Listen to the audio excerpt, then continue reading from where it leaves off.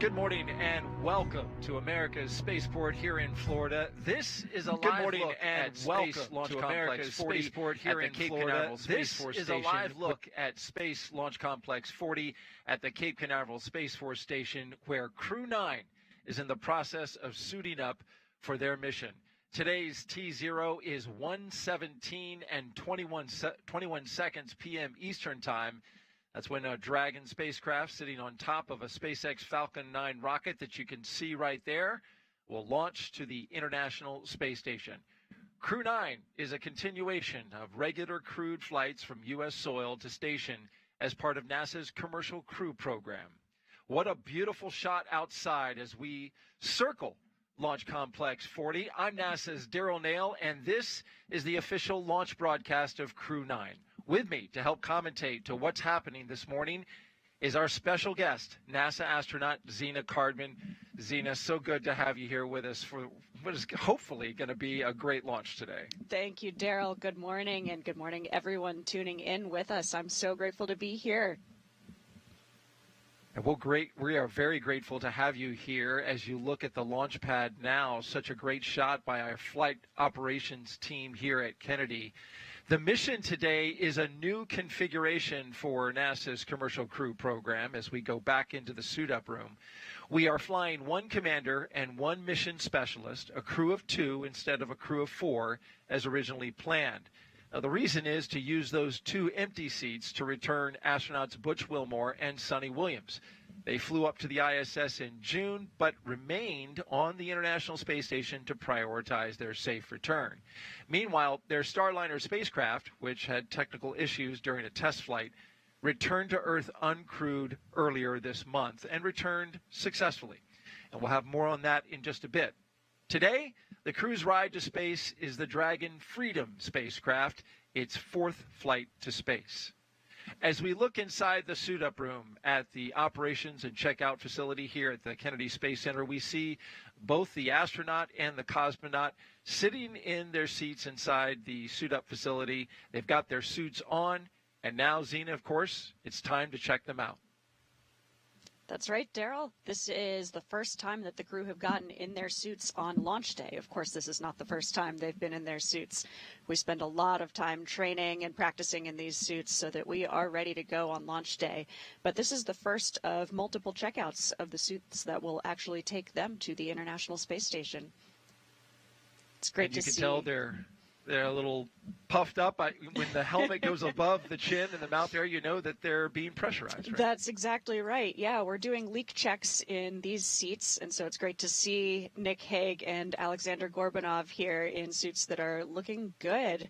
When they pressurize, they get a little bit stiffer. They're actually about the same pressure as a volleyball. Oh, interesting. I Fun didn't know fact, that. yeah. That's a nice little factoid. Yeah. Well, over the next 4.5 hours, we will walk you through this detailed process and show you all the action live as it's happening from suit-up room all the way to liftoff and then in orbit. But first, I want to tell you a little background information about Zena Cardman, our co-host today. Zena was selected by NASA as a member of the 2017 Turtle astronaut class. She completed 2 years of training as an astronaut candidate. Leading up to today's mission, she was part of Crew-9 and trained extensively with the team before the flight was adjusted to 2 crew members. As you can see, this is video of her doing that training. Zena is also a geobiologist. She earned her bachelor's degree in biology and her master's degree in marine sciences, both from the University of North Carolina.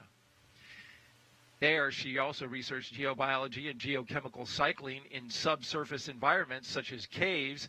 She also worked with NASA and supported field tests in Canada, Idaho, and Hawaii, and has been on multiple Antarctic research expeditions. And there you are in Antarctica, looking a little bit cold, That's but exactly vibrant right. nonetheless.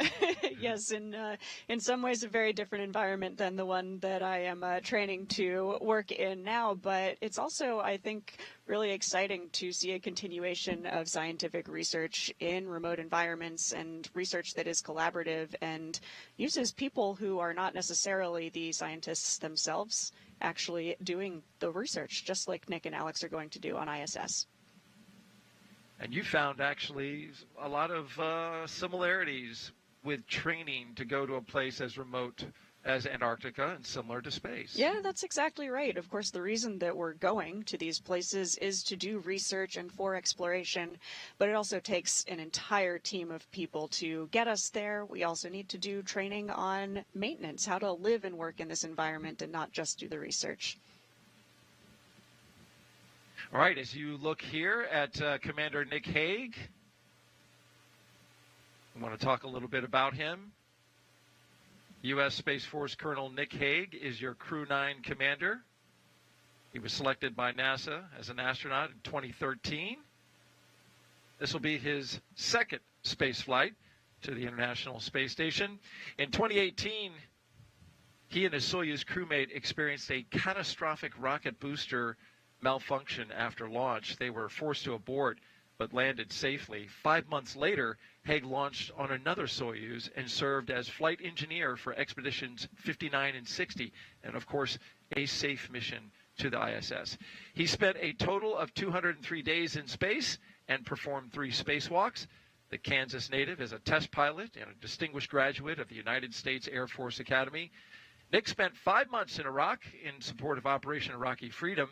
He voluntarily transferred from the United States Air Force to the Space Force in 2021 and is an active colonel. His wife, Katie, is a retired U.S. Air Force colonel, and they have 2 sons. Nick is certainly ready for this role, a role, Zena, that you had trained for, but a switch was made. Yeah, that's exactly right. Nick is going to be the commander of this flight today. This will be his second long-duration mission to the International Space Station, but as you just mentioned, his third launch to space. I'm really excited for him, and actually his crewmate on that Soyuz that aborted will be joining him on the International Space Station. How about that? Well, they'll be reunited after their unfortunate circumstance on that first flight, but they did make it to space, and they did do some great while they were on that particular mission. That's exactly right, and this is really a testament to these systems work when we need them to. Indeed. Well, as we mentioned, this is the suit-up room. It's one of many rooms on the 3rd floor of the Neil A. Armstrong Operations and Checkout Building that make up crew quarters. The crew has been living and working in crew quarters for more than 2 weeks now. Let's talk a little bit now about his fellow crew member, Hague's fellow crew member, talking about Alexander Gorbanov. This is mission specialist Alexander Gorbanov's first time going to space. He studied engineering with qualifications in spacecraft and upper stages from the Moscow Aviation Institute. Gorbanov graduated from the military department with a specialty in operation and repair of aircraft, helicopters, and aircraft engines. Before his cosmonaut selection in 2018, he worked as an engineer for a rocket space corporation and helped support cargo spacecraft launches from the Baikonur Cosmodrome. That's exactly right. It's great to see Alexander looking good in his suit today. He has been an incredible asset to the team, CREW-9. I'm so grateful that I got to spend the last 18 months training with him and with Nick. They are both flying today in roles that are slightly different than the ones they originally trained for, but they are both ready to step up. And talk a little bit about that, Zena. Initially, he was trained as pilot. Now he's in the commander position, but he also has to cover some of the responsibilities of the pilot, right? Because Gorbanov is still mission specialist, though he's also upped his level of ability for this mission as well. Yeah, certainly. It is an unusual circumstance. So the mindset for today is that Nick Hague is the commander, and we're referring to it as a single-seat commander. So he will be in charge of the vehicle, taking over the commander role.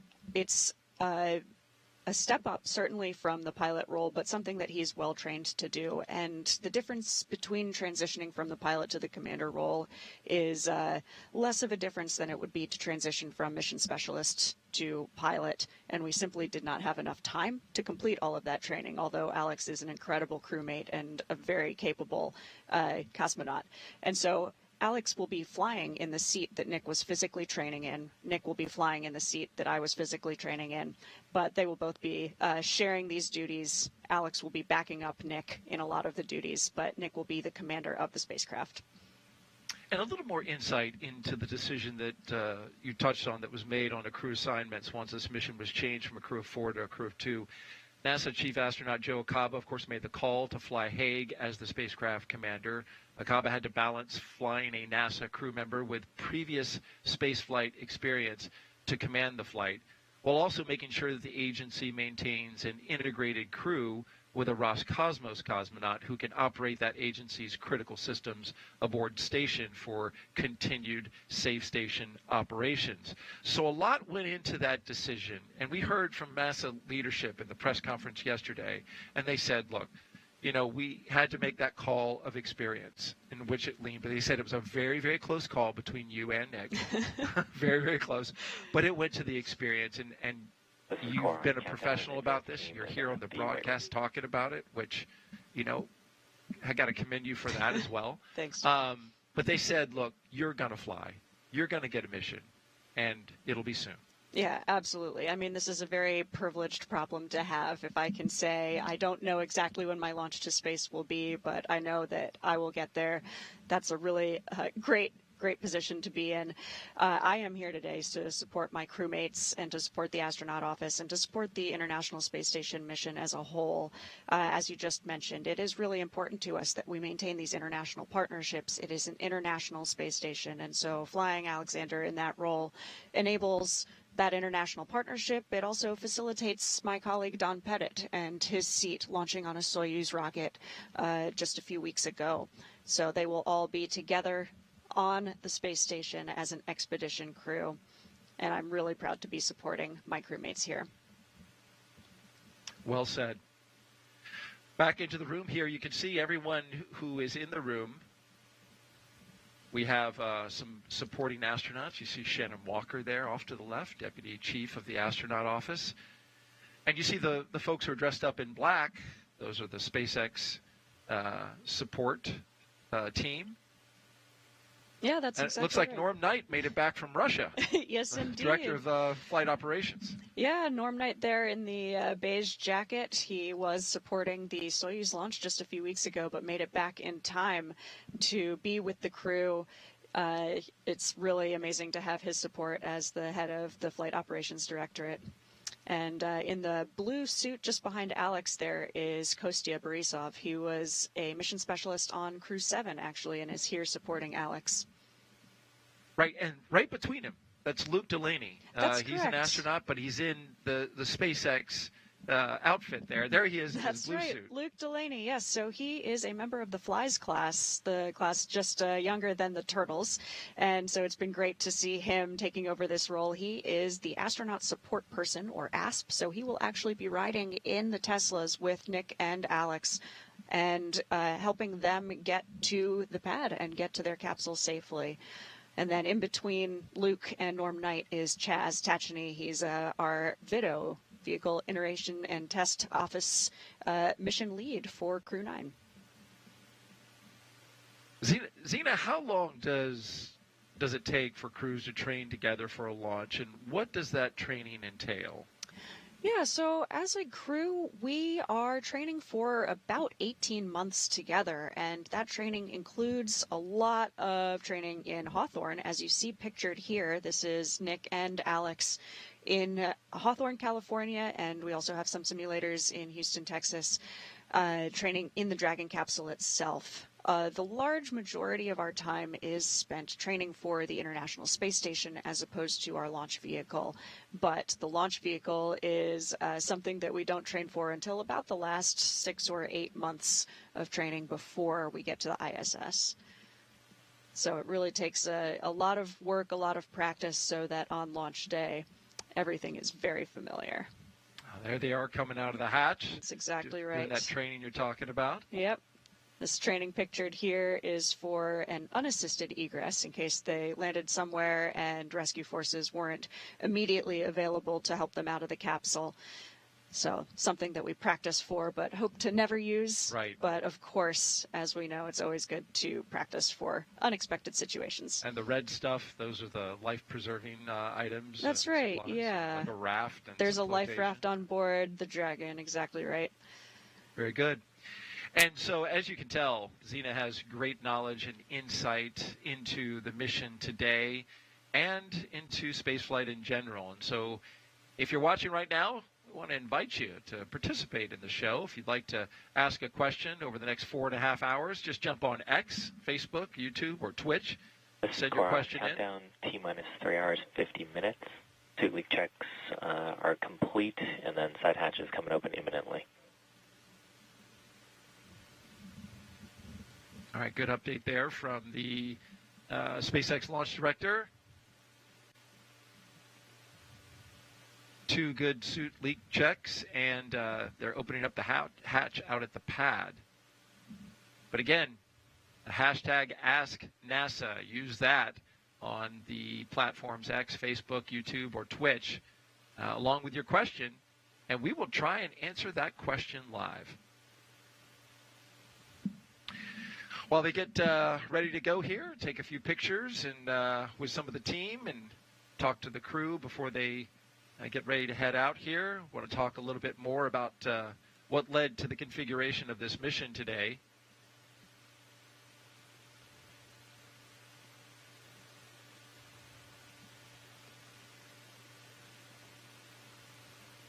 The other 2 astronauts who are not flying today but will technically become part of CREW-9 and Expedition 72 when Nick and Alexander arrive to the ISS are, of course, Butch Wilmore and Sonny Williams.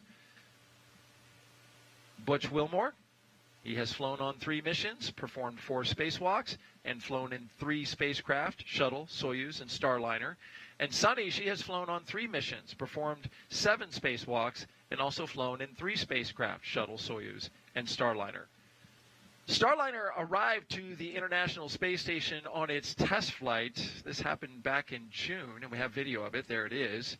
You can see here Sonny and Butch gliding into the ISS for the welcome ceremony. Sonny, of course, pumped as she was dying to get back onto the station. But after experiencing some technical issues with Starliner, NASA extended Butch and Sonny's stay on the ISS by weeks so teams could perform in-space and ground testing, along with holding agency meetings to review the data. During that time, the pair of astronauts conducted research and performed maintenance on the orbiting lab. But in early September, Starliner undocked without its crew from the ISS as a result of NASA's decision to prioritize astronaut safety over the test flight. And then roughly 6 hours after it pulled away from the International Space Station, as you can see here, just after midnight on September 7th, in this infrared video, you can see Starliner landing under parachutes at the White Sands Space Harbor in New Mexico. Successful touchdown there. Starliner performed a series of burns leading up to the successful touchdown back on Earth and, of course, brought that 3-month test flight to a conclusion. And here's what Sonny and Butch had to say. I was so happy it got home with no problems. We saw it fly away, and then we all got up. The whole crew got up at 3 in the morning, and we had it up on our iPads watching it land. It was wonderful that it made it back. And the fact that we weren't on it didn't even come into mind at all. We're here with our friends. We've got a ride home. And, we're looking forward to the next couple months and doing a lot of stuff for the International Space Station. And so they are now, once we get everybody aboard here today, going to be part of Expedition 72 and have a lot of science work that they will do. They'll be up there for a while. But if everything goes as planned and they return with Nick and Alexander on a Crew Dragon, then they will be, fun fact, the first astronauts to fly 4 different spacecraft that have launched and returned to Earth. That is a fun fact. Actually, really amazing. It's hard to do. It's difficult to do. Yes, that is quite the accolade. It's really actually incredible to me that I work with so many people, so many astronauts in our office who have now flown 2 different or 3 different types of spacecraft. And I mean, what a time to be alive that we have that many different spacecraft in operation. That's pretty neat. It's a great point. And to your point, to talk about just how few astronauts that have done this. If we kind of change the qualification to which astronaut has flown 4 spacecraft previously and not put the qualifier of launching from Earth and returning to Earth, it goes to an astronaut who is in this room on a picture in the background. That's John Young, who flew, of course, Gemini, Shuttle, but then the Apollo Crew module. That's and right. the Apollo Lunar module. That is truly amazing. And he's in that picture, that photo there that you can see at the very top of the screen. Yep, just above that CREW-9 patch. That's an amazing tie to history that this room and this building share. It's really, really special to get to suit up in this actual room. And so this is a tradition here. There's Shannon Walker with the 2 crew members laying out the rules to a card game. This is a tradition that happens before the crew can leave the suit-up room. Someone plays the crew. This someone is the case. It's Shannon Walker, the deputy astronaut chief. She'll play the commander and crew member, and they will play until the commander loses. That way, the team gets their bad luck out of the way and can now move on with nothing but good luck through launch. That's exactly right. I think spaceflight in general is full of traditions, especially on launch day. This is one of them that is just a really fun part of it. It's also a great thing to do. We have a lot of buffer built into that suit-up timeline, and so I absolutely love that we get to do this tradition, get to take part in this tradition. The rules change a little bit, and so the chief or the deputy chief might make up something special specific to that crew. So you can imagine maybe the number 9 is going to feature heavily today or something like that. So the rules change a little bit every time. But yes, you're exactly right. The tradition is that we must play until the commander loses. So we'll see what happens. And yeah, it's great to see they're playing with a card deck that I actually made for them. Oh, you did? That's right. Tell me about that. It's, well, I guess my last name is Cardman, and so it's trying to live up to the name. But this is something that I've done now for crews that I work closely with.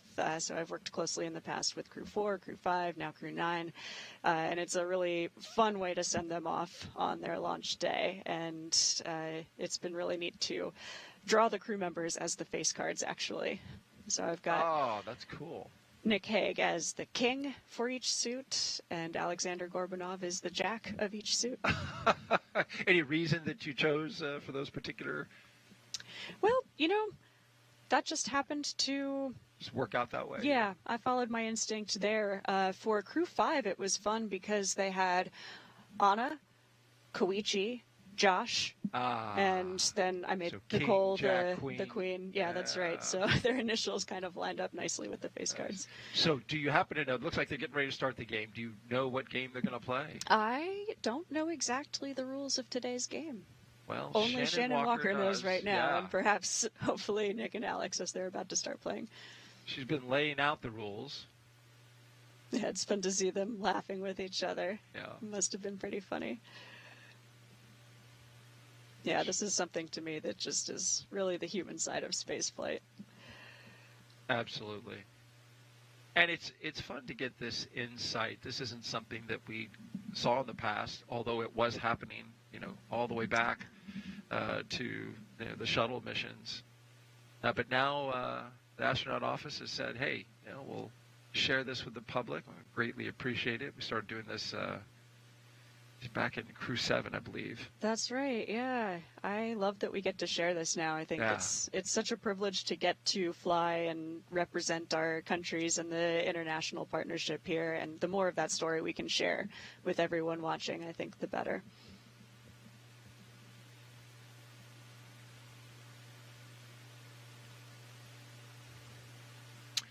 Seems like Shannon's trying to stretch out the time a little bit as she checked her That's watch. a good sign, actually. I Yeah, think they must that's be right, that's doing true. well on time. We love having buffer in the timeline. It's nice to see some familiar faces in the background there. Some of the black SpaceX suits. Number 34 is Haley Esparza. She's the manager for all astronaut operations at SpaceX. And fun fact, she's been with every single crew to fly a Dragon since Bob and Doug. Oh, how about that? Some great consistency there. That's right. I Yeah. I'm taking from the body language that Haig may have lost right out of the gate. Great, we're good to go. Got a good feeling for today. So that didn't fill a lot of time, but hey, But you hey, got the good result omens. that you We'll wanted, take right? it. That's Yeah, right. there you go. And you see the tether there on their suits. It's tethered to a box, a briefcase, I guess, as they call it. Yeah. Tell me a little bit about what that is and why they have to carry that around. Yeah, this little suitcase, briefcase-looking thing is actually a portable cooling unit, and these suits are quite warm. It's kind of like wearing a big plastic bag. It is meant to protect you from a lot of different things, but if you are not connected to the environmental control systems of the Dragon spacecraft, they can be quite warm, especially in Florida weather. Right. This isn't breathable fabric for good reason. That's yes, all of the right reasons. Yeah, so until they get into their Dragon spacecraft, this is a nice way for them to maintain a happy, healthy body temperature. All right. And there's a look at the doors at the bottom where the astronauts are headed. Now we have an opportunity to take some social questions that we just talked about. So are you ready, Zena? Oh, yeah. Excellent.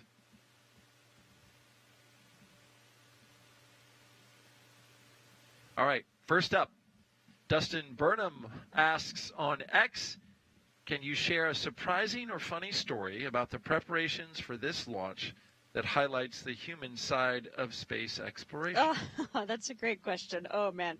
As crew members training together for 18 months, we have a lot of opportunities to not only work together, but also travel together, and you get to see each other in many different circumstances. I can attest that Nick Hague is quite good at karaoke.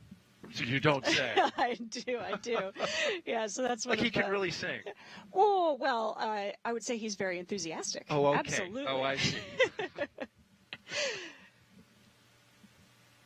Is he the guy that, he's always trying to get to the karaoke bar to sing? Or does he kind of push it a little bit? I think it's an especially nice tradition, for example, when we are training in a place like Japan, where this is one of our international partners, and what better place to do karaoke than in Japan? No doubt. So we're looking outside the operations and checkout building at T-minus 3 hours, 38 minutes, and counting. This is where family, friends, loved ones have gathered to say goodbye to their astronaut. And let me tell you, the license plate is ready for it, as is the SpaceX Teslas that will head out to the pad. Always a great little tradition that they do with a custom plate. Yes, I love this tradition. All of the Teslas that have taken Dragon crews to their rocket have had a fun custom license from Haley Esparza, who just walked in front of the camera. She's the mastermind behind those license plates. I suspect this one is a Taylor Swift reference. Ah, I'm glad you got that. Uh-huh. Well, you see the 3 Teslas that are going out there, Teslas 1 and 2. Of course, with just 2 crew members today, they'll be in 1 Tesla together. That's right. It would be a lonely ride separate, so I'm glad they'll be together and listening to Pump It Up playlist on their way there. Well, you can see this is now the hallway back inside the astronaut crew quarters, and some really fantastic artwork that you can see lines the hall there. This has been a recent addition to the hallway. It's just some beautiful stuff there. Yeah, I absolutely love this addition to such a historic place. And those doors, my goodness, it's amazing thinking how many crews, all of the people who have walked through those doors on their way to orbit. All the way back to Gemini in the 60s. It has been a long time as we zip over. And, well, there's Rajachari, one of our astronauts, former crew members. Yeah. Is out there helping out. That's right. Rajachari, a classmate of mine, Turtle classmate, and the commander of Crew-9. And he is here as a family escort for Nick Hague.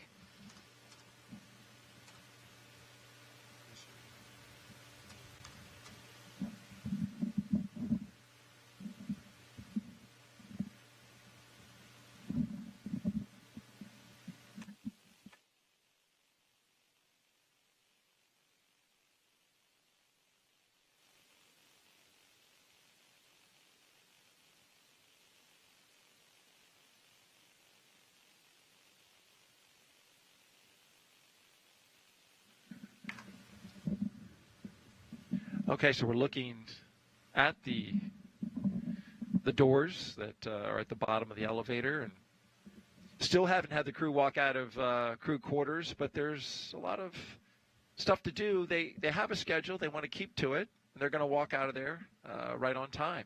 That's right. Yeah, leading the way in that black suit there, I think she was number 11, is Katie Bishop. She is the closeout lead for today's mission.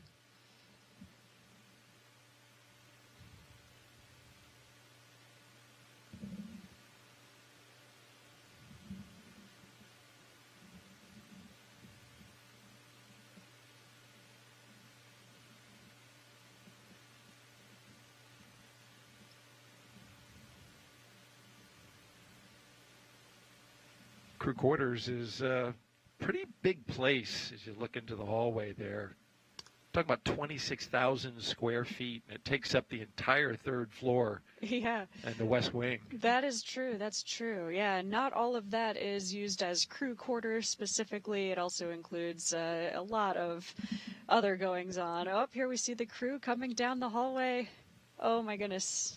Here they come. Crew-9 leaving the suit-up room and now on the move inside astronaut crew quarters.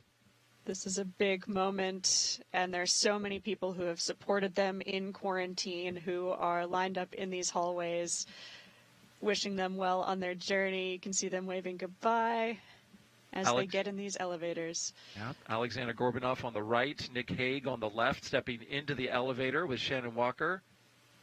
That's right, and that poster that you see lining the walls of the elevator are signed by so many of the people who have supported this mission here at KSC. It's really humbling to see those posters as you step into those elevators. A very nice touch and a thumbs up as the elevator doors close. Now they're headed down to the first floor, and as they do so, since we're talking pre-launch traditions, and we had a few of them, here's another one.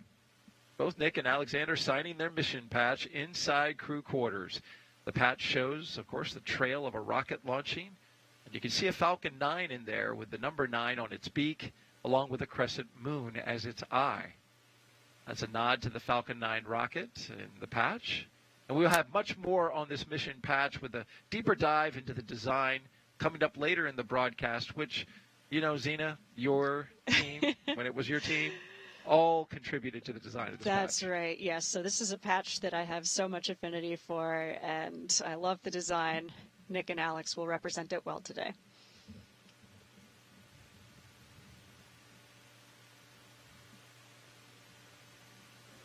Now we'll have one astronaut and one cosmonaut. They will soon walk out of the doors here at the Neil A. Armstrong Operations and Checkout Building, so we are focused on the doors. There's Haley, I believe, right? That's right. That's Haley, number 34, walking out. You see the patches that the stickers that line the doors, a great tradition there. Yes. One of Crew many members. reminders of all the history of this building. It's a moment of big anticipation. See in the blue suit on the right, Rajachari. They're supporting Nick Hague's family. And Administrator Bill Nelson is here, NASA Administrator, of course. Yeah, that's right. Right there I saw in the him bottom corner on in the the far blue right. shirt.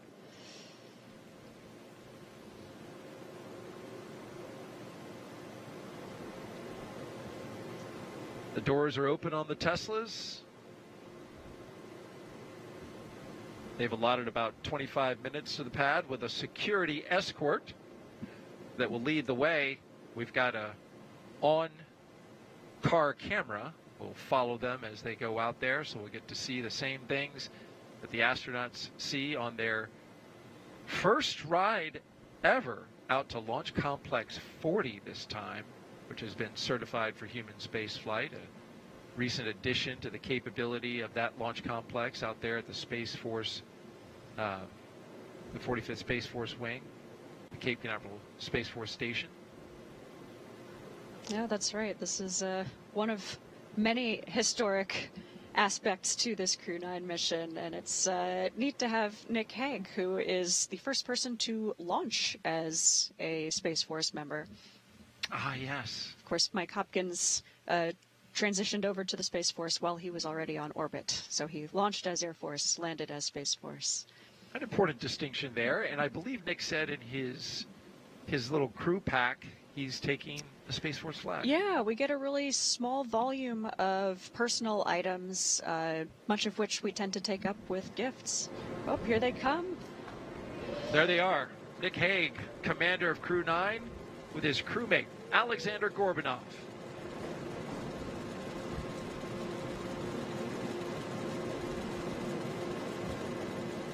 It's a big moment. Family and friends seeing their crew members This way in to their space. suit. Yeah. Yeah, so they'll have a chance here to say a few words with those who are closest to them. Standing at a distance, of course, because the astronauts are quarantined for 2 That's weeks right, yeah. prior to liftoff. And their closest members of the family have been quarantining with them, but as we are actually getting ready to get on the rocket, we are taking all of the precautions possible.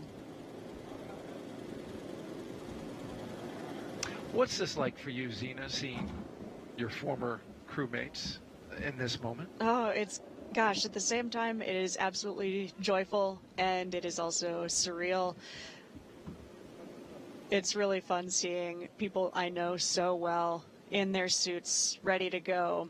I know firsthand how well prepared they are. They've been doing not only all of the normal training for a mission like this, but additionally working really hard to make that final transition into these roles that they weren't originally planned for.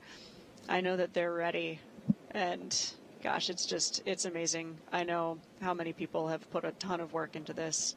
I'm ready to see them get to the International Space Station and get going on a long expedition.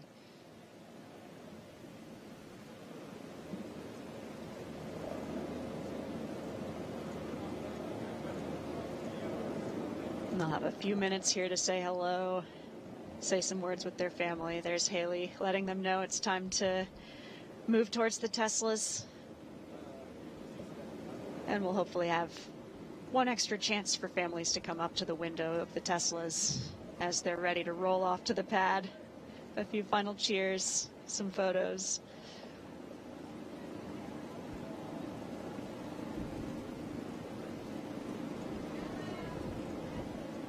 And now they are getting into the Tesla. And as Zena said, the doors will close, the windows will open, and they'll have a few more moments with their family and loved ones. You can see them hooking back up to that cooling umbilical connected to their little personal briefcases. Get them some air on their way to the launch pad. Switching from the handheld to the in-car system, right? The handheld system is actually in the back behind their seats. So it's all part of it. Okay. Yeah, but they ditch the little cooling suitcase as they walk out, just less to carry. Gotcha.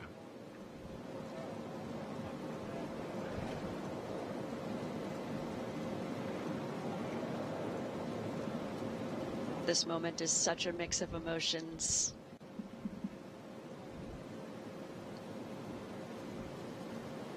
I know families are all at once so proud of their loved one. It's also incredibly difficult to know that it's going to be a long time before you see them again.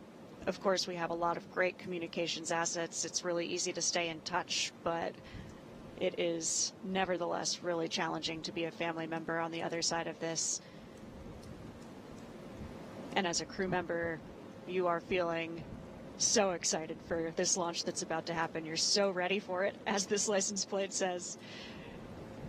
They are ready for it indeed. And you've been down there on the ground as an astronaut support person with these crew members as they've been getting ready to. You were there for Crew 4, That's right. Yeah, I was the support person for Crew 4. I was a backup crew member for Crew 4 as well. I've been on most sides of this this barrier here. I've been there as a support person, riding in the Teslas with the crew to the pad. I've been a family escort. I've been there as effectively the family member for a crew member. So I've seen it from a lot of different sides. It's really, each one is challenging and humbling. So I know firsthand all the work that goes into something like this. And they are off on their way to Space Launch Complex 40 at Cape Canaveral Space Force Station. You can see the crew driving away from the Neil A. Armstrong Operations and Checkout Building, and this will begin a roughly 20-minute drive with a full security escort across NASA's Kennedy Space Center, including the Vehicle Assembly Building. And there they are, the onboard camera. I just want to follow up on a note that you said. You've seen this from so many sides that by the time you get to space, you will probably be the most highly trained astronaut to ever do a crew launch. Well, I don't know about that, but I will be ready for it as well, that's for sure. All right. Well, while we've got the astronaut and cosmonaut in their vehicles headed to the pad, let's hear from them now. And let's start with Commander Nick Hague, who spent 5 months in Iraq in 2004 in support of Operation Iraqi Freedom. Let's listen more from the test pilot from Kansas.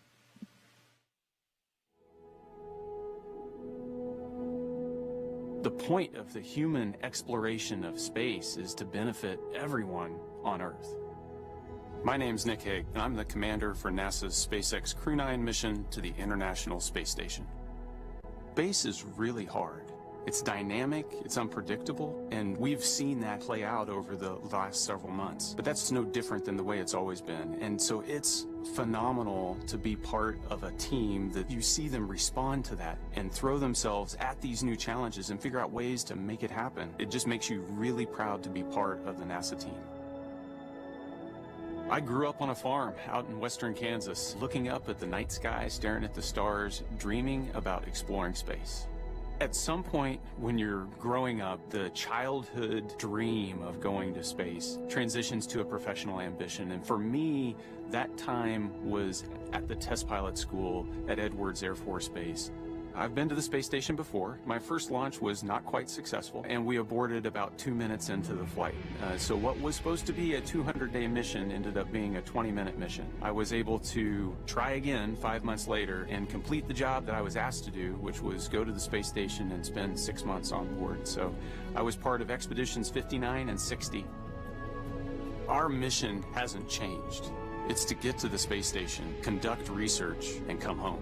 How we're going to do that is going to look a little bit different. This time, we're going to launch with just 2 crew. We're going to have 2 empty seats for Butch and Sonny, so that at the end of our mission, we're going to be able to bring them home. But one of the most exciting and challenging aspects of what lie ahead is how Alex and I are going to integrate into their crew. You know, they've been on the station for several months already, and it's going to be thrilling to be able to join them and get to work, doing that mission of discovery, conducting science, performing upgrades on the station, figuring out how to live and work not just in low Earth orbit, but how we're going to do that when we go to the moon and on to Mars.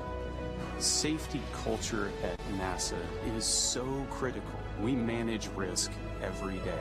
Just being able to watch the agency navigate those decisions over the last several months and balance the risk and the safety of the crew and the well-being of the crew and the vehicle and the mission has been phenomenal. What is crystal clear in that entire process is the commitment to making sure that when we launch crews, we're going to bring them home safe.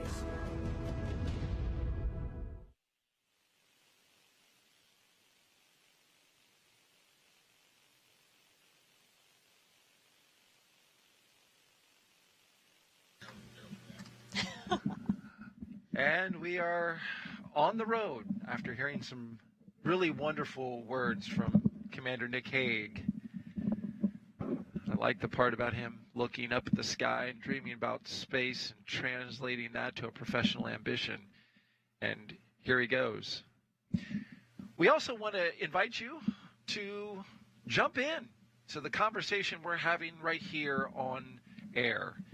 Send us your questions with the hashtag AskNASA on the platforms Facebook, X, YouTube, and Twitch.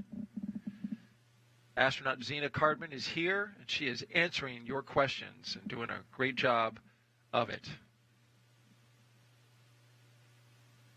And so our next question is, well, Luke, who is just 8 years old, asks on Facebook, how tall is the rocket? Oh, the Falcon 9 rocket is a little over 200 feet tall.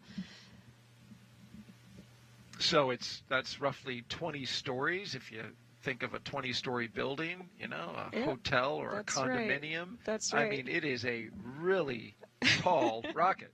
That's exactly right. Yeah, so the crew will be taking a long elevator ride up to the top of the launch tower before they can walk across the crew access arm. And at the bottom of the rocket, they'll have a chance to peer up at it from below. And at the top, they'll have a chance to peer over the rail and gaze out at the view. It is really actually amazing to stand on top of one of these launch towers and look out at Kennedy Space Center, many different launch towers here. But today, this one on Launch Pad 40, Launch Complex 40, is going to take Nick Hague and Alexander Gorbunoff to the International Space Station. Another question on social now coming from Nico Fuentes. He asks on X, why is CREW-9 launching from a different launch pad? This is a launch pad that SpaceX has used to launch Falcon rockets from before. This is the first time that we will have actually crew, so people, launching on a rocket from this launch pad. And I think it's great. Now we have more options available. This adds some flexibility to the launch schedule. We have more and more rockets launching every week, and things can get a little complex. We have to not only abide by traffic laws, so if one rocket is launching, another one is not able to launch nearby, but we also have to dodge weather, as we are keeping an eye on today. And so having more than one launch pad is really helpful in maintaining some flexibility. Initially, CREW-9 was supposed to launch on 39A, but they made the switch due to a number of factors to 40 and did a lot of work to get it ready. Exactly right. Yeah, actually, this launch pad was not yet even human rated for their original launch date in mid-August. 2 years later, and they are ready for this day. We are now passing Kennedy's iconic vehicle assembly building. As you see, as we pull out the shot here, this is where NASA will stack its Space Launch System rocket and Orion spacecraft for Artemis II, sending 4 astronauts around the moon. It'll be the first crewed mission of NASA's Artemis campaign to establish a long-term presence on the lunar surface for science. And there you see it. What a beautiful shot of the VAB, and there you see at the bottom right the crew on their way. Fabulous. My goodness, what perspective. Wow. Well, speaking of Artemis II, the Space Launch System core stage rocket, well, Xena made its final stop to Kennedy Space Center in Florida before it's going to get ready for launch. The commander of the Artemis II mission was in New Orleans back in July for the big move to KSC. And let's listen in to him now with a closer look at what's next for the SLS. Hi, I'm NASA astronaut Reed Wiseman, standing here at the Michoud Assembly Facility in Louisiana, and behind me, our Space Launch System core stage is on the move. That booster back there is going to power me, Victor Glover, Christina Cook, and Jeremy Hansen around the moon on Artemis 2. For the last 3 years, technicians have been manufacturing and assembling our 212-foot-tall Space Launch System core stage. In July, the core stage made the trek on NASA's Pegasus barge and shipped to the Exploration Ground Systems team at Kennedy Space Center in Florida. The core stage rocket's arrival now puts the biggest piece of hardware for Artemis 2 shipped to Kennedy at the Vehicle Assembly Building. It joins the SLS rocket's twin 5-segment solid rocket boosters and the Orion spacecraft, already undergoing testing and checkouts at the spaceport. That's a look at your Artemis Moon Minute. The Space Launch System, with its 2 propellant tanks and 4 RS-25 engines, is the only rocket that can send the Orion spacecraft, astronauts, and supplies to the moon on a single mission. And as we continue to watch the crew here, they're taking that curve. That is pad 39B. And that's a live look as they are passing that pad right now. Testing is in the works for the Artemis program there. Last month, teams at Kennedy Space Center. 15 minutes. Advanced team is complete with their actions and ready for crew arrival. Okay, that's a good milestone that they've met. That just means that the advanced team, which got everything ready, is now ready for this crew right here that is driving on the way to the pad right now. But back to the note on the VA, or on 39B, and talking about the Artemis program. We have some video to show you about some of that training that happened last month. Teams are here. I hear that sound. That's the sprinkler system there, the fire suppression system activated as the Artemis mission emergency procedures during a series of integrated system verification and validation tests happened. Members of several teams practiced the process of getting inside and out of the emergency egress baskets and then exiting at the terminus area, and then once there, they got into an armored emergency response vehicle and then drove away from the pad to one of the designated safe site locations at Kennedy. Critical training for them that all astronauts do before they go on a mission. For more Artemis updates, you can scan the QR code on your screen that's coming up right there. Or you can go to the website, nasa.gov/Artemis-Roman numeral 2. And as we continue to make our way to Space Launch Complex 40, this is a live look as they are pulling up and going past Pad 39A. This is where all previous launches for SpaceX crewed launches have happened here at Kennedy Space Center. So today will be another first, launching not from 39A where they would have turned in and been there already. Now they're going over to the Space Force side and launching from Space Launch Complex 40. But what a great shot there, showing the venerable and historic 39A as they go past that pad. That's right. Over to the Space Force side. That's amazing. And you can see SpaceX working on their Starship launch tower just to the right of the water tower there. Yeah, that's exactly right. It's neat to see a developmental program right next to one that is so operationally proven. Absolutely. Great observation. And, of course, SpaceX, a partner with the Human Landing System, going back to Artemis, will be helping out with Artemis 3 and getting our NASA astronauts onto the surface of the moon. Now they approach the beach side where the road goes right down the waterway. This is a nice shot of the Atlantic Ocean and the beachside road that leads to Space Launch Complex 40. Absolutely beautiful. And this connection to the ocean is one of the reasons the CREW-9 patch also depicts the ocean. Very nice.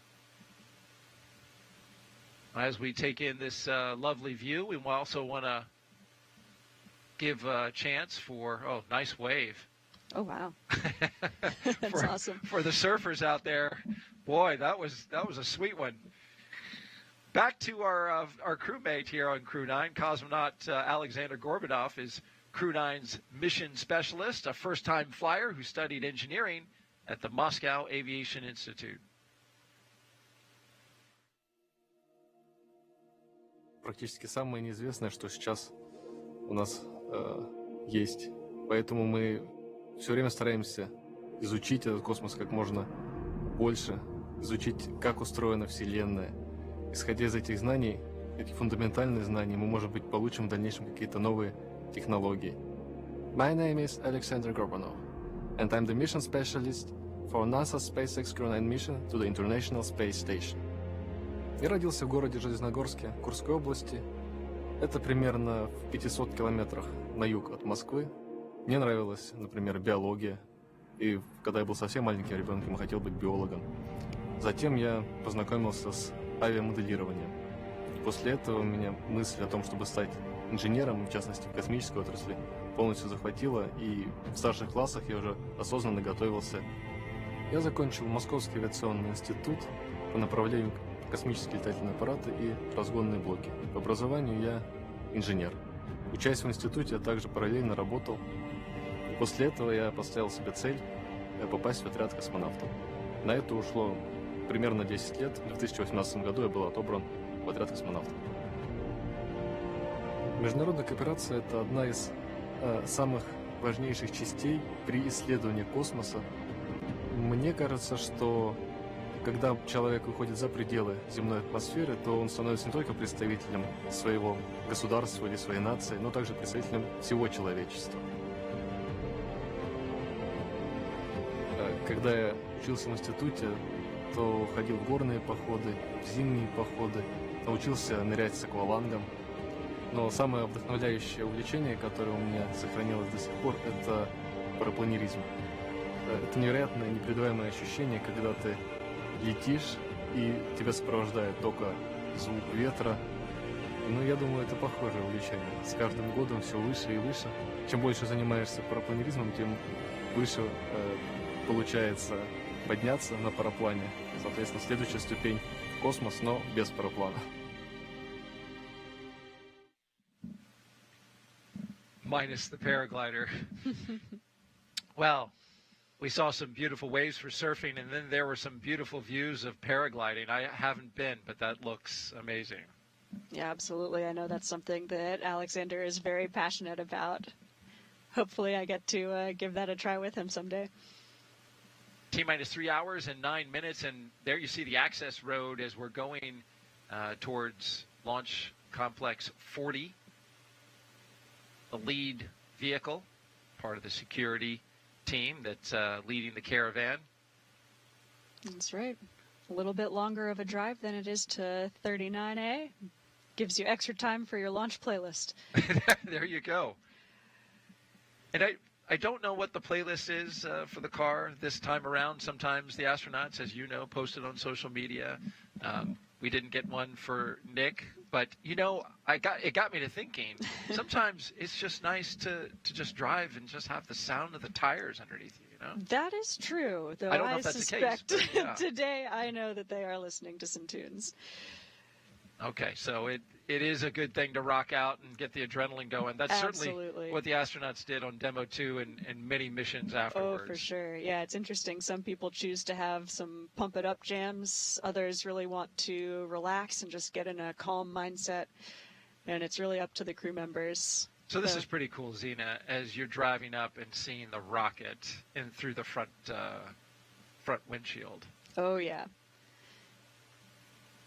There you saw the MRAPs just off to the side. Those are the vehicles. In case there were an emergency egress, they would use the emergency slide wire chute to get down there and get in those vehicles. But this is a wider shot of Slick 40. It's a beautiful shot.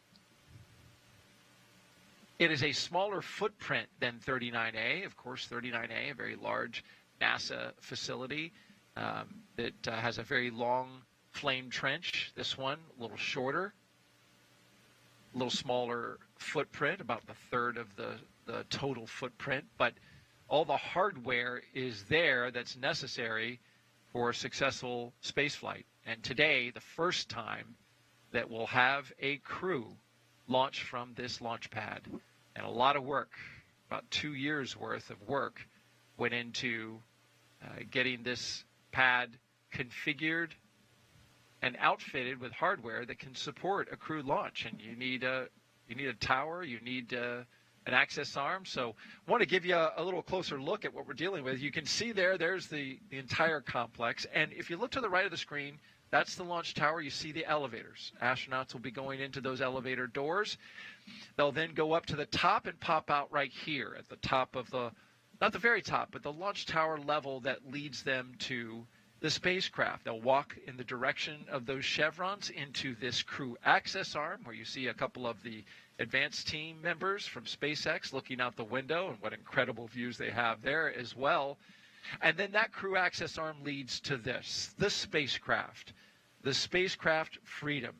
It is a larger white room than we are accustomed to seeing over at Pad 39A, but it is very capable with numerous improvements to the current system. And there it is, a look from the outside. Outside the crew access arm and the Crew Dragon that is atop the Falcon 9 rocket. A little wider look, and you can see all around the Space Coast as we have a beautiful day forming up.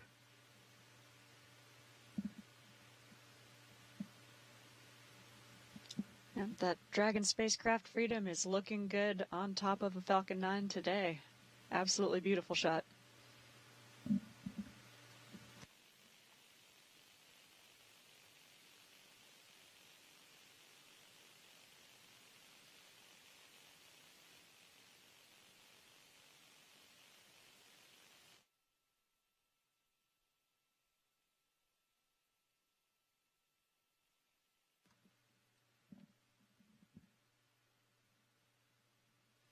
T-minus 3 hours and 4 minutes and counting. At T-minus 4.5 hours, we got a weather brief from the launch weather officer with the 45th Space Wing today. And though that shot looks beautiful there, we got a little blue sky mixed in there, there are some weather matters to talk about that the team is tracking. If you look here at the satellite view from the GOES satellite of Florida, you can see we've got there in the lower half of the screen, you can see the clouds developing and starting to push from the west towards the east. That is coming in our direction. That was expected, streaming some moisture over our area, according to the launch weather officer. It's all because of a trailing boundary in the wake of what was Hurricane Helene. It stalled out over top of us and has kind of concentrated that moisture over the launch site and staging areas. So here at the launch site, the forecast is calling for scattered showers forming and pushing towards the Florida East Coast in the afternoon. Fortunately, our launch time of 1:17 p.m. Eastern Time is early in the afternoon, hopefully before those storms start popping up and developing. But they are keeping a close eye on it. And as a result, our probability of violation at the launch site for today is 45%. That would mean a 55% go if you're a person who likes your glass half full. I do. That's Cena. So we'll take that as a 55% go, and hopefully we end up on the good side of that. We're also watching the weather along the ascent corridor. That's a little more iffy even than the launch site weather, where the remnants of Helene have brought some precipitation and lightning over some of the areas up the ascent along the east coast of the United States. And this is important. This is something that the team is watching and they're tracking, and talk about why that's important when it comes to emergency egress. Yeah, absolutely. Weather on launch day is a really interesting puzzle, and so not only the weather right here at the launch site matters, but all up the East Coast matters as well.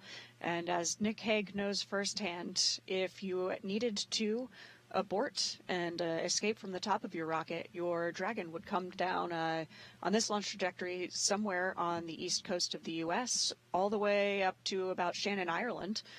And so we really need to make sure that the weather and the wave heights are conducive to that being a safe place for a crew to land if they ever needed to. So the weather in those areas is something, as you mentioned, they're watching closely. The conditions were moderate when they were forecast yesterday, but the team is watching.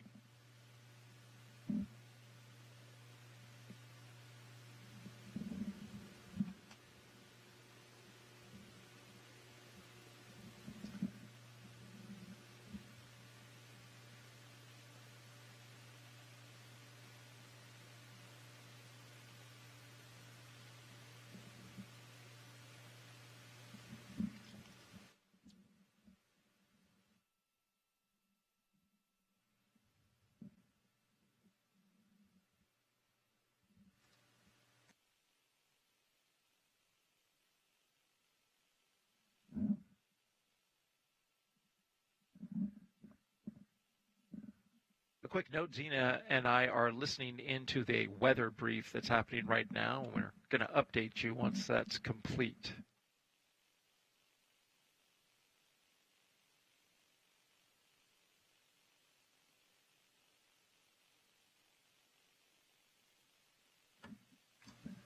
All right, I believe that was Launch Weather Officer Brian Sizik.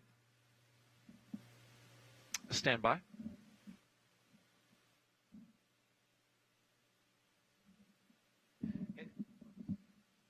In the meantime, while discussing the weather, our crew, or CREW-9, is headed towards that elevator at the base of the launch tower. Yeah, you can see them walking towards that elevator right now. I am sure they will take a moment to look up and really take in their rocket from the foot of that 200 and change foot tall rocket.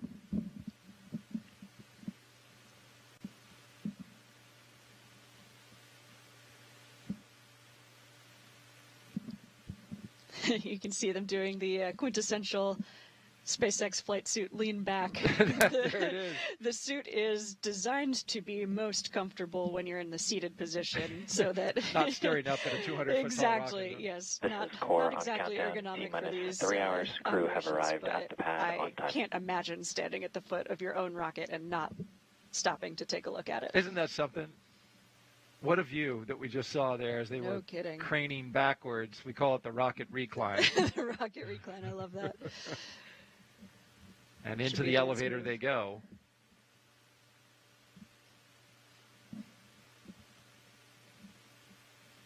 I have not been inside this elevator, but I suspect they designed it similarly to the one at 39A. There is actually a button for space. There it is. There it is, right on cue. Yeah, I know which one I would choose. Absolutely. Well, it's, why go to the 230-foot level when you can go to space? Send it. Send it, indeed. And there's the top, and that's where they'll pop out. And the crew, as we showed you in our little mini tour, will follow those chevrons on the ground, which are also there in white, high contrast with the black paint, so they can be seen in the case of an emergency egress. Yep, that's exactly right. This launch tower is well designed for humans. It's part of the long process to get it rated for these crew members, Nick and Alex, today. And there's Luke Delaney, number 43. You can tell by his red name tag. A little bit different than the SpaceX ninjas. Yeah. And there's some important differences between this crew tower. This elevator takes the crew all the way up to the level of the crew access arm, as opposed to at 39A, they have to actually go up a few flight of stairs. That's exactly right, which is no easy feat when you're in a suit like this. So quite nice to just go all the way direct in your elevator. Yeah. Direct flight. Mm-hmm. And the crew access arm at 39A actually, I understand, has an incline. So there's a little kind of coming up. Yeah, that's right. It's a little bit different than 39A. And here they come.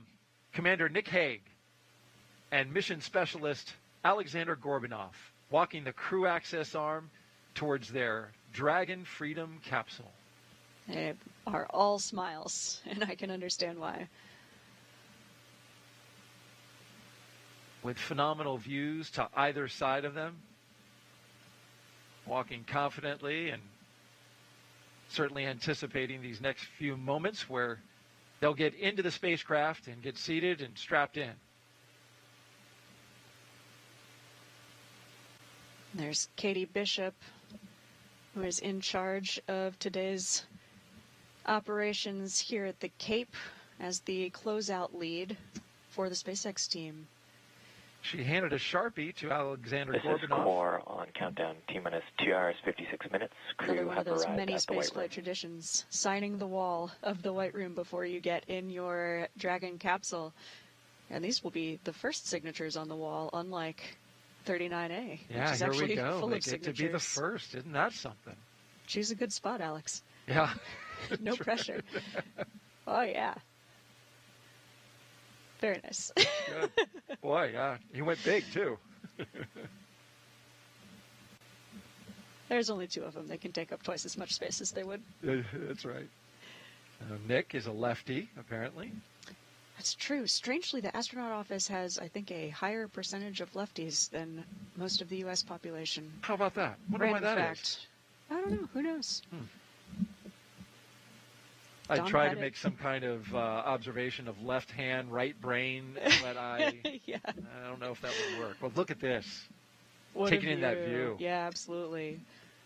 I love nighttime launches. Looks really spectacular as the rocket lifts off, but getting to see this view, taking in some final scenes of my favorite planet before getting in your rocket. That's a great point. You walk down that crew access arm at night, and it's just black, but during a day launch like we have today, I get beautiful vistas the entire way. Absolutely.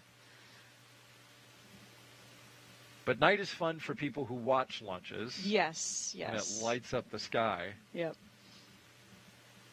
We've got a split screen now showing you the crew access arm, exactly where those astronauts are inside, and then our look inside it on the right-hand side.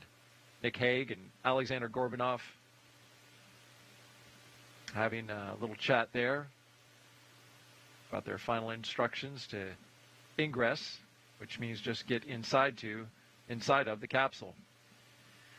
And their signatures, the first two signatures on this wall that no doubt will be filled with signatures over the coming years as crews continue to launch from this now human-certified launch pad. That's right. The first two of many.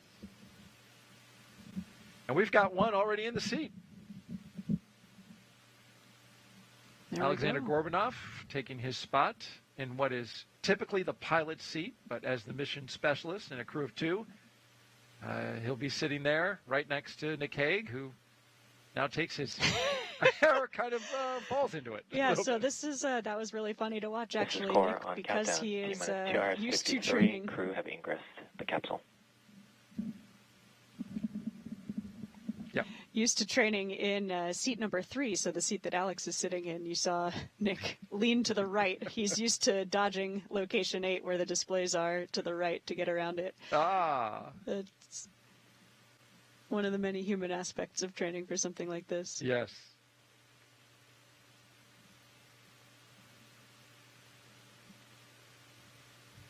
And while they're getting situated, just wanted to catch you up on the weather brief that we listened to. The launch weather officer, Brian Sizik, in this case, was observing a line of storms that are headed our way over Florida right now. They're coming up from the southwest, and that's what's contributing to our launch day forecast. Our winds are 10 miles per hour out of the south-southwest. Temperature is a nice, warm 87 degrees. And we are 45, well, that should say 45% probability of violation, unless that's changed. I hadn't heard that it did. It may be evolving as we speak. It could I'm be. not sure. But the concerns that they have are cumulus clouds, flight through precipitation, and surface field electric rules. And so as you're looking now, you can see this is our satellite imagery updated from the GOES satellite live, and you can see from the southwest portion of the state of Florida coming up from the Naples area, that streaming moisture from a stalled boundary that's coming in our direction. Of course, the Cape is indicated by the little point that you see there, the little protrusion along the coast of Florida right there in the center. And so that is heading our way. And he is forecasting that to arrive in about an hour, and says from there, we're going to have spotty storms off and on. So you've trained for this mission, so you know this well. As we go along through the count, things really get locked in once you start tanking at T-minus 35 minutes. But at 2 hours and 51 minutes, they can afford to continue to walk along and go through the launch preparation procedures until that moment and see if this is going to be something that could be a problem for launch or not. Yeah, that's exactly right. I think in spaceflight and in life, it's important to remember that being an optimist and a realist are not mutually exclusive. And so even as we are continuing to monitor this weather, we are going to progress in hopes of weather clearing and everything be come and go for launch. Of course, once we get to that launch minus 35 minute time frame as we are making the decision whether to put fuel on board or not, that is a really important decision point.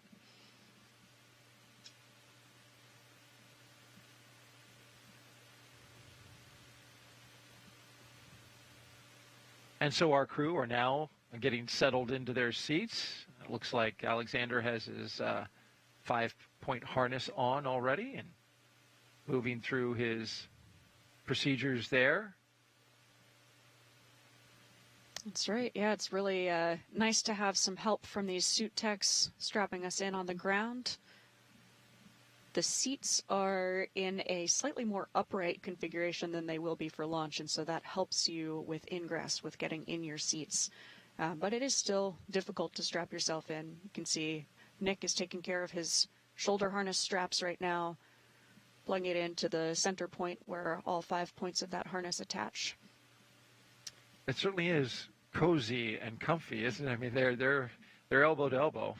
Absolutely, yeah. It's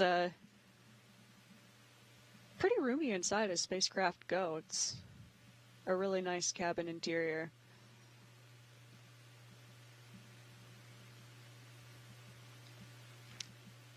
And both Alex and Nick, because they are in the center seats here, can have a longer footrest. The two seats on the exterior can only have a short footrest if you have a large seat bucket.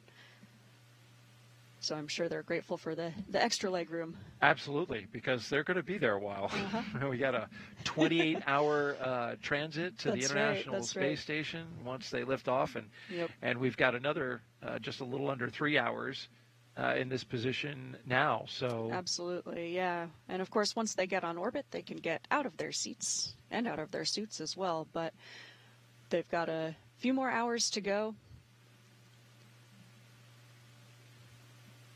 And here, where you are not weightless, it's important to be not only safe, but also comfortable. And I did double check the probability of violation. We still are at 45% probability of violation, so 55% go with the weather, and that hasn't changed. Though, just to briefly recap, there are a line of storms heading this direction set to arrive in about an hour. And launch weather officer says they'll be off and on as they pass over the spaceport. But I have seen, it's rare, I think I actually only saw it one time, 80% no-go. And as long as it's clear right at T0, you got a hole in the clouds. That's and right. it's clear You enough just away. need 10 one mile window. Yeah, that's all you need.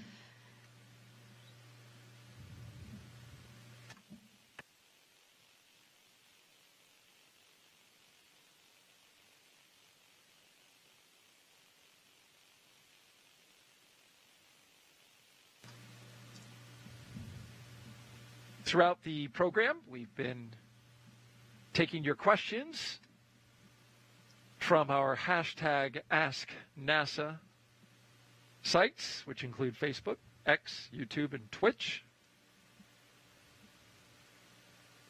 Zena Cardman, NASA astronaut, has been taking those questions, and enlightening those who are curious enough to ask, and we appreciate you sending those questions in. And next up, Zena Craggy Williams asks, where was your favorite place to train? Oh, my goodness. You know, I love that we have so many different training centers. A lot of the training that we do is for the International Space Station. And we train all over the world, in Japan, in Star City, Russia, and at the European Space Agency in Germany. Most of my training happens at Johnson Space Center in Houston, Texas, and same for Nick Hague, my crewmate there. I love the facilities that we have at JSC. Yeah. One of my favorites maybe would be the Neutral Buoyancy Laboratory, NASA's NBL. This is an amazing million-gallon swimming pool where there is a 1-to-1 scale mock-up of the exterior of the space station, and this is where we train for spacewalks in the EMU, the Extravehicular Mobility Unit. So that's a spacesuit, but different than the spacesuits that you see the crew wearing today. You can't understate the size of that pool. You mentioned 1 million gallons. This is like a gigantic indoor lake. It's humongous. It's about 40 feet deep, but it's such clear water. You can see all the way to the bottom. It's really hard to judge the scale of it.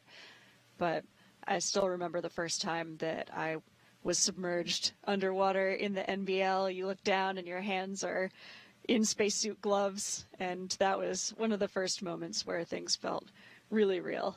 As a newly hired astronaut. Right. Another one of my favorite places. Did you pinch yourself, like in that moment? Absolutely, yes. Absolutely surreal. But yeah, what an amazing place to train. Sorry, you were going to say? Oh, my other favorite places to train include also the Dragon Training Center in Hawthorne, California, near Los Angeles. This is where SpaceX headquarters is and where actually Mission Control Hawthorne is, so the Dragon operators on the ground, in addition to our Houston Mission Control Center operators. And there in Hawthorne, they have a capsule simulator that is a perfect mock-up of this Dragon spacecraft. It's so real that I've heard crews say they are convinced that the side hatch is going to open, and their lead trainer, in this case, a person named Paul Weiss was our lead trainer for CREW-9. We're just convinced that Paul is going to pop his head through and say, okay, good job on the sim today.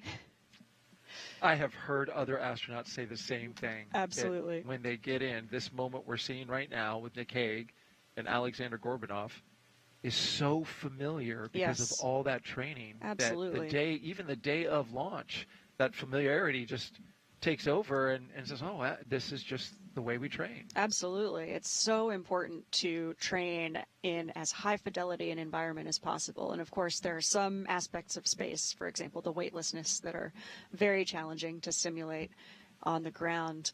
But this capsule, it's really amazing to be able to train in a capsule that's such high fidelity and has exactly the same avionics and software, so that on launch day, you have been through this 100 times, and the training takes over, you know exactly what to do. That's the confidence you want to have when going to space, which, as we all know, many of us who worked in this industry for a while, it is a business that is not without risk. Our next question is coming from Kyla Ramsey. Kyla Ramsey Garza, I should say. She asks on X, my 6-year-old wants to know, what will Expedition 72 do for their research at the ISS? What kind of science? Oh, there's so many different experiments that are on board or going to be on board. One of my favorites, I think, is actually ourselves, the human subjects. A lot of the research that we do on the space station is understanding what happens to people when you're in space for a long time. And that's because we're getting ready to go farther afield to places like the moon and eventually to Mars, where we will be spending longer and longer duration. That our body experience in space are very similar to populations on Earth. I'll check.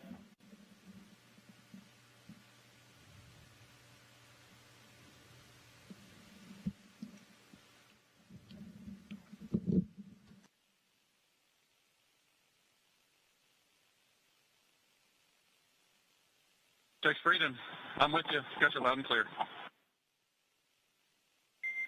have you the same. Stand by for umbilical comm checks.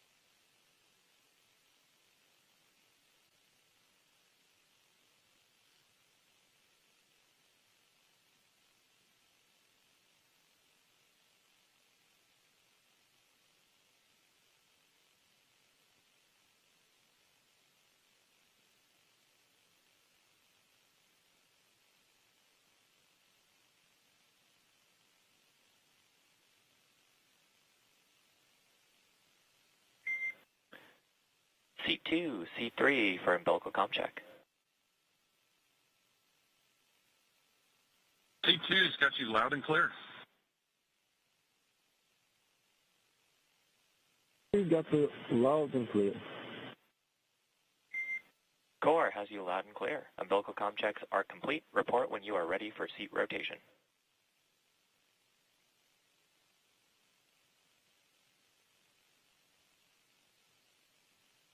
Freedom's ready for seat rotation. Copy. We will report when initiating.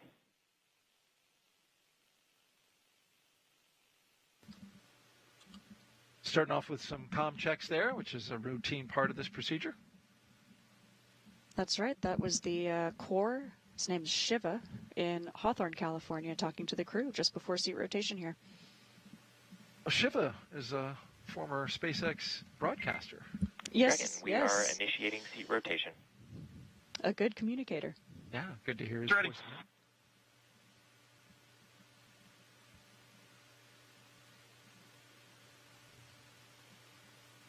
I said former. He may be current. I apologize.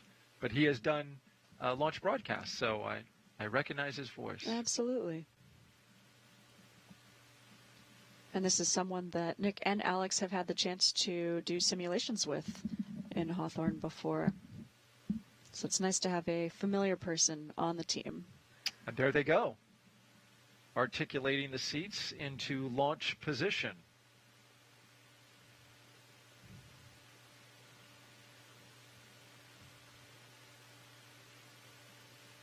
Boots up.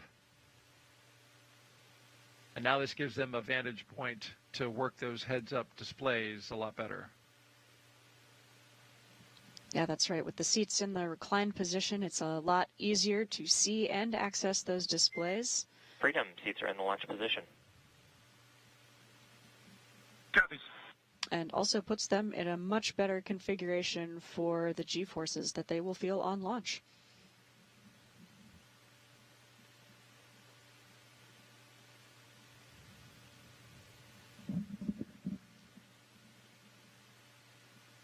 If you're just joining us, welcome to our coverage of NASA's and SpaceX's CREW-9 mission, launching from Launch Complex 40.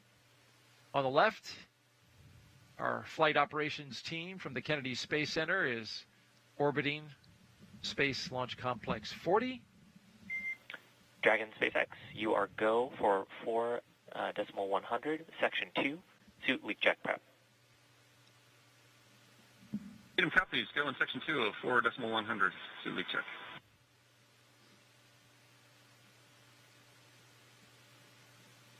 And we are currently here on the split screen. With the left, you see the rocket, and on the right are our crew. One astronaut, one cosmonaut, getting ready for the second of 2 leak checks so far today. Exactly. They did the first in the suit-up room at the operations and checkout building before they walked out and saw their families.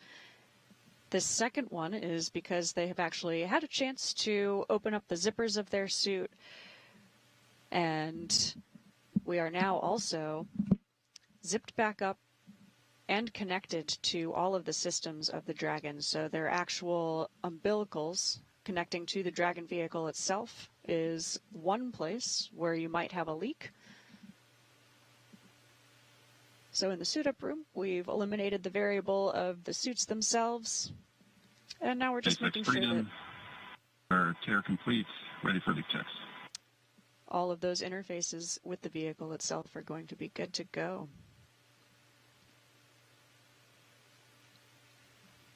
And SpaceX will be... Dragon, you are go for Section 3, suit leak check, including the command to initiate suit leak check. They'll be actually getting telemetry from the suits. Copy. Go in Section 3, suit leak checks and work. Including exact pressures as these suits begin to inflate. Right there on the heads-up display, they can see all the pressures of the suit. It's nice. Actually, or is it in the we iPad? can't. Yeah, so neither. The operators in Hawthorne are monitoring the exact pressures of the suit. On the displays, you basically get a good or not good, a check mark whether your suit has passed the leak check or not. And so it's amazing to have those really competent operators in Mission Control Hawthorne who are looking at all of the detailed telemetry of the suit. But of course, because we have done so many leak checks at this point, we've spent a lot of time pressurized in the suit, you really get to know kind of the characteristics of exactly your suit, what a nominal rate of inflation feels like, what 2.5 or 4.5 pounds per square inch feels like. So you can see them starting to get jet-poofed now as those suits pressurize. Jet-poofed? Yeah. Is that an official astronaut term? It is now. And you can see the crew are, they tend to keep their hands up by the displays, and so that keeps your hands in a good configuration where you could actually interact with the displays if you needed to, but once the suit is pressurized, it's really difficult to move around. As I mentioned before, it's about the pressure of a regulation volleyball, so imagine yourself inside a person-shaped volleyball trying to move your arms and legs around. It's a lot of force to work around. And you experienced that when you were doing your training, your underwater. And yeah, no, granted, that's a different suit. That's for your That's true. EVAs, That's but, right. Yeah. But it's still that pressure, and you can see the limited movement when somebody is in a pressurized suit. That's right. Yeah. So this pressure that the crew are at now in their soft IVA suits, so launch and reentry suits, is about half the pressure of the EMU. Oh, how about that? They're going to about 2.5 pounds per square inch here on screen now. And for spacewalks, we go to 4.3 psi. That large suit, it looks really bulky. And Dragon, no concern, closeout lead is just jumping in to double check something. But it's actually incredible for mobility, having that hard upper torso and rotating bearings on the shoulders and the waist. We've got the closeout crew taking some pictures of Nick and Alex now. This will just give them some good verifications and the ability to send those pictures to a whole team of people who will take a look at it, make sure everything is good to go. And you can see in seat 4 and seat 1, we've got some extra mass simulators. Dragon, we show 2 healthy suits. Yeah, freedom copy. 2 good suits. And there's that core Shiva who is confirming 2 good leak checks. And there they go, deflating. Dragon, with that, closeout team is going to be performing their final closeout steps and exiting the capsule. Please proceed to Section 4 for side hatch close and report when you are ready for hatch closure. Copies. So at this point, we are preparing to close that side hatch where the closeout crew have been coming in and out of the Dragon capsule. Of course, we want to make sure that you have a good suit and a good leak check before you close that hatch, just in case somebody needed to help with your suit. Make sure all that's in order, because when you close that side hatch, that is another big milestone in the march towards liftoff. That's Freedom. We're ready for side hatch closure. That's right. SpaceX copies. Currently scheduled an instantaneous window at 1:17 and 21 seconds Eastern Time. About 2.5 hours from now, we are making great progress. And there's a bit of buffer built into this timeline, especially for side hatch closure, because something even as small as a human hair can actually cause a slight leak when you do a pressure check on that hatch seal. And so we really want to take our time and get it right. But if we do see anything, there is still the chance to open the hatch back up, inspect it, remove whatever tiny thing might have been in the way, reclose it, do another leak check, and still launch on time. And we've had that happen. Exactly. That's exactly right. Yeah. Yep. You want a really good seal between you and space. Yes, indeed. Yes.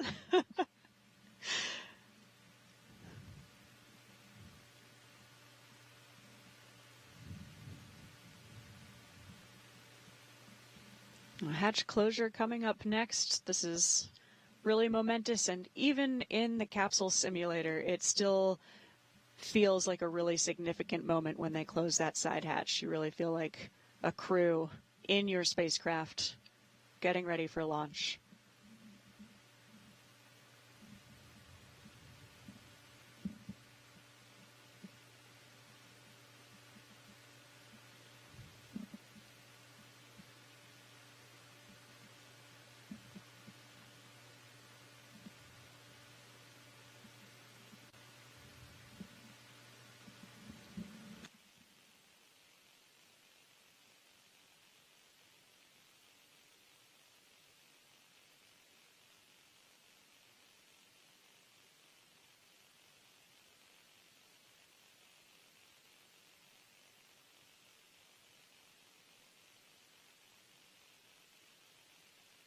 Dragon, SpaceX for a Tetris comm check.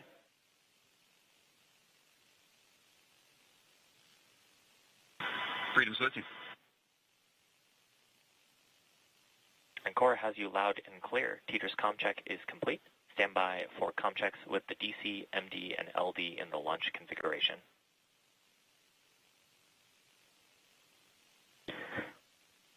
SpaceX Freedom, DC on countdown 1, comm check. DC Freedom, I've got you loud and clear. DC loud and clear. Stand by for comm checks with MD. Dragon, MD on countdown 1, comm check. MD Freedom, I've got you loud and clear.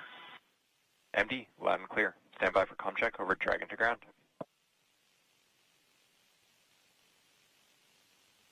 Dragon, MD on Dragon to ground, comm check. MD Freedom, I've got you loud and clear, Dragon to ground. MD, loud and clear. Stand by for comm checks with LD. And Freedom's LD on countdown 1 with a comm check. LD Freedom, loud and clear. And LD, I have you loud and clear. Stand by for comm check over Dragon to ground. Freedom LD on Dragon to ground with a comm check. LD Freedom, loud and clear on Dragon to ground. I have you the same, Freedom. Let's keep that storm salsa coming. I'm with you. And Freedom, with that, launch configuration comm checks are complete.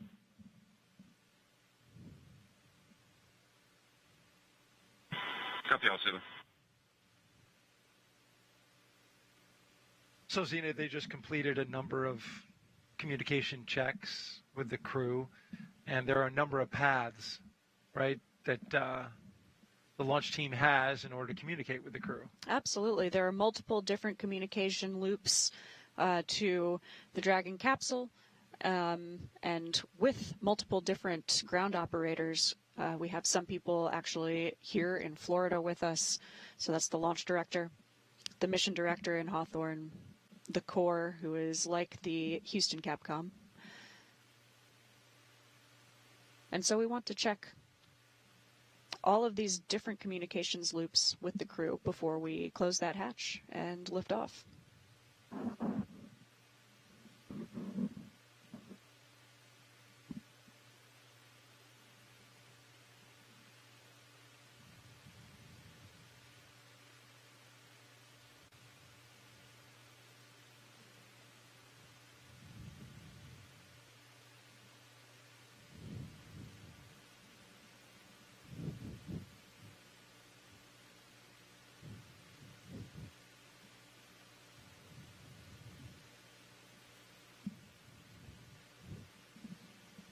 And just another quick update on the weather. Those storms that we talked about excuse me, 45 minutes to an hour ago, are set to arrive here along the Space Coast. So we're going to be getting some rain in the area, not necessarily a problem at this stage of the countdown. But you can see it's all coming from the southwest. You can see the bubbling up of the storms there in the southwest portion of Florida, then moving across the state towards the east and towards the spaceport. So if you're in the area and you are camping out or getting ready to watch the launch, be aware that we got some storms in the area. Definitely lots to keep an eye on. Any launch is a complex puzzle of many components, so this one will be interesting as it unfolds today. T-minus 2 hours and 25 minutes and counting. I'm Daryl Nail with NASA, joined by NASA astronaut Zena Cardman, as we are walking you through the milestones as CREW-9 is prepared to lift off today at 1:17 p.m. Eastern Time. We are split screen on the right, CREW-9, a crew of 2 Dragon, for this launch. The closeout team is in their final steps in preparation for side hatch closure. Please stand by for that and the state machine transition to pad hatch closed, and ensure all items are secure from now through launch. So as you heard, the Freedom copies all. core, a man named Shiva, coming to you from Hawthorne, is letting the crew know we're getting ready for those final steps before side hatch closure. And he let the crew know to keep all of their articles attached to them. That's because now, at this point, once the side hatch is closed, if you were to drop anything in the capsule, we would need to open that side hatch back up in order to retrieve it. So all of their tablets and stylus and their neat boards are going to stay attached to their legs there.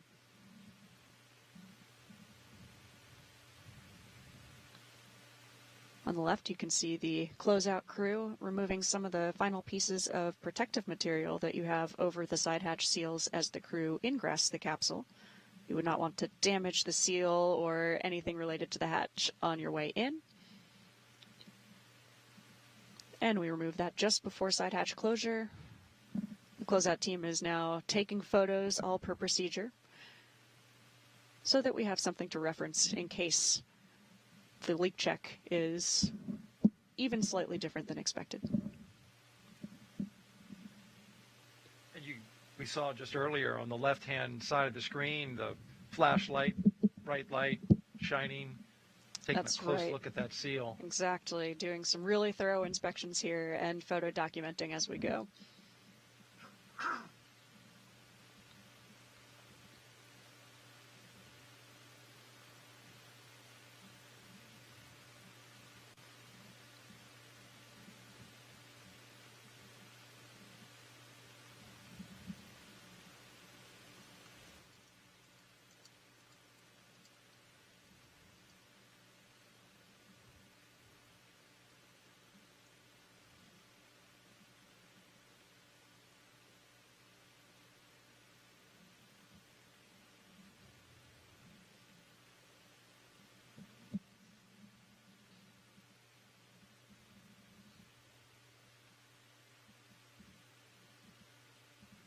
Now's an opportunity to take some more social questions. Zena, what do you think about that? I'm ready.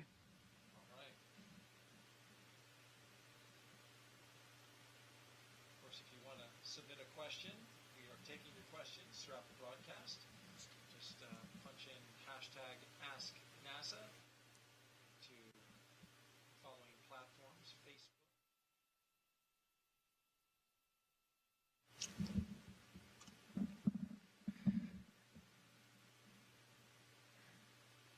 So if you want to submit a social question as we watch the SpaceX team do the final maneuver of closing the hatch, just go to our platforms, Facebook, X, YouTube, and Twitch, and put in hashtag #AskNASA.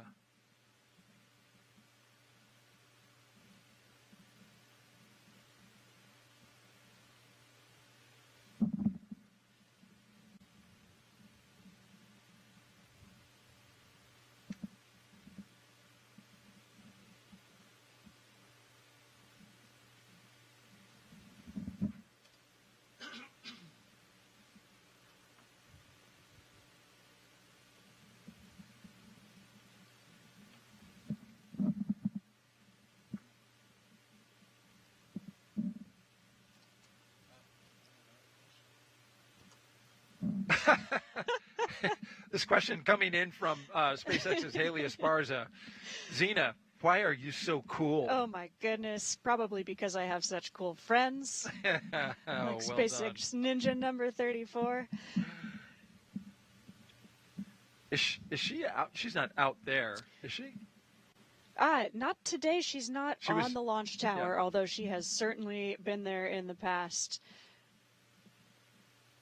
So she's somewhere with her cell phone sending in a question. Exactly. We appreciate that, Haley. Thank you very much. That's right. Yeah, she sent the crew off in the Teslas. So you know Haley pretty well. I know Haley really well. She has been an amazing support person for all of the crewed launches on the SpaceX Dragon capsule. Really from the very start. I actually first met her at Bob and Doug's Launch 4 Demo 2. Yes. Back in 2000, the first flight of NASA astronauts on a SpaceX Falcon 9 and Dragon. Yeah. And it was the return, of course, of the ability for NASA to fly to the International Space Station from American soil. Absolutely. Historic first in 2020. Doesn't feel like that long ago, but so much has happened since then when it comes to crew launches from Florida. When you count Demo 2, 9 total at roughly 2 a year. 9 NASA missions, and SpaceX has also launched multiple non-NASA missions.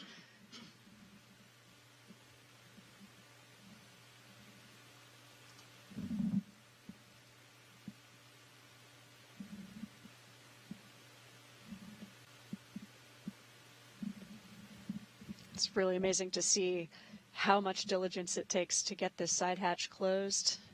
A really meticulous process, but that is a very important piece of equipment, so we want to get it right.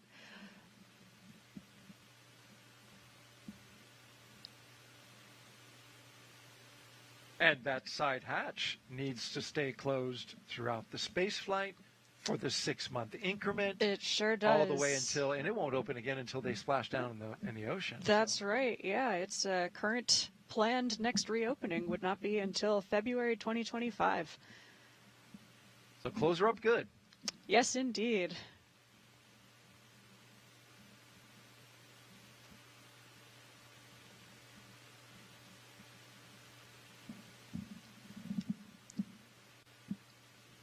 Number 11 there again is the closeout lead, Katie Bishop, who is keeping us on schedule. She's got a play-by-play of every minute of this launch countdown.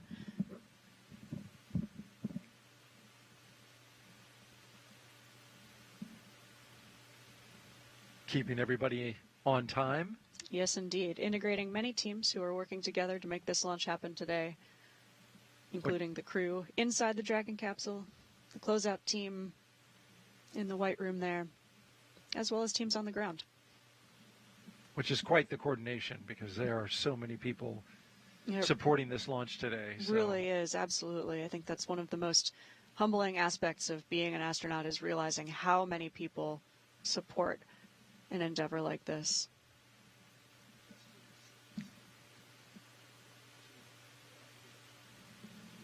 As we watched the side hatch getting closed, note that we are at T-minus 2 hours and 16 minutes and counting from liftoff of the Falcon 9 from Space Launch Complex 40 at the Cape Canaveral Space Force Station.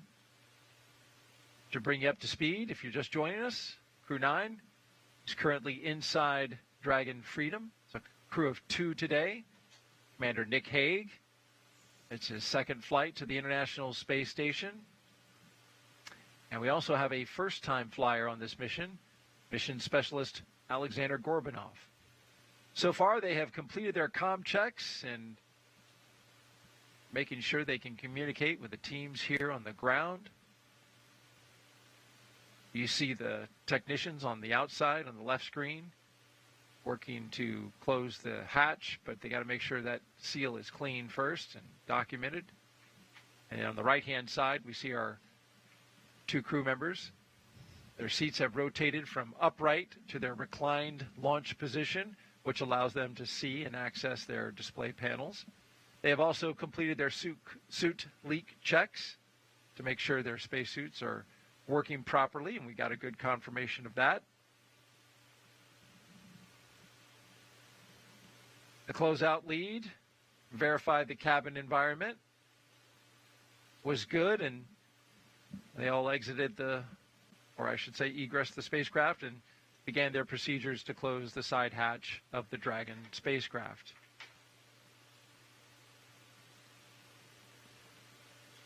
If you've been watching us since we came on the air at 9:10 a.m. Eastern Time, I'm NASA's Daryl Nail with NASA astronaut Zena Cardman.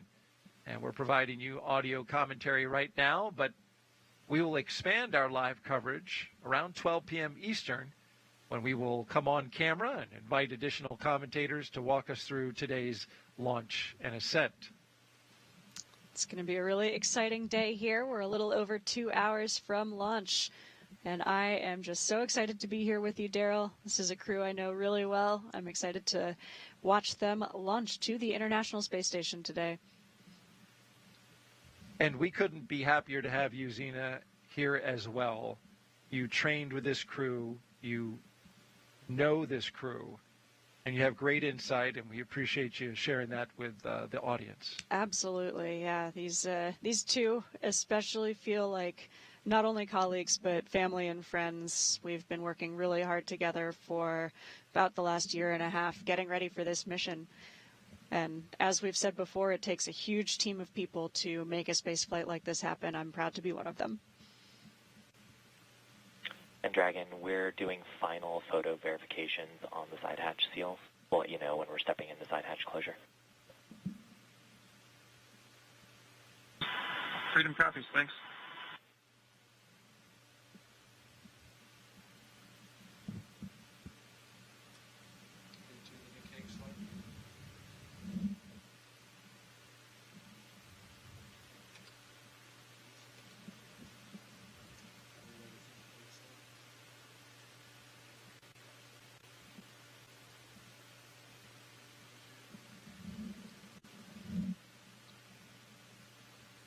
I think one of the hardest parts for crew at this point in the countdown to launch is just waiting. Yep. Yeah, you'll see some crews play games amongst themselves, almost like road trip games. Thomas Pesquet, he was, I remember it during his launch, and the number escapes me, but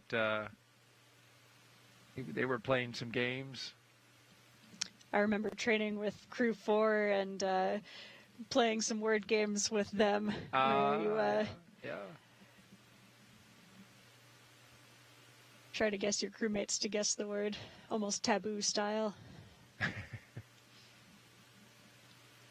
There's some waves from our crew.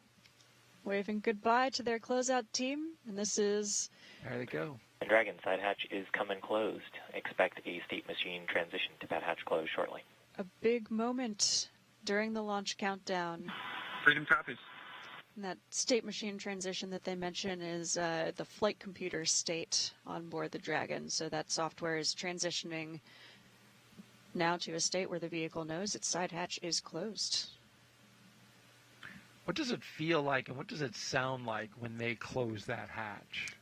It's really difficult to hear the hatch itself closing. At this point, the crew are in their suits with their visors down and their earpieces are in. And so you really are getting only muffled sounds from the outside world. Do you get like a little pressure change? You know, when you seal something up like that? Yeah, sometimes? you know, not that I have actually noticed. Not significant enough to make my ears notice. Okay.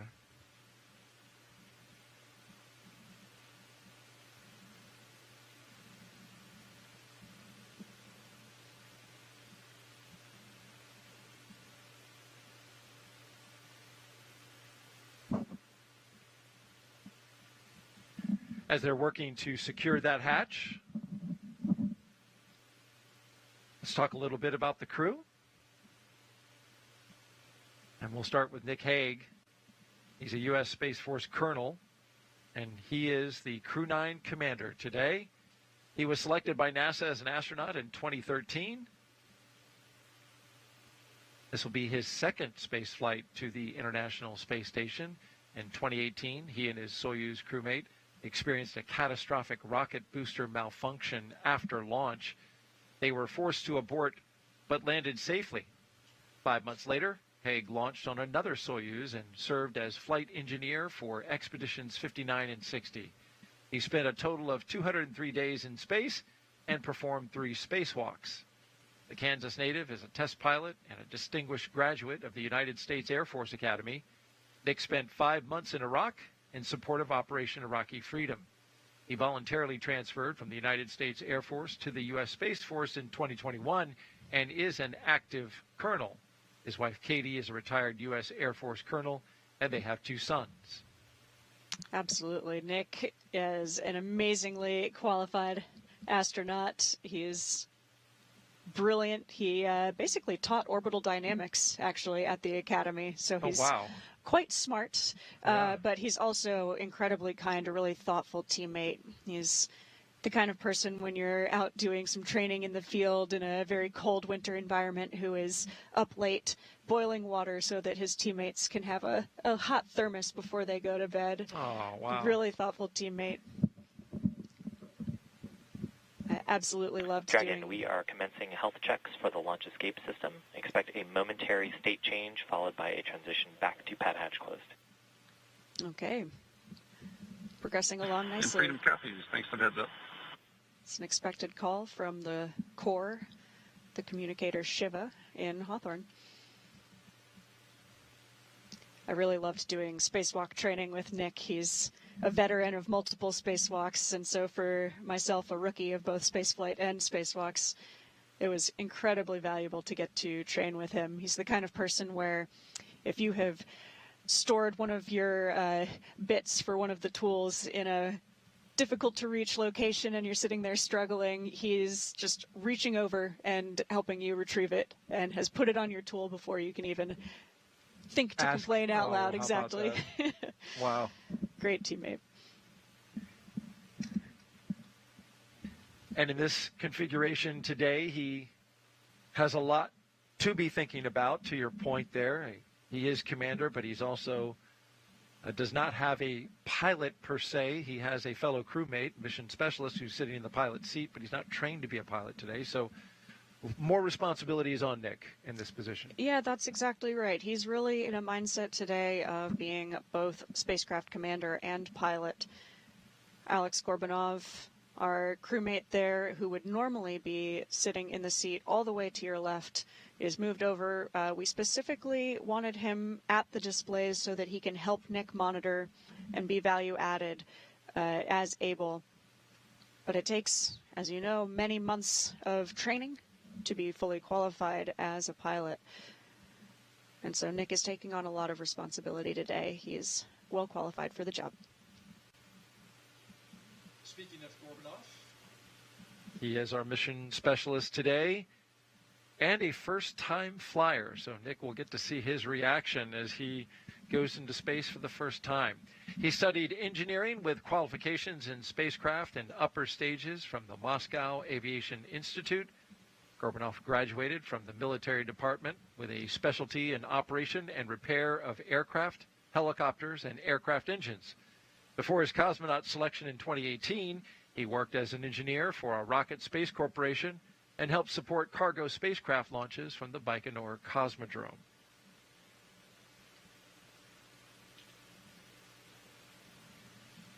Alex is a brilliant engineer. He's always got really insightful questions. I've loved getting to train with him, especially because he has experience with other types of spacecraft.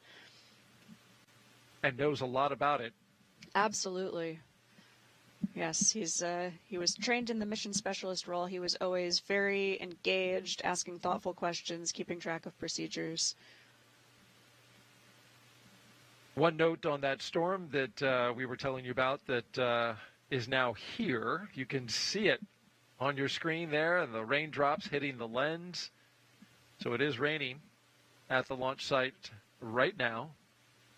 It's some classic Florida weather for you. It certainly is. Engulfed nice and sunny before. Here we are. That's right. And we're expected to bounce back and forth between rain and calm conditions, according to the launch weather officer. So this was not unexpected. It was part of the probability of violation. You can even see the raindrops falling past the crew access arm. So the pad's getting a nice dousing, a nice soaking out there, but not to worry about any of the hardware out there. The rain itself is not an issue. So far, there haven't been any lightning strikes detected in this cell that is currently over top of us, so that's good. But it is moving. It's moving about 20 knots to the northeast. It passed over Florida on its way to us. And we've heard the SpaceX launch director communicating with our launch weather officer for today, Brian Cizik, about this storm. So they've been tracking it the whole way.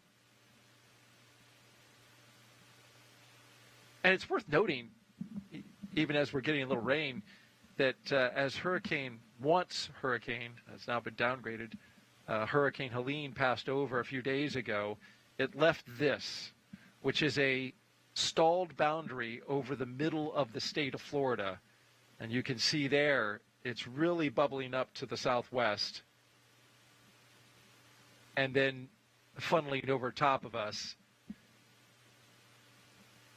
We're expecting spotty showers off and on through the rest of this countdown. But what is really going to matter is, excuse me, what the weather is at just before T-minus 35 minutes, so around the T-minus 50 to 45 mark, where they'll look at this weather and be able to predict whether or not there will be storms at T0. At this point, it's a little tough to call, but here's a wider view of the weather out here at the Cape. Yeah, with really patchy weather like this, it can be hard to predict exactly what's going to be right over your rocket at T0. So we will keep our fingers crossed for today, but of course our goal is to launch when it is safe to launch. So we will be keeping an eye on this weather as we get closer to T0 just over 2 hours from now.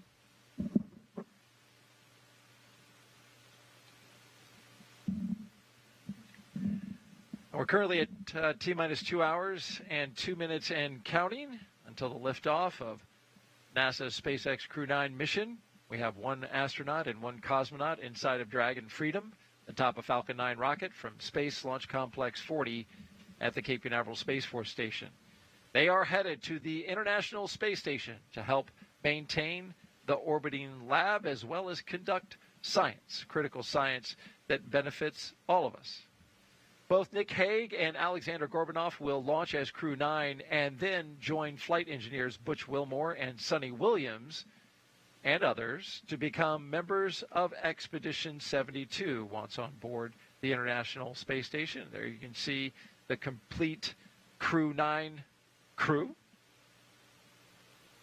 Again, once on board the International Space Station, they will conduct plenty of science experiments, research, technology demonstrations, and perform maintenance activities.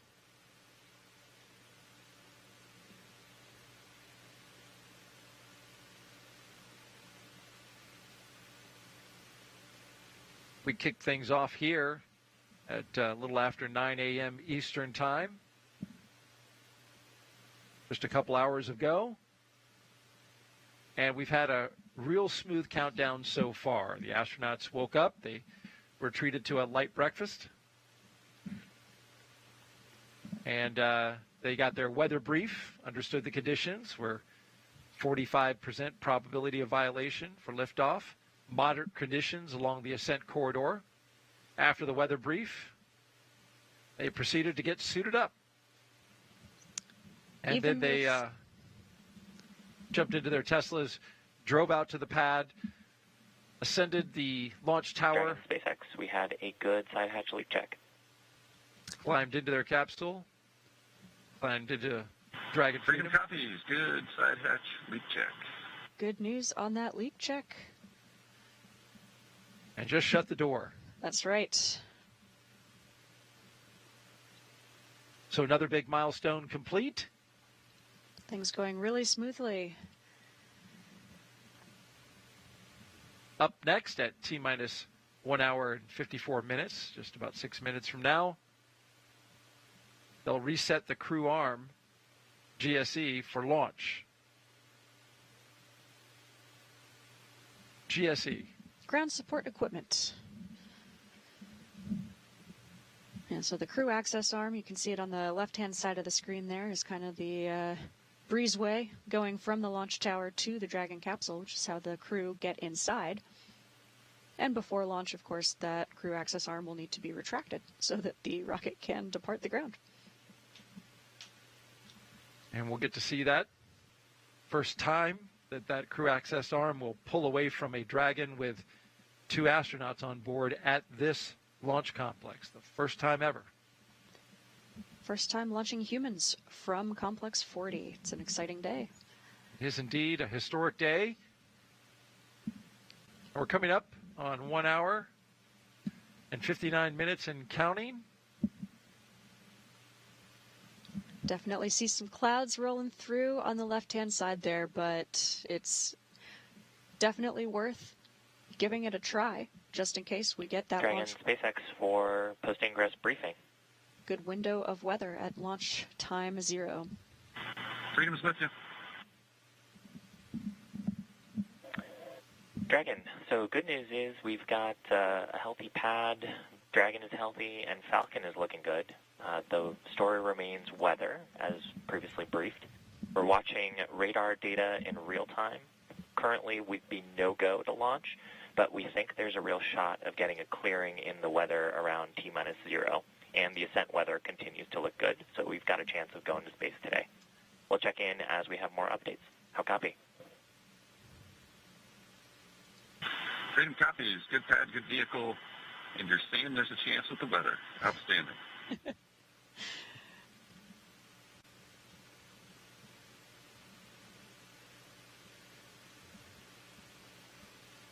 So they just got their crew brief from SpaceX, and mostly good, except for the weather. But as Nick Hague just pointed to the positive side of things. So you're saying there's a chance. That's right, exactly. That's right.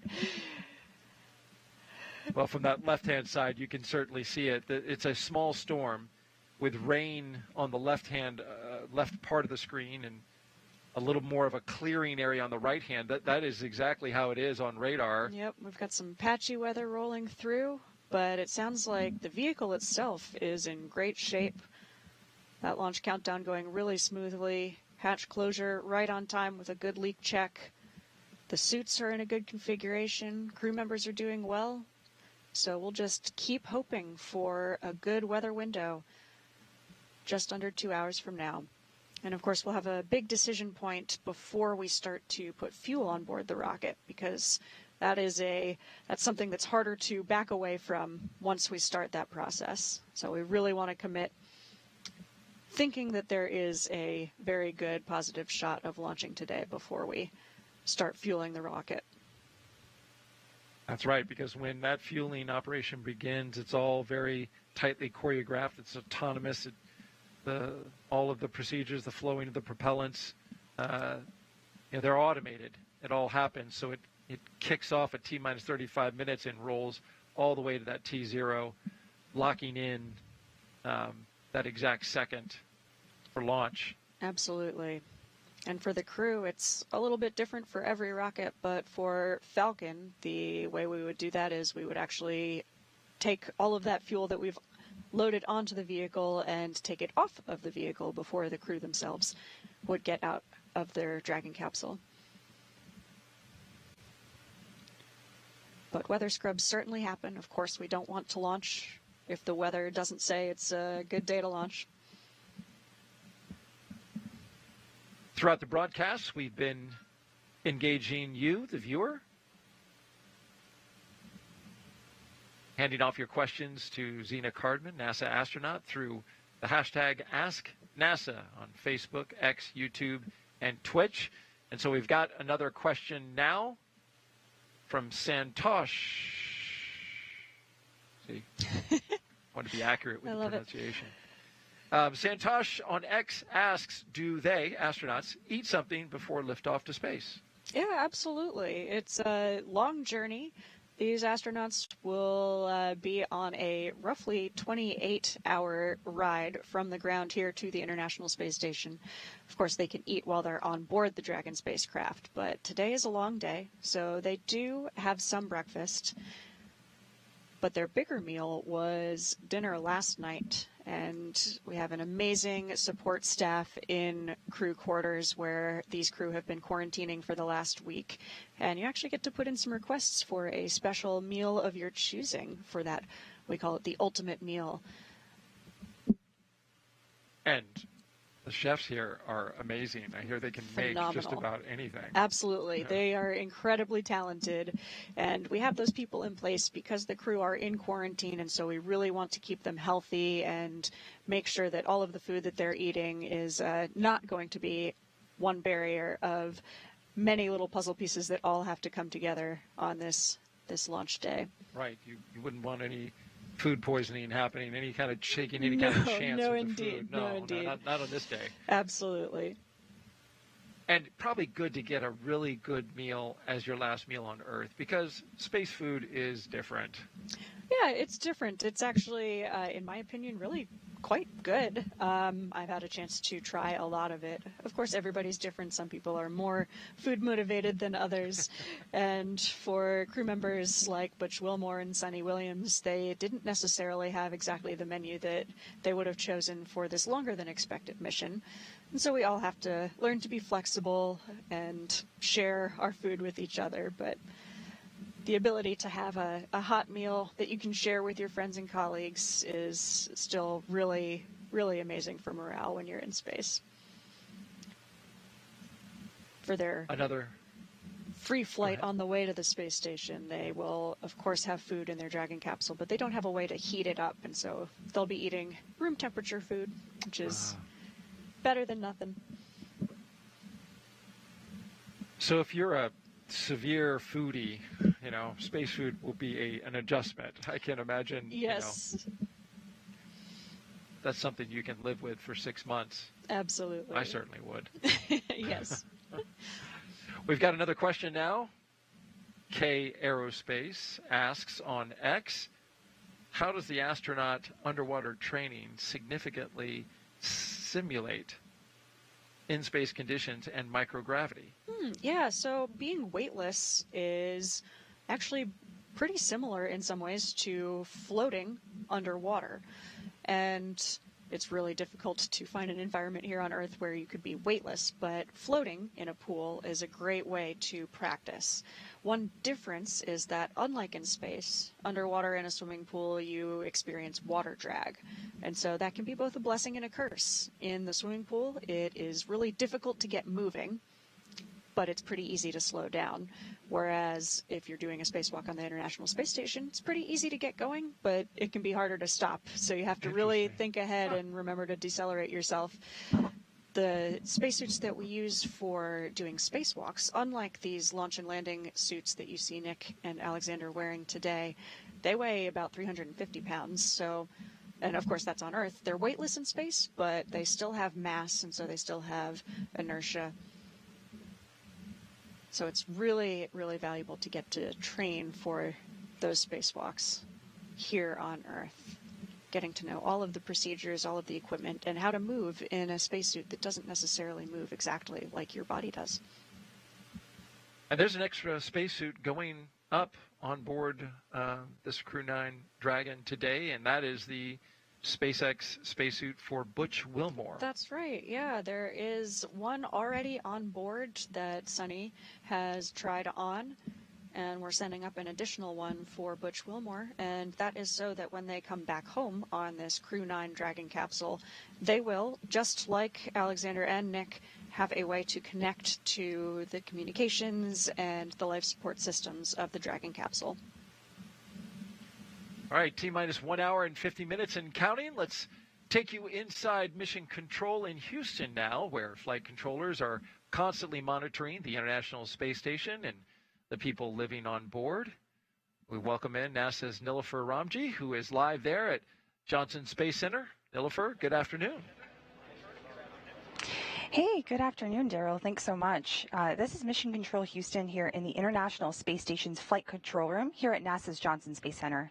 The team continues to prepare for launch, and it's led by Flight Director Nicole McElroy. Assuming weather is acceptable for launch, we will be launching the 9th rotational crew mission to the International Space Station under the agency's Commercial Crew Program. So about 3 weeks ago, the port where Crew-9 will dock was vacated by Boeing Starliner as part of the agency's crew flight test. Teams safely returned the uncrewed Starliner to Earth following a landing on September 6th at the White Sands Space Harbor in New Mexico. The spacecraft concluded its 3-month flight test to the International Space Station. Now, with the arrival of Crew-9, Dragon Freedom will be Butch and Sunny's ride home in February, as you said. Right now, the Crew-8 Dragon has been reconfigured so that Butch and Sunny have 2 seats available for them in the event of an emergency aboard station. The arrival of NASA astronaut Don Pettit and Roscosmos cosmonauts Alexei Ovchinin and Ivan Wagner earlier this month, and the departure of the Soyuz MS-25 on Monday with NASA astronaut Tracy Dyson coming home marks the commencement of Expedition 72, led by the new commander, Sunny Williams. So we currently have 9 people living and working aboard the space station, and that number will be bumped up to 11 for just about a week. During that time, Haig and Gorbanov will go over handover procedures with Crew-8, which includes a safety briefing and orientation. Then they're going to jump right in and help advance scientific knowledge and demonstrate new technologies supporting our efforts preparing for human missions to the moon. Following the week-long handover, the Crew-8 members, which include NASA astronauts Commander Matthew Dominic, pilot Michael Barrett, and mission specialists Jeanette Epps, alongside Roscosmos cosmonaut Alexander Gurbenkin, will prepare for their undocking no earlier than October 7th. Direct handovers between crews allow for continuity of the activities and helps to ensure a continuous U.S. presence on the space station at 23 years and counting. And now, with under 2 hours before launch, we're going to send it back to you, Daryl, at Kennedy. Thank you very much, Nilofer. A great look inside Mission Control in Houston as they get ready for the arrival of Crew-9, Commander Nick Haig, and cosmonaut Alexander Gorbanov.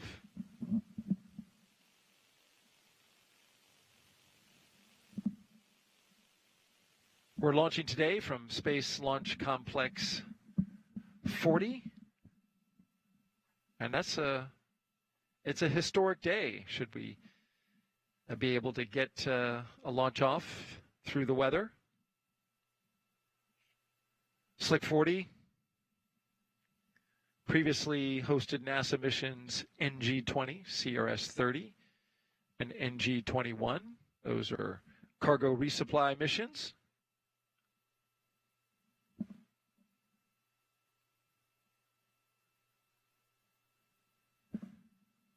SpaceX did work for almost about 2 years to get this pad upgraded for human spaceflight. It's a long process, one that NASA walked alongside of SpaceX through those years of building out the infrastructure and making the necessary upgrades, not the least of which was the crew access arm, what you see there on your screen. Made some upgrades to that crew access arm that has 3 hydraulic motors instead of a linkage. The arm is 7 feet longer than the one at pad 39A.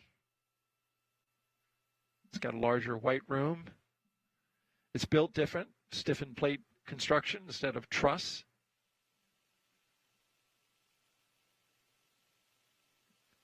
And the arm, you can't really tell from this shot, but it is horizontal and perpendicular to Dragon versus coming in at an angle. And this pad is also just a little bit farther away from the water that you see there in the background, the Atlantic Ocean. And that calculation has to be taken into account for the if there were to be an emergency egress. That capsule would come right off the top of the rocket and go out over into the Atlantic and come down under parachutes. Well, that's a different trip from that location than it is from 39A even. So there's a lot that went into even some small things that you might not think of. Even the launch azimuth is slightly different from, and I mean, we're only, what, a half mile, a mile away? That's exactly right. Little details like that matter when you're trying to get from the ground all the way to the International Space Center. The closeout team has departed the crew arm and is on their way back.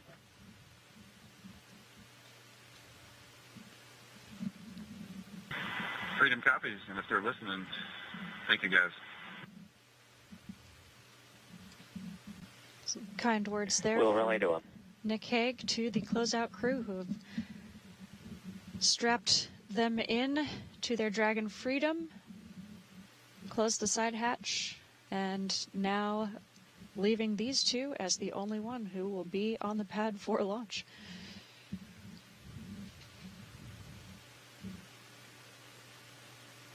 It's a lonely place, but you do have your crewmate there. Absolutely.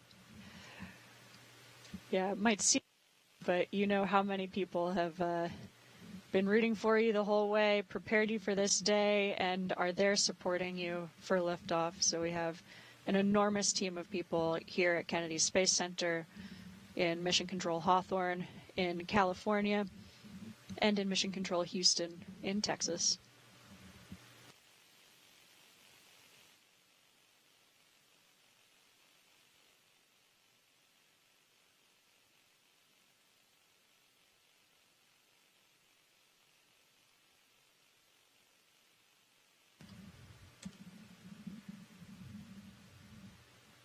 Let's talk a little bit about the patch. We've mentioned that at the top of the broadcast. It's a very special patch. One of the first tasks CREW-9 did was design this patch. This is their mission patch. It has since been modified, though, due to changes in this mission. And as you're looking at it here, you can see that it shows the trail of a rocket launching to the International Space Station with the constellation Draco honoring the Dragon spacecraft that will take the crew there. Below everything are what you mentioned earlier, coastal waves representing our blue planet, the global ocean linking all continents. You also see a Falcon with a number 9 on its beak and a crescent moon as its eye, a nod to the Falcon 9 rocket. And the Delta symbol at the bottom there, used since 1961, signifies historic connections to the earliest days of space ventures. And you had a hand, you and your team. when you were part of this crew of designing it. Absolutely. One of the traditions I love in human spaceflight are these patches that represent the crew and the teams who prepare us for the mission, prepare us for flight. And so our entire crew is able to contribute to the design of this patch, able to include meaningful symbols, even some of the colors that we used for the patch. The gold and the red, the black and the white are a nod to the maritime signaling flag for the number 9, another little piece of trivia.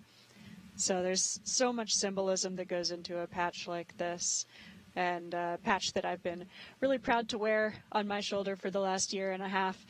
It's a little bit modified today, as you mentioned, Daryl. It's been modified to have no names on the patch. Previously, we had the names of the 4 launching crew members across the top there. But as we have modified this mission to save 2 seats for Butch Wilmore and Sonny Williams on the downhill, we removed the names from the patch, and this was a gesture to, it's not just the people on the rocket who are a part of this mission. It takes an entire team to include my crewmate Stephanie Wilson, myself, and all of the people who have gotten Nick and Alexander ready for this launch today. So I'm really, really honored to see that patch that they've represented. We've seen it several times here on launch day in the operations and checkout building as they were walking out to the Teslas, and we've seen it many times throughout this launch day. And great seeing Nick and Alex ready there. We are doing well on the timeline. The Dragon capsule is in great shape. The hatch is closed with a good leak check. Their suits are closed with a good leak check. Everything's in a good configuration. We are just standing by for monitoring the weather as we continue to progress towards T0 in an hour and 40 minutes from now.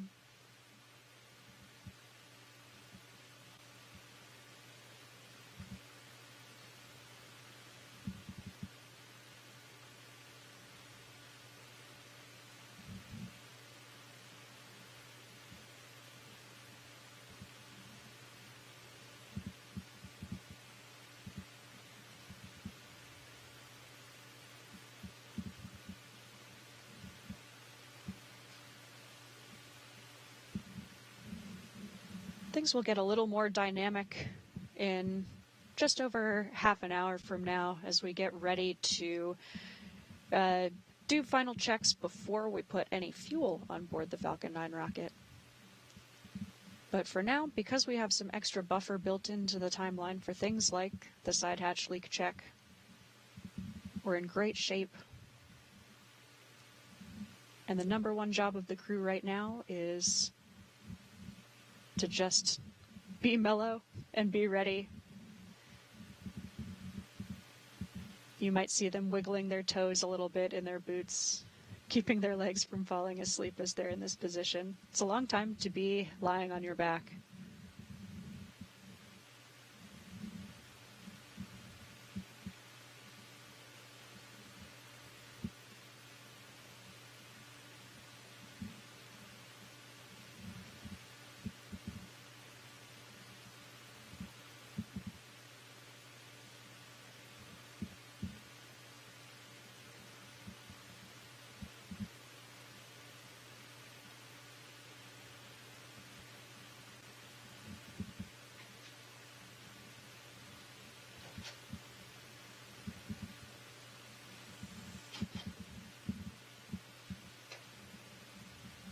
You can see Nick Hague on the right there. He's reaching up, interacting with his displays a little bit. It's a great time to read through some of the procedures and cue cards that we have. These are all procedures that the crew have rehearsed many, many times before. But since they've got some extra bandwidth in the timeline right now, it's a great time to review all that material, so that when things get a little busier, they are fully ready to go. seen in the past some astronauts so relaxed in this moment that get a little shut-eye. This is true. Yeah, we have certainly seen more than one crew member take a little bit of a snooze on the launch pad. But you know you're comfortable and confident if you can do that. Absolutely, yeah. It's easy to laugh at, but I think it's also a great indication of how calm and confident the crew are in the team and in the vehicle. They will definitely wake up when it's time to go. But doesn't look like any shut-eye for Nick or Alex today. No. Yeah, nothing like a launch to get the blood flowing. Absolutely. Yep.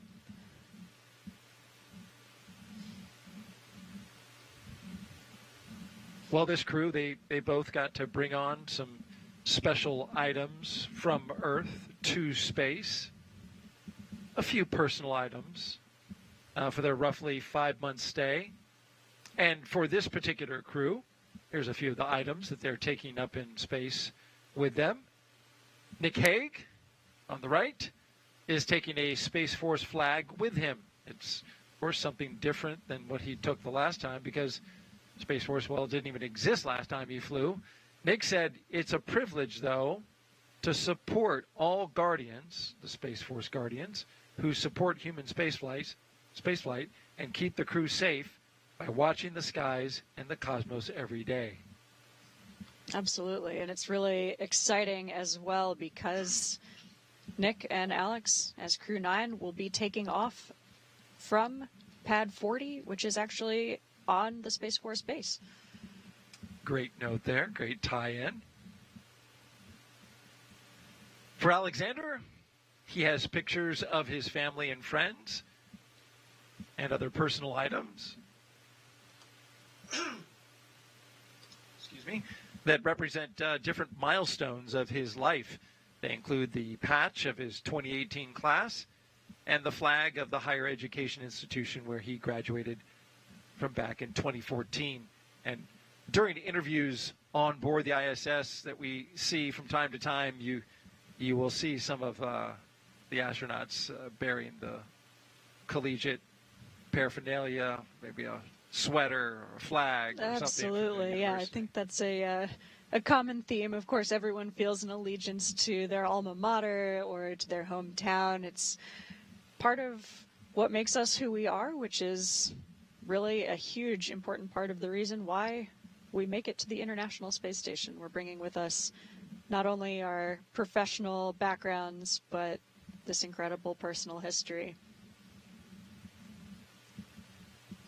T-minus 1 hour and 34 minutes and counting. We are just 4 minutes away from doing a health check on the launch escape system at T-minus 1 hour and 30 minutes. We'll hear that called out and communicated with the crew inside.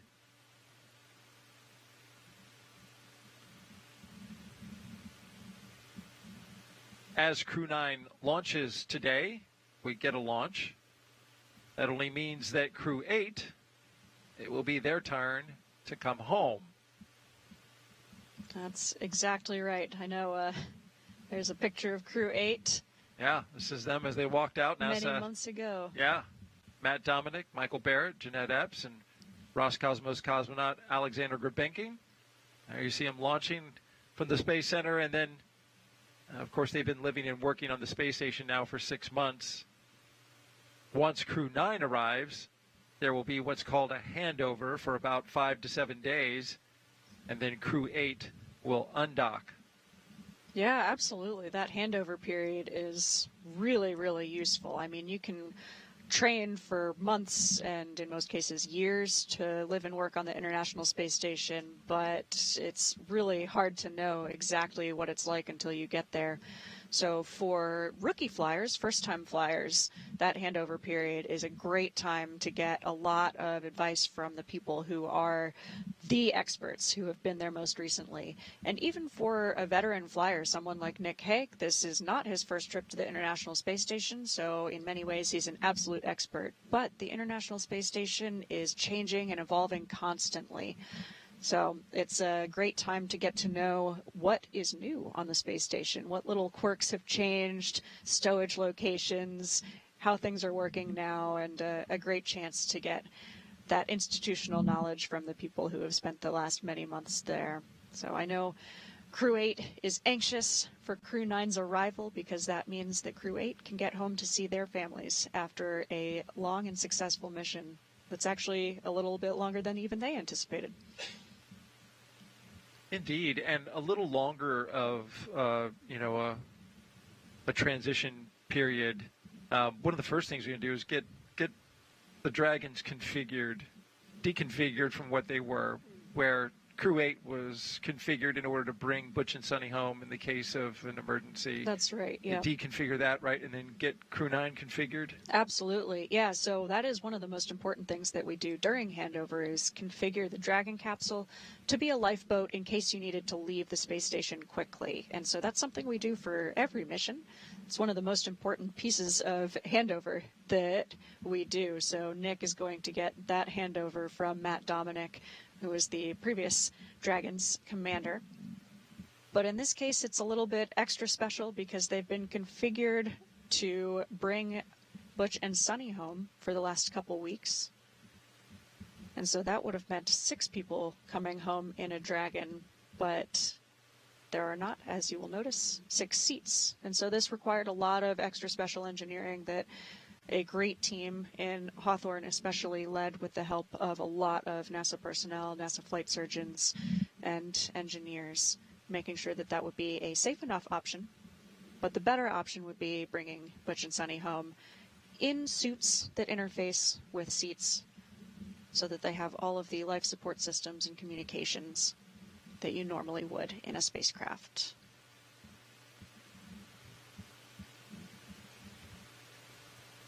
As we've been counting down, we've been paying close attention to the weather. Got another update here. Now you can see, well, there's quite a few storms in the area.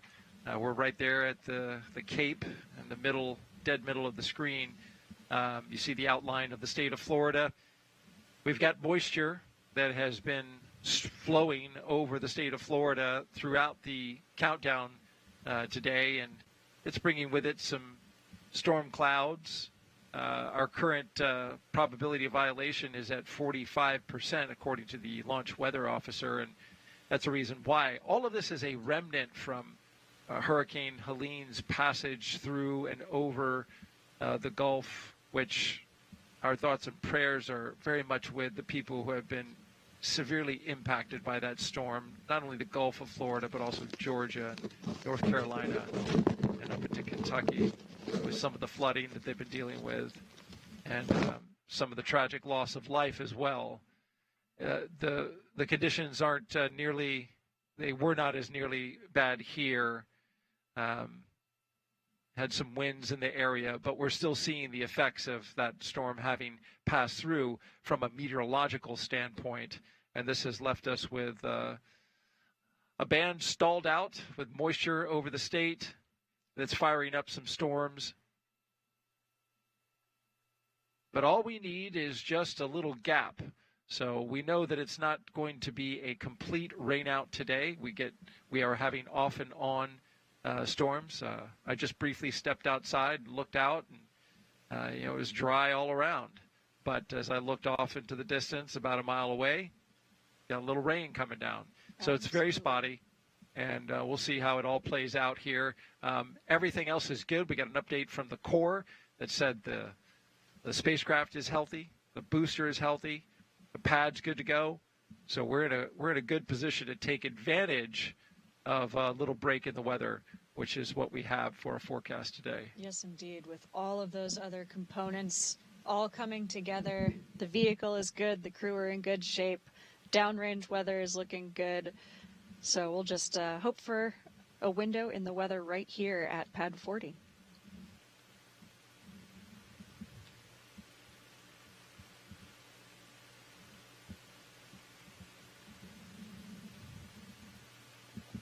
You're looking inside the Dragon Freedom. This is the spacecraft that will take Crew-9 up into space, and there's a look at it from the outside. It is the capsule's 4th space flight. Freedom's first flight was Crew-4 and also supported private missions Axiom 2 and 3. Freedom was given its name by that man right there, Commander Kjell Lindgren, who said the name celebrates a fundamental human right and the industry and innovation that arises from the unencumbered human spirit. So far, Freedom has totaled 201 days in space. It will, of course, add to that number once it launches with Crew-9 on board and docks to the International Space Station. One of my favorite things about a reusable capsule and reusable rockets like this is that you get to enjoy some of the history of that vehicle. A lot of the spaceships that we fly now are named after previous spaceships, which were named after research vessels. But this one is new and unique. What an amazing vehicle to get to fly in. This is actually the only Dragon that I have ever been in, but I've been in it twice. Once for Crew-4 launch and once at CEIT, which is kind of a test drive where we get inside the flight vehicle for Crew-9. And do they have some of their stickers up from previous flights? They do. You may notice that behind Alex Gorbanov's head, just off to the left of the screen there. I see it. Not necessarily something we are supposed to do. Oh. Xena has called you out for.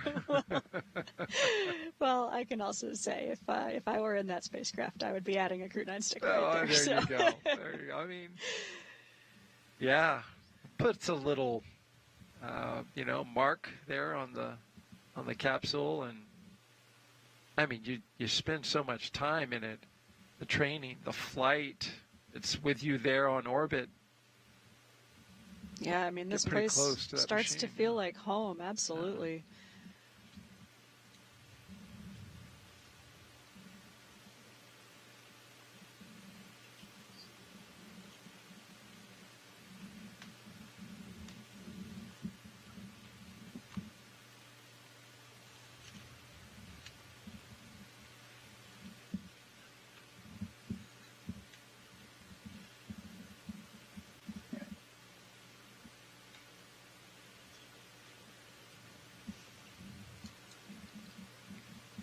We're still about 40 minutes away from the go, no-go for propellant loading on the vehicle, which will be a big decision point for us today as we continue to watch this weather window here at the pad.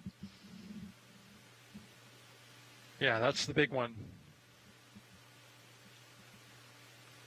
The storm, if you look on the screen to the left, is now out at sea. It had dumped a little rain here at the space complex, but it is now almost completely offshore. There's more behind it, but we've got a nice little gap between the storms that just passed and the ones that are coming along the way. We can see them coming. They're about halfway past the state. Halfway, I guess, passing over the state. Yes, indeed. It's actually really amazing to see the sun is starting to come out. You can see that on the left screen there, but you can actually also see it hitting Alex Gorbanov's right knee as it's coming through the Dragon craft window. Great reminder that they are, for now, still on Earth.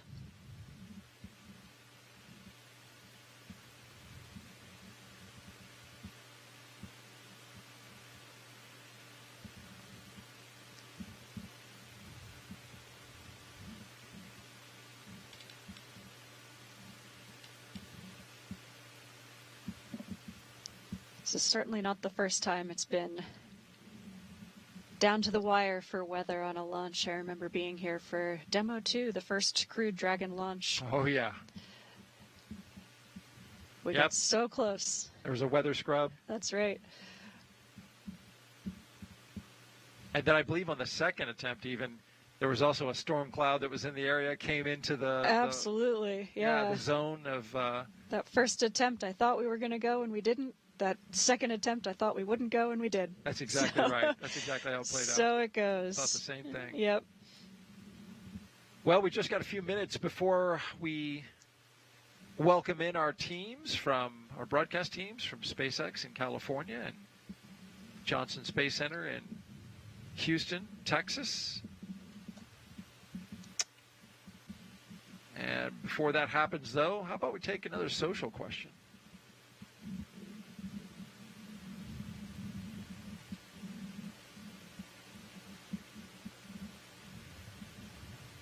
If you want to submit your question, you can do so on the platforms Facebook, YouTube, X, and Twitch. Just use the hashtag AskNASA, and we will be able to see it. Like this question that we got from Future on X, who asked, my son Ryan, who is 8 years old, asks, can NASA take this rocket to the moon next? Oh, that's a great question. We will be taking a different rocket than this one for our return to the moon with the Artemis missions. You'll notice rockets that took the Apollo astronauts to the moon were a little bit larger than this one. A 3-stage rocket, the Saturn V rocket. It's quite a bit more delta V, or ability to move mass from the surface of the Earth to somewhere really, really far away, like the moon. Actually requires a lot more propellant, a lot more power. So we won't be taking the Falcon 9, but SpaceX is certainly involved in developing their own heavy lift rocket, the Starship, which will be part of the infrastructure of the Artemis missions. So the current CONOPS, or the current way we're going to do this, is that crew, the astronauts, are going to take off from Earth on a NASA rocket in an Orion capsule, and then a different rocket, the Starship, will rendezvous with those NASA crew members and then take them to the lunar surface. Part of the human landing system that we've contracted with SpaceX to provide that descent down to the lunar surface. And the rocket you mentioned, Space Launch System. We currently have the segments for that rocket here at the Kennedy Space Center in our complex around the VAB, or Vehicle Assembly Building. It's all part of the Artemis program, NASA's program to return to the moon, put the first woman and person of color on the surface of the moon.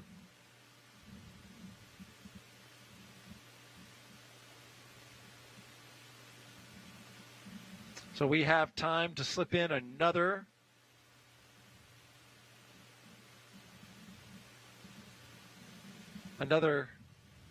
comment from Xena, I was going to say.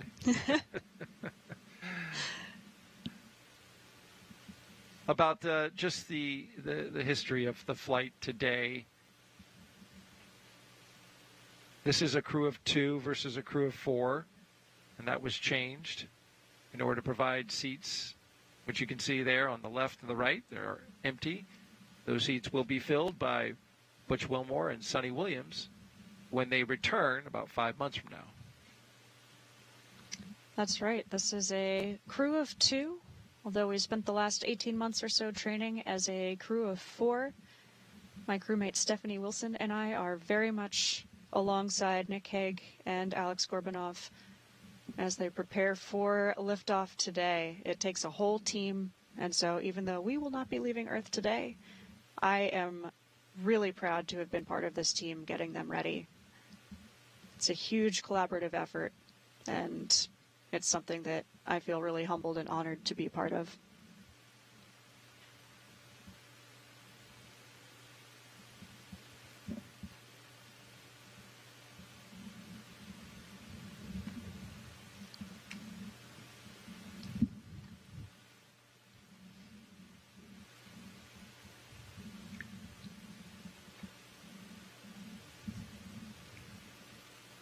Just a few seconds away now from our joint coverage with SpaceX.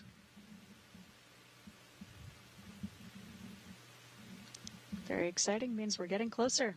That's right.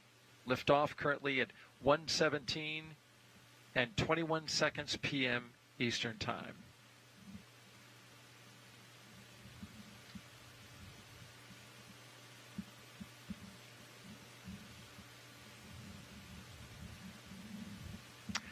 Good afternoon. I'm NASA's Daryl Nail, and I'm joining you here from the Kennedy Space Center. And this is NASA astronaut Zena Cardman, who has been gracious to spend the last 3 hours with us as we count down to the launch of Dragon spacecraft Freedom, sitting on top of a SpaceX Falcon 9 rocket. Liftoff time is still holding for 1:17 p.m. Eastern Time. You're watching live launch coverage of NASA and SpaceX's 9th rotational flight to the International Space Station. NASA astronaut Nick Hague and cosmonaut Alexander Gorbanov will be launching from Space Launch Complex 40 at the Cape Canaveral Space Force Station right here in Florida in a little over an hour. Once both of them get to station, they will join flight engineers Butch Wilmore and Sonny Williams as part of Expedition 72 and other crew members already on station. Butch and Sonny arrived to the International Space Station on a Starliner test flight back in June. But after experiencing some technical issues with Starliner, NASA extended Butch and Sonny's stay to about 8 months after prioritizing safety by including them in CREW-9 and bringing them back on a Dragon capsule. As you can imagine, they are awaiting both Nick and Alexander to join them on station. You trained with this crew. You were at one time the commander of this crew, but it had to change due to the decision made to prioritize the safety of Butch and Sonny. What are your thoughts about just that change? What was your reaction when you heard about it, and how have you been carrying yourself forward in that moment? Yeah, Daryl, it's complex, but so is spaceflight. Butch and Sonny are both test pilots, and they were on a test mission for that Starliner spacecraft. And so I think it's actually really valuable experience that we've gotten and a lot of great data, but we always prioritize the safety of the crew. And so even though we were all grateful to see that spacecraft land safely without crew on board, I personally think it's a good decision to always prioritize safety of the crew members. And Butch and Sonny are professionals who are well prepared. They are previous space flyers who have spent time on the space station before. So they're doing great work on board the space station now.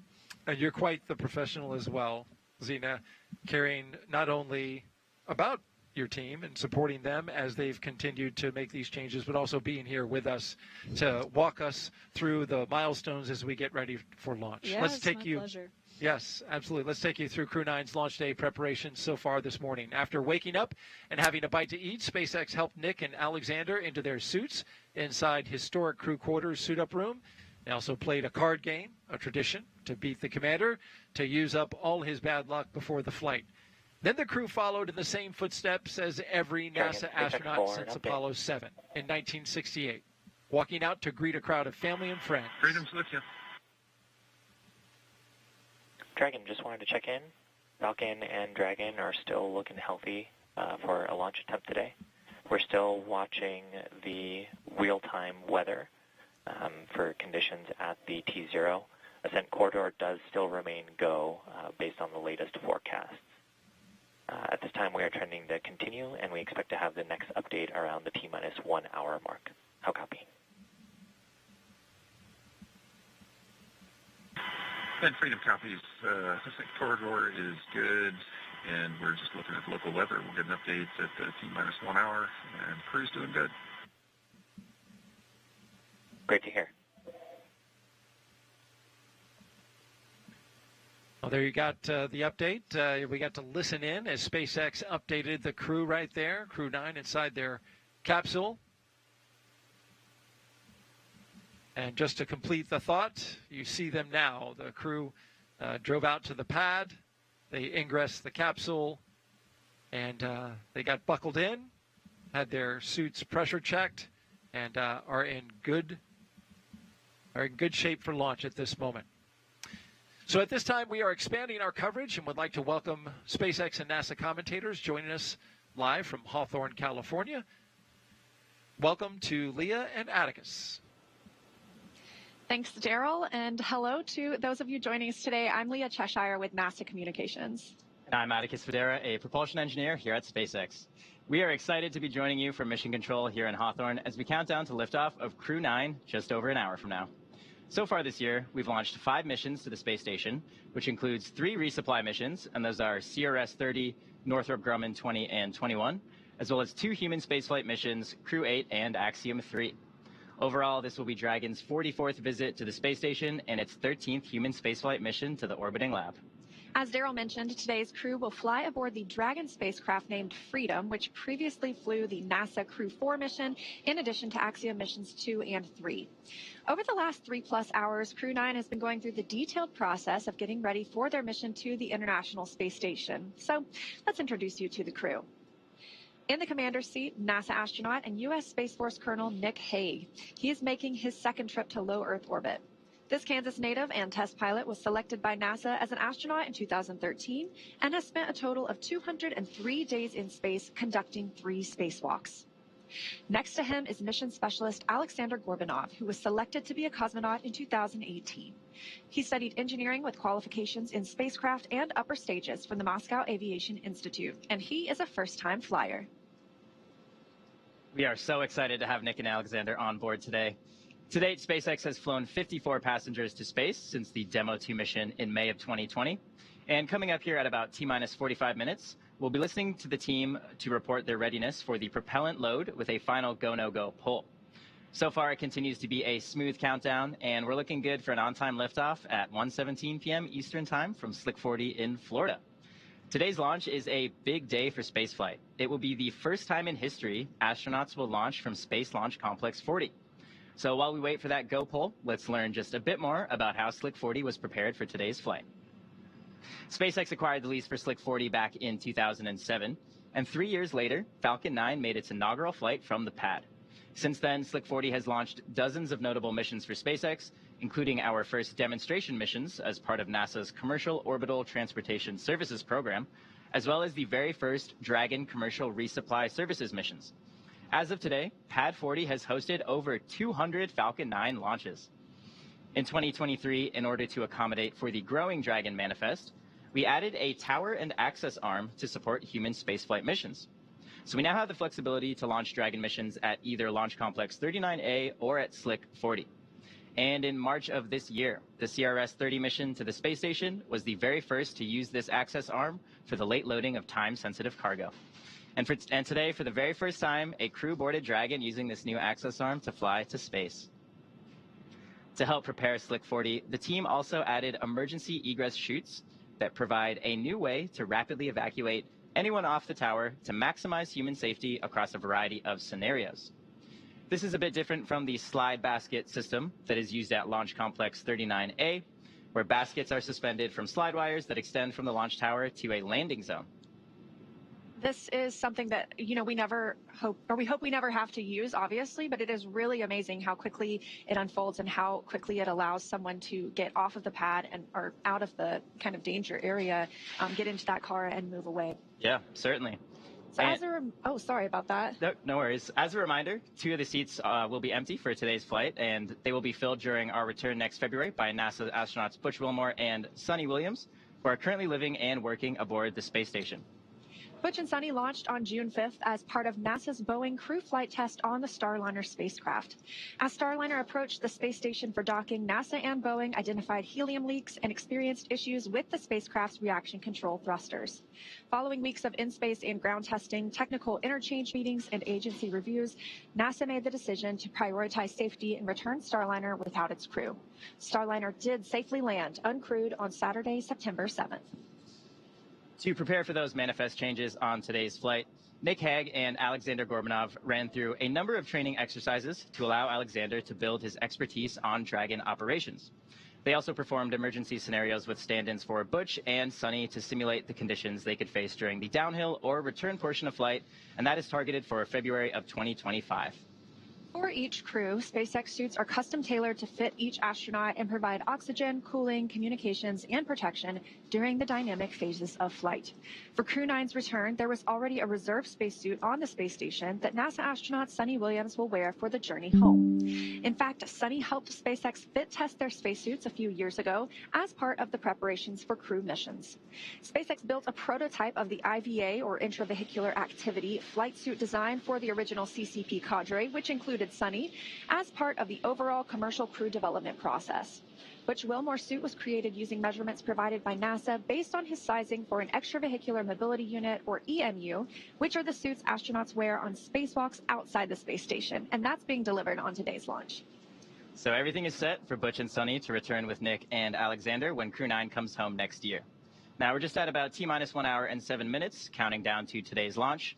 While we wait, let's check in with Nilofer at the Johnson Space Center to see how things are shaping up at Mission Control in Houston.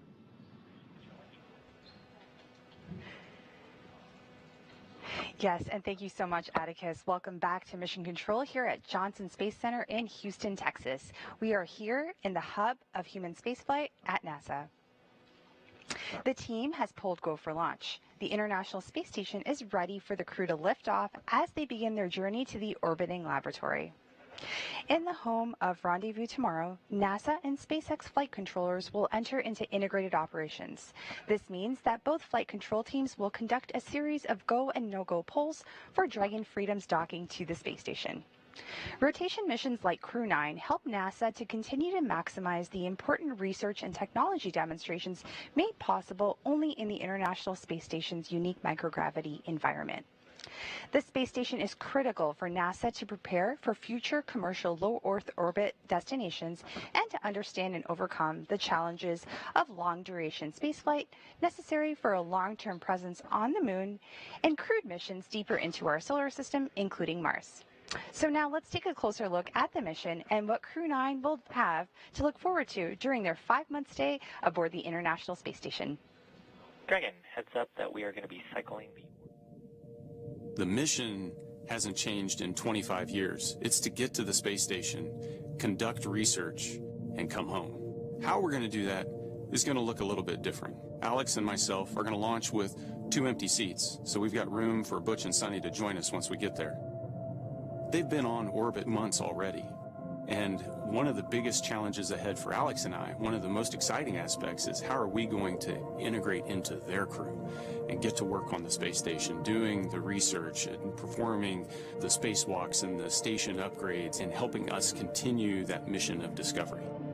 The International Space Station is this unique place that we have built over the course of a decade with 100 launches and 100 spacewalks to assemble it on orbit. It lets us remove gravity from all of our science experiments. You've all seen video of balls of water floating around and morphing it, and we can do that with other materials and see what properties we aren't able to see when gravity just squashes everything flat. That knowledge helps us make life better on the ground. I've had the privilege of spending more than 200 days on the International Space Station, and what is crystal clear to me is how important the international is in the International Space Station. Together we accomplish more than we could by ourselves. Together we tackle all the problems that dynamic nature of space throws at us. The more we explore, the more we try to overcome all those challenges of living in weightlessness, in a high radiation environment, and how to counteract those things, the more we learn about how the human body works. But a long-duration mission is something really to cherish because it's a unique opportunity to let your body fully adapt, and then at some point you reach this kind of steady state where you are working and living in space, and that's your normal. Spaceflight is hard. It's dynamic, it's unpredictable, but that's no different than the way it's always been. And just being able to watch the agency navigate those decisions over the last several months and balance the risk and the safety of the crew has been phenomenal. And what is crystal clear in that entire process is the commitment to making sure that when we launch crews, we're going to bring them home safe. I'm excited to get back to the space station. I'm excited to be part of Expedition 72 so we can get to work. Because that's what this is all about. It's about exploration, exploring the human body, exploring Earth, exploring the universe. It's about discovery. It's about learning. It's about how do we imagine the impossible and make it possible.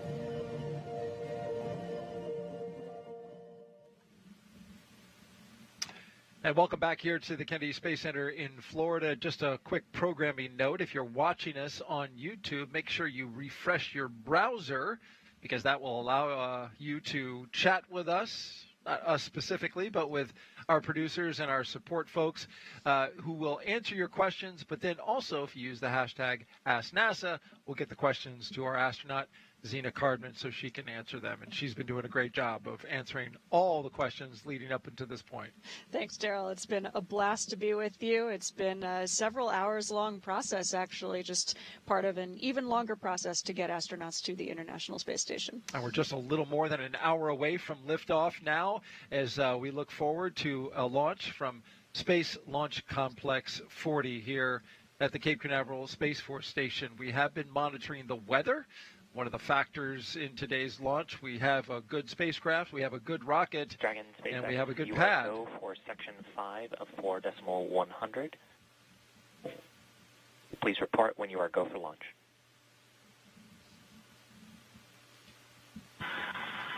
And Freedom copies. We're go for section 5 and 4.100.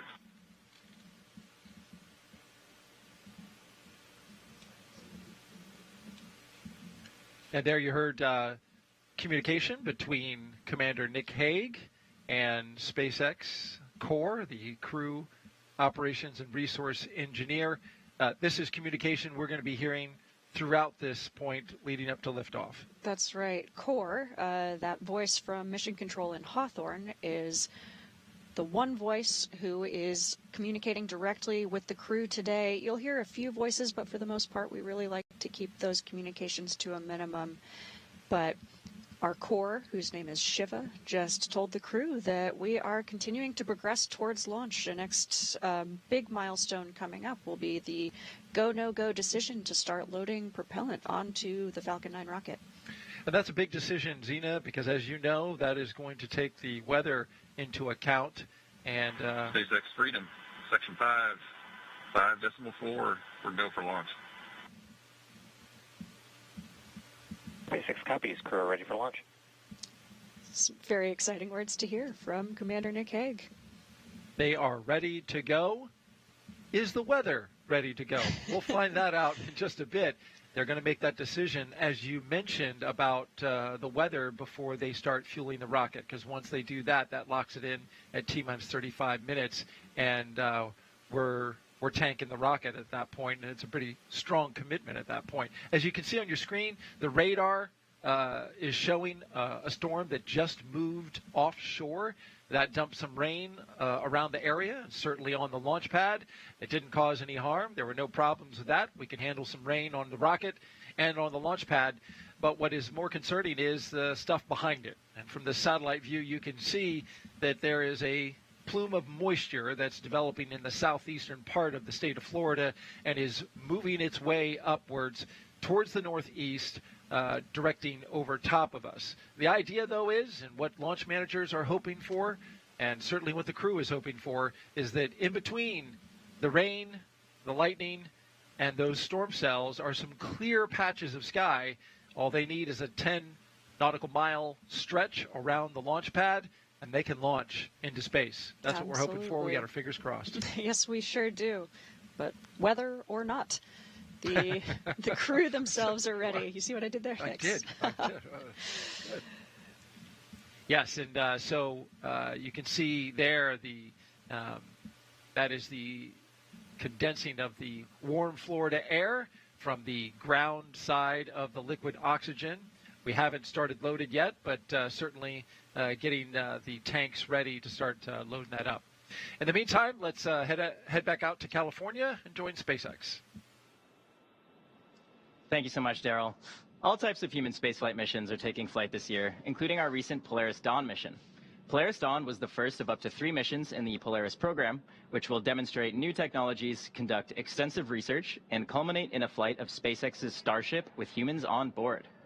After nearly 5 days in orbit, Dragon and the 4-person Polaris Dawn crew safely splashed down on September 15th off the coast of Dry Tortugas, Florida, completing the first spaceflight mission of the Polaris Dawn program. The Polaris Dawn crew, that you can see there on your screen, performed some firsts during their mission. Dragon and the crew reached over 1,400 kilometers altitude, the highest Earth orbit flown since the Apollo program, making Anna Menon and Sarah Gillis the current record holders for traveling farther from Earth than any other woman to date. The crew also participated in the first ever commercial EVA, or extravehicular activity, wearing SpaceX's newly developed EVA suits. They also conducted about 36 research studies and experiments from 31 partner institutions, including NASA. And in addition to all of that, they also tested Starlink laser-based communications in space. That's right. As Atticus mentioned, NASA's Human Research Program flew 3 investigations on Polaris Dawn. The first study tested a compact, commercially available device that can collect astronauts' blood pressure, body temperature, ultrasounds, and other health information to see how easily it can gather data in space. The investigation will also assess whether the technology can help provide robust telemedicine in space. Another investigation sought to better understand the space-related motion sickness that's experienced by many astronauts through surveys and other health data. And the third study evaluated whether crews experience any injuries or discomfort from re-entry back to Earth, helping us at NASA design re-entry protocols that best protect crews. Additional human research was conducted on the Polaris Dawn crew members through the NASA-funded Translational Research Institute for Space Health, a cooperative agreement with multiple universities assessing sleep, eye health, immune systems, and more to help NASA build and maintain a robust archive of human health on everyone who flies in space. Missions like CREW-9 and Polaris Dawn are important steps in building our future in space. Each mission delivers critical lessons and science that can inform long-duration spaceflight missions and help us continue on our journey to making life multiplanetary. Lessons learned also help guide development of SpaceX's Starship vehicle, which will be a key element in putting humans back on the Moon and eventually on Mars. Before we head into our next interview, let's learn a bit more about what's happening with Starship down at SpaceX headquarters in Starbase, Texas. The first flight of Starship was in April of 2023, and the vehicle for the 5th flight is currently stacked and ready to fly. We made major strides with Flight 4 earlier this summer with a successful landing burn and a soft splashdown of our Super Heavy booster. We also saw a Starship survive re-entry for the first time with views live streamed from the vehicle via Starlink from space all the way through splashdown. We've got more flights planned that will start demonstrating some of the key technologies that will help make Starship fully and rapidly reusable. Now, the one I'm super excited about is catching that Super Heavy booster, which we'll be attempting on our next flight. If you've seen Starbase recently, you probably noticed that our teams have completed stacking the 2nd launch tower at Starbase, which will be coming online early next year. Having 2 operational launch towers paired with ships and boosters rolling off the line in our new Star Factory will allow us to increase our flight cadence and test more rapidly. Our teams at Starbase have been hard at work on the continued Star Factory expansion. This 1 million square foot facility brings Starship and Super Heavy manufacturing closer together for more optimized production. And that will set the stage for us to rapidly produce hundreds of ships each year. And that's what it's going to take to build a self-sustaining city on Mars. Production lines are spinning up in Star Factory with multiple next-generation Starships currently in build as we get ready to ramp up our launch rate. We did recently static fire the Starship for Flight 6, producing some incredible video of its 6 Raptor engines in action. And we do have boosters already built for the next several flights. And I'm really looking forward to seeing us catch the booster on the tower. That'll be a huge milestone. So I think we're all looking forward to that. Now, because Starship will serve as the lunar lander on Artemis 3, which is currently scheduled for the second half of 2026, it'll be the first to send humans to the lunar surface since Apollo. So we can expect to see SpaceX ramping up testing this year and next. The NASA and SpaceX teams have been working through a ton of additional hardware milestones outside of the flight tests, including the recent testing conducted with Starship's airlock and the Axiom spacesuits NASA astronauts will be wearing on future moonwalks. One of the next major milestones in testing will be the first ever ship-to-ship propellant transfer, where 2 Starships will rendezvous in space and transfer propellant from one to the other. Putting humans back on the Moon is a major milestone. Our mission at SpaceX is to enable this type of exploration, and we can't wait to see this feature unfold. For more on what else is happening in the world of exploration, we'll hand it back over to Daryl and the crew in Florida. Thank you very much, Atticus. T-minus 52 minutes and counting until liftoff. T-minus 52 minutes and counting until liftoff. As we've mentioned, today will be the first time we launch astronauts from Pad 40. For more on what was done to make that happen, we now have NASA's Megan Cruz live from a nearby launch viewing location here at Kennedy.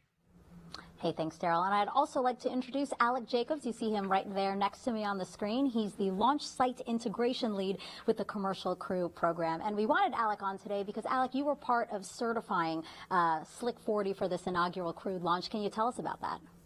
Yeah, so I've had the pleasure of being on the team that's been working on Slick 40 for the past 2 years to get it ready to launch Crew. 2 years ago is when NASA and SpaceX made the decision that we wanted to be able to have Slick 40 as a backup launch pad for crewed missions. So since then, the teams have been hard at work implementing all the crew systems. We've implemented the crew tower, crew access arm, the emergency egress systems, and all the Dragon systems needed to fuel and get ready the Dragon spacecraft for launching crewed from this pad. So it's been a great work over the last 2 years, and things have really come together in the last 6 weeks as we've focused our effort on Slick 40. Yeah, and you guys had to pivot to Slick 40, right? Because CREW-9 was supposed to launch on 39A, but as we know, it's really busy here on the Space Coast.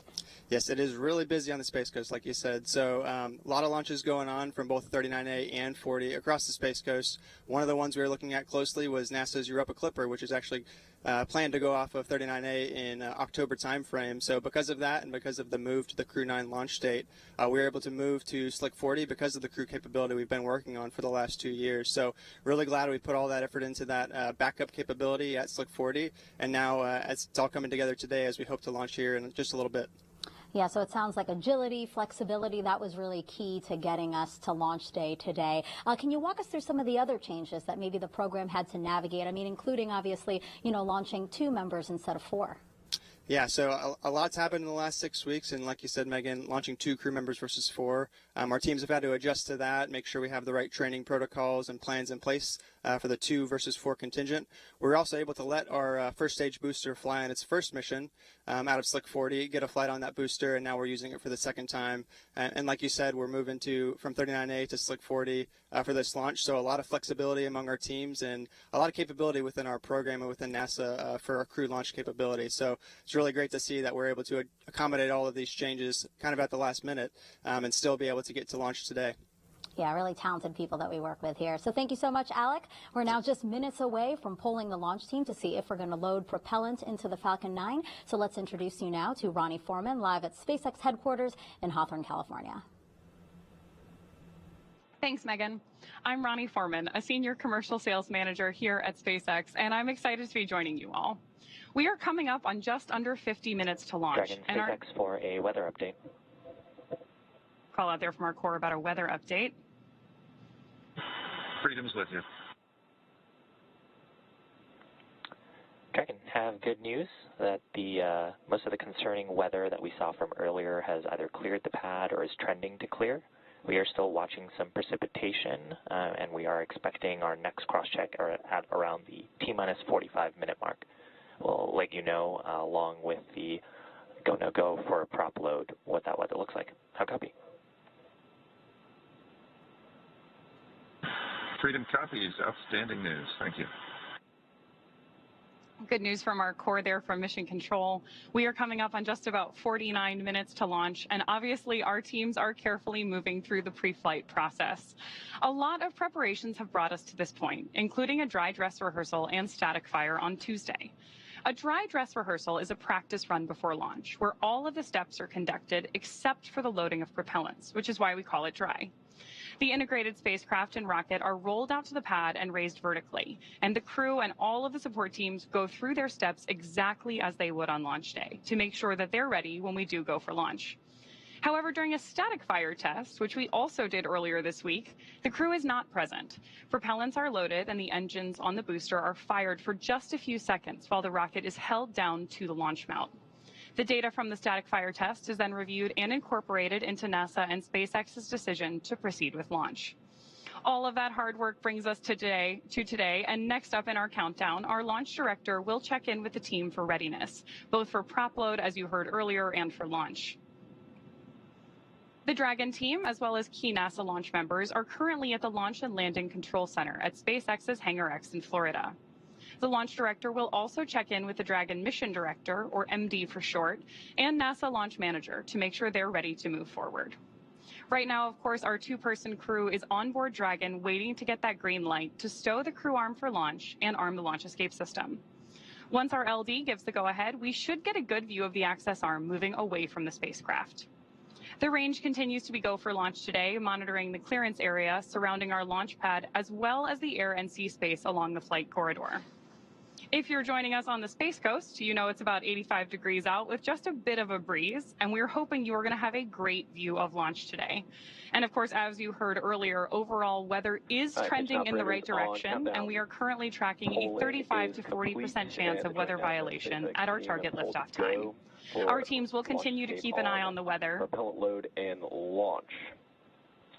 For all operators in MCCX and Hangar X, both control rooms will go into lockdown at T-minus 45 minutes and will remain in that state until the launch escape system is disarmed. All operators are to remain at their console, maintain the sterile cockpit until MD confirms successful disarmament of the launch escape system following orbit insertion or propellant offload. In the event of a scrub, stand by for hold and launch escape protocols. For non-urgent no-go conditions, brief the CE or LD and they will approve aborting the countdown. For urgent issues affecting the safety of the operation, operators shall call hold, hold, hold on the countdown net. Launch control will abort the launch auto sequence and immediately proceed into the launch abort auto sequence. In T-minus 10 seconds, launch control will be hands-off and relying on automated abort criteria for the remainder of the count. Operators advise the launch director whether structural breakup or fire is imminent or occurring per Dragon manual escape flight rules.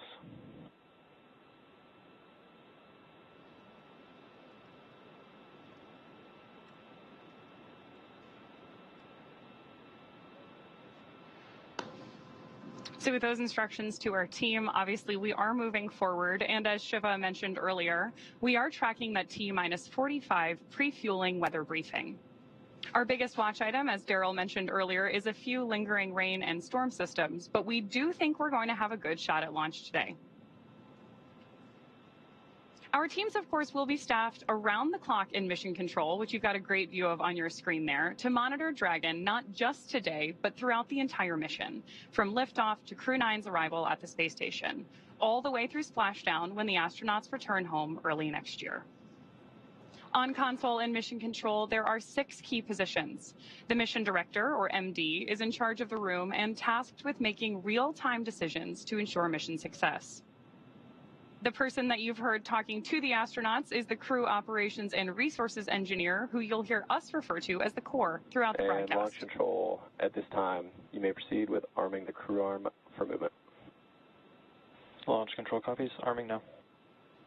Good news that we're about to get that view of the crew arm moving away from Dragon. And we are moving ever closer to launch with just under 45 minutes to go. Crew arm is armed for motion. The 4 additional team members focused on vehicle systems in mission control include avionics, navigation and control, software, propulsion, life support, and communications with ground support teams. Apart from mission control, crew access arm retraction has started. Confirmation there. Oh, and a great view on your screen that crew access arm is moving away from Dragon on Slick 40 for the first time. Now, apart from mission control, our Falcon 9 team is currently located at the LLCC at Hangar X in Florida. With just about 44 minutes until RT0 today, all the teams are settling in for final checkouts, propellant loading, and for launch.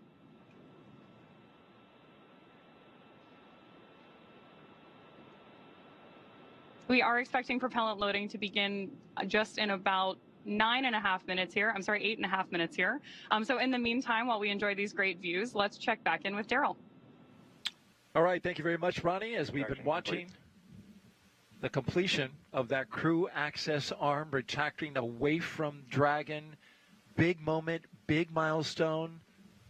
Talk to us about it, Zena. Yeah, gosh, this is a really important milestone. So before we start actually loading propellant on the vehicle, we want to also arm the launch escape system so that if there were an issue with the rocket, even on the ground here on the pad, the crew have a safe way to escape and land safely, as Nick Hague has experienced firsthand. These systems are really, really Dragon important. SpaceX, you are go for Section 6.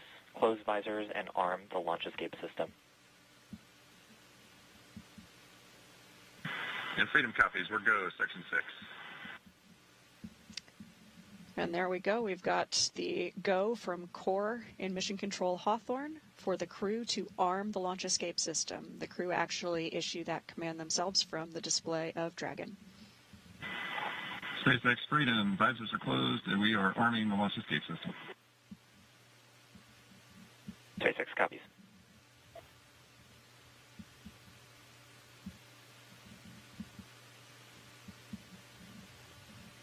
All of these milestones moving towards the big one, which is tanking Falcon 9 with propellants, which would kick off at T-minus 35 minutes. A update on the weather from Launch Weather Officer Brian Cizik, who informs me that the probability of violation has now gone to 30%, reflecting a 70% go. The launch escape system is now verified armed, which means that the astronauts would, in the case of an emergency, exit off the top of the rocket through the launch escape system, carrying Dragon out to the Atlantic Ocean. But again, the weather is something that they are watching, but has been improving. We had some storm cells pass over the launch pad earlier, dumping a fair amount of rain on the area. But as you can see now, the sun, somewhat diffused through clouds, is shining brightly on Crew Dragon Freedom on top of a Falcon 9 rocket. And there's a lovely shot as well. We're getting some sunlight poking through the clouds. There is a storm system, another group of clouds and storms that's tracking on its way here. But according to Brian Cizik, it is not going to arrive before T0. And that's a great update and a great improvement in the weather scenario. That's exactly right. Things are trending in a positive direction. I'm feeling optimistic. And of course, we want to make sure we have a good weather window before we give the final go to launch, but things are looking positive today. That launch escape system, of course, there for an emergency.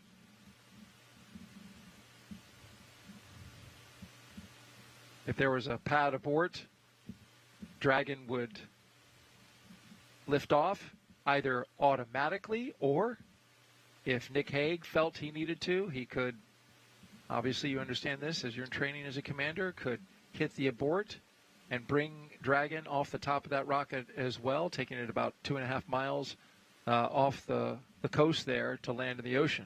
Yep, that's exactly right. Dragon and Falcon are very smart vehicles with excellent automation built in, and so that is the most likely scenario that would trigger a launch escape. But of course, the crew have the ability to trigger that manually using a handle that's just below the displays of the Dragon spacecraft, and actually certain ground operators can also trigger it remotely. The launch escape system is powered by Super Draco engines capable of moving Dragon 1/2 mile in only 7.5 seconds, which is equivalent to a peak velocity of 436 miles per hour, something the astronauts would certainly feel. Yes, absolutely. So you could expect in the case of a launch escape to experience some really high G loads. Those loads are going through the chest as opposed to vertically through your head, and so you would wind up feeling like someone extremely, extremely heavy, or 12 someone's extremely heavy, are sitting on your chest. This is something that we train for in centrifuges on the ground, and so, of course, you would be prepared if that needed to happen, but we're very grateful that these systems are there and available. Did you ever chat with Nick about his emergency abort and what that felt like? Absolutely, yeah, of course. This is something that Very Nick has curious. shared with Right? a lot of people. It's something that we are all curious about. It's a really unique thing. Not many people have experienced a abort like that. He said it was something that it happens before you really have a chance to think about it. The Soyuz, like Dragon, has a lot of automation built in, and so for his abort, the automated systems kicked in. But he said also your training really kicks in, and that's something that they train for in Soyuz as well. And so he felt well prepared to respond to that. All of the teams were in place, and he was collected safely after landing, brought back, and had the chance to launch again, actually not too much later. So this will be Nick Hague's second mission to the space station, but his third launch. His third launch, indeed. As we watch now inside, looking at the Dragon Freedom, Nick Hague, Alexander Gorbanov in their seats, configured for launch, ready to go. Another interesting note about this flight, we were talking about the launch escape system, is this new capability that SpaceX has for emergency propulsive splashdown. It's the same system that we're talking about for launch escape system, but for prop splash, as they call it. It's amazing that this is there just in case there's a complete failure of the parachutes, where those Super Dracos would also fire, right? That's right. Yeah, this is a really interesting capability. And of course, we have multiple parachutes on board the Dragon, and so this would be a backup to the backup in a Tanks really are venting for the start of propellant load. deep contingency case. But it's an amazing capability. The software has been built in, the plumbing has all been there from the start, but now we're actually flying with that software enabled. And of course, we could unenable it if something changed in the configuration of that Dragon capsule. Just another good backup to have as we encircle the launch complex there, Space Launch Complex 40. A historic first today, launching astronauts from this launch pad for the first time ever.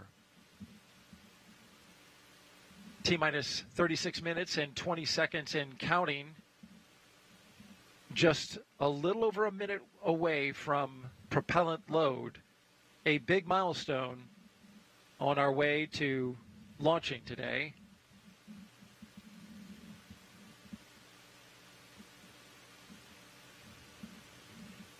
T0 is 1:17 and 21 seconds p.m. Eastern Time. It is an instantaneous window. We have to go at that second or we don't go at all. And that's all because of the timing necessary to catch up to the International Space Station. It's the most efficient time of this day to launch there, using the least amount of propellant that you would have to otherwise. And propellant is needed for a lot of things. Get the astronauts up, and of course we're bringing this booster back as well. Absolutely. Although we would like to think we are in charge, it's actually physics is the boss today. Absolutely. Let's listen in now as they start up propellant load.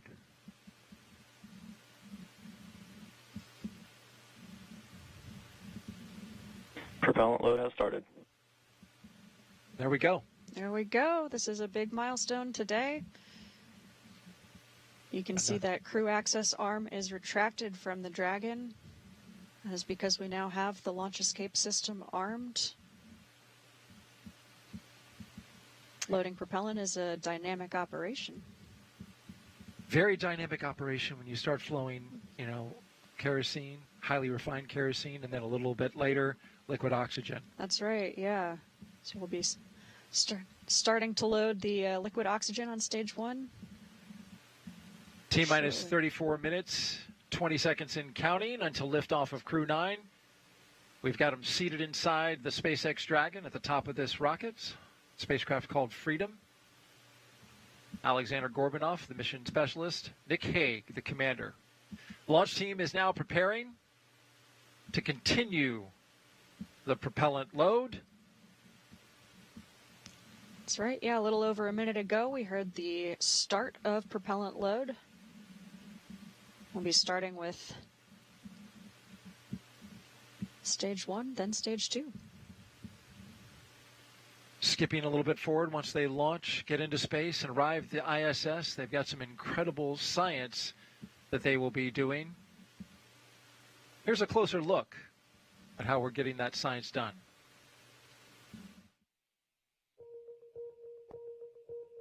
The International Space Station isn't just a symbol. It's a powerhouse of cutting-edge science, constantly revealing secrets that defy Earth's limitations and drive us farther into the cosmos.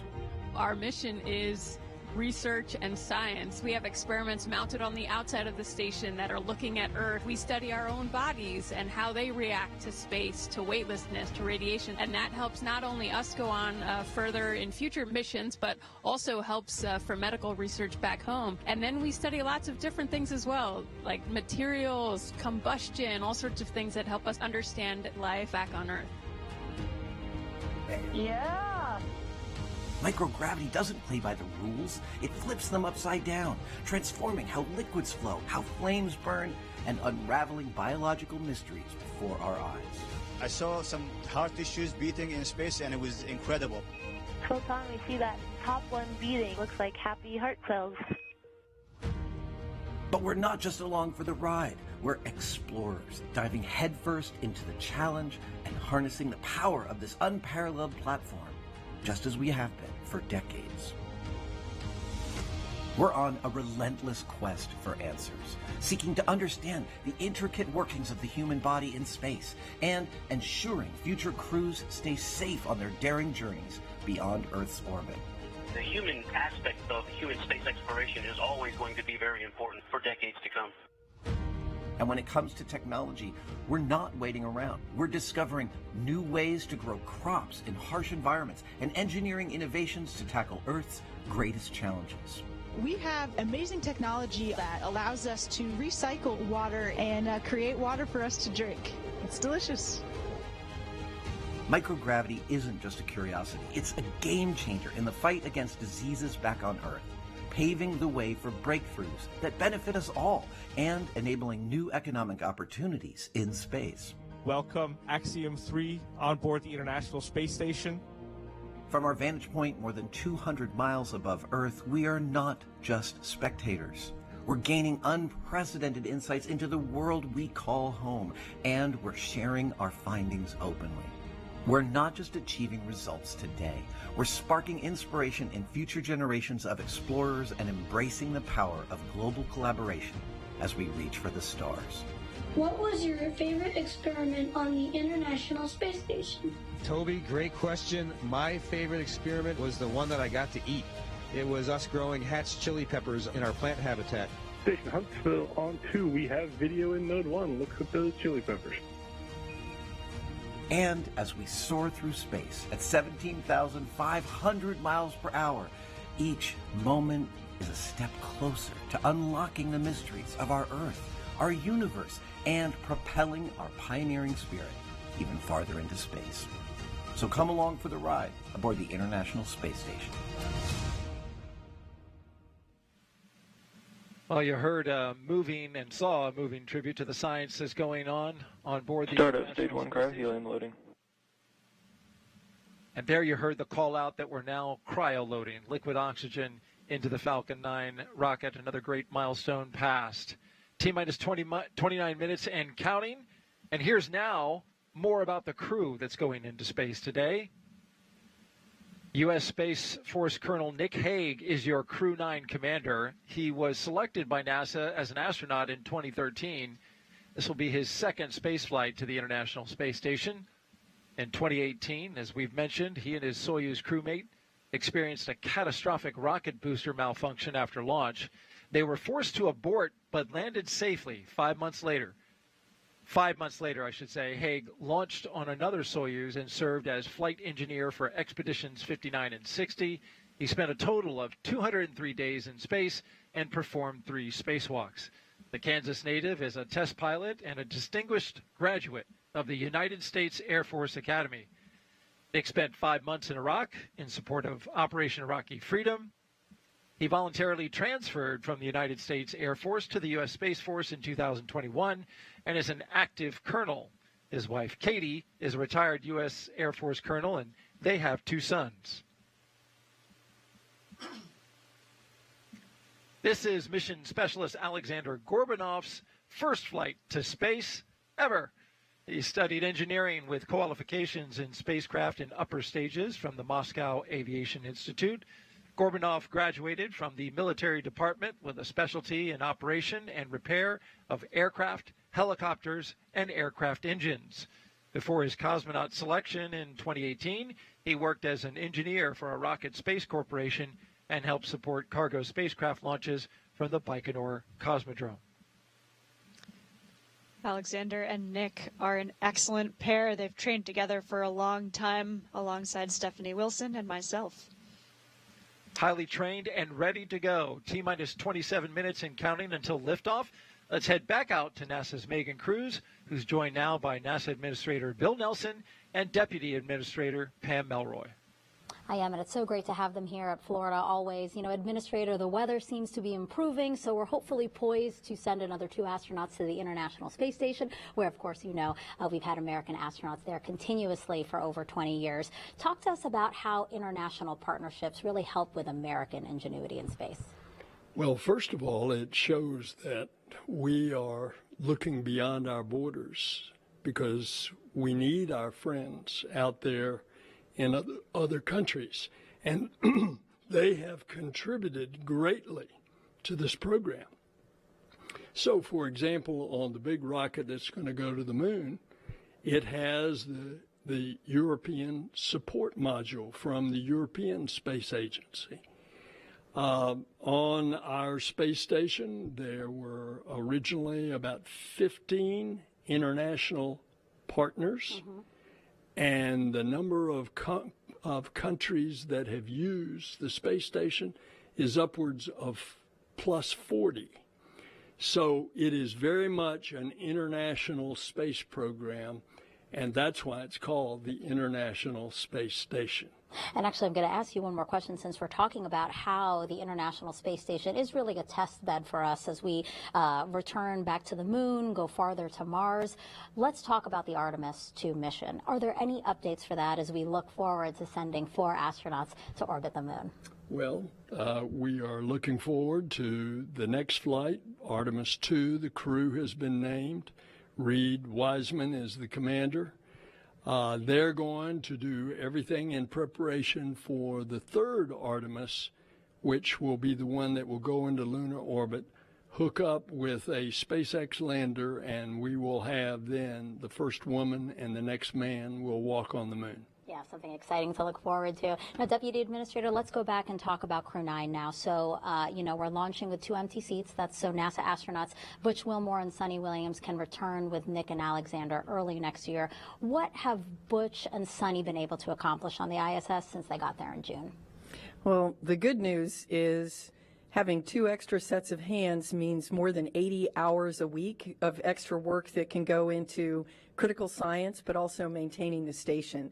So they have really contributed. Crew time is really precious on orbit. It feels like there's never enough. Yeah. But I would like to highlight a couple of experiments that they have been working on that I think are exciting, both because of how they impact future spaceflight, but also people here on Earth. So the plant management, a water management experiment, which is testing different techniques for transporting water to plants. Now, in space, in microgravity, water doesn't flow the same way without gravity to take care of it. But what's interesting is not only will that help us when we go to the moon and we go on to Mars, the ability to grow our own plants, but it also affects hydroponic systems here on Earth. The other experiment that I think is really significant is looking at taking some tissue cultures of the bone marrow that creates platelets, right? Very important in our blood system. And they're going to grow them in cultures.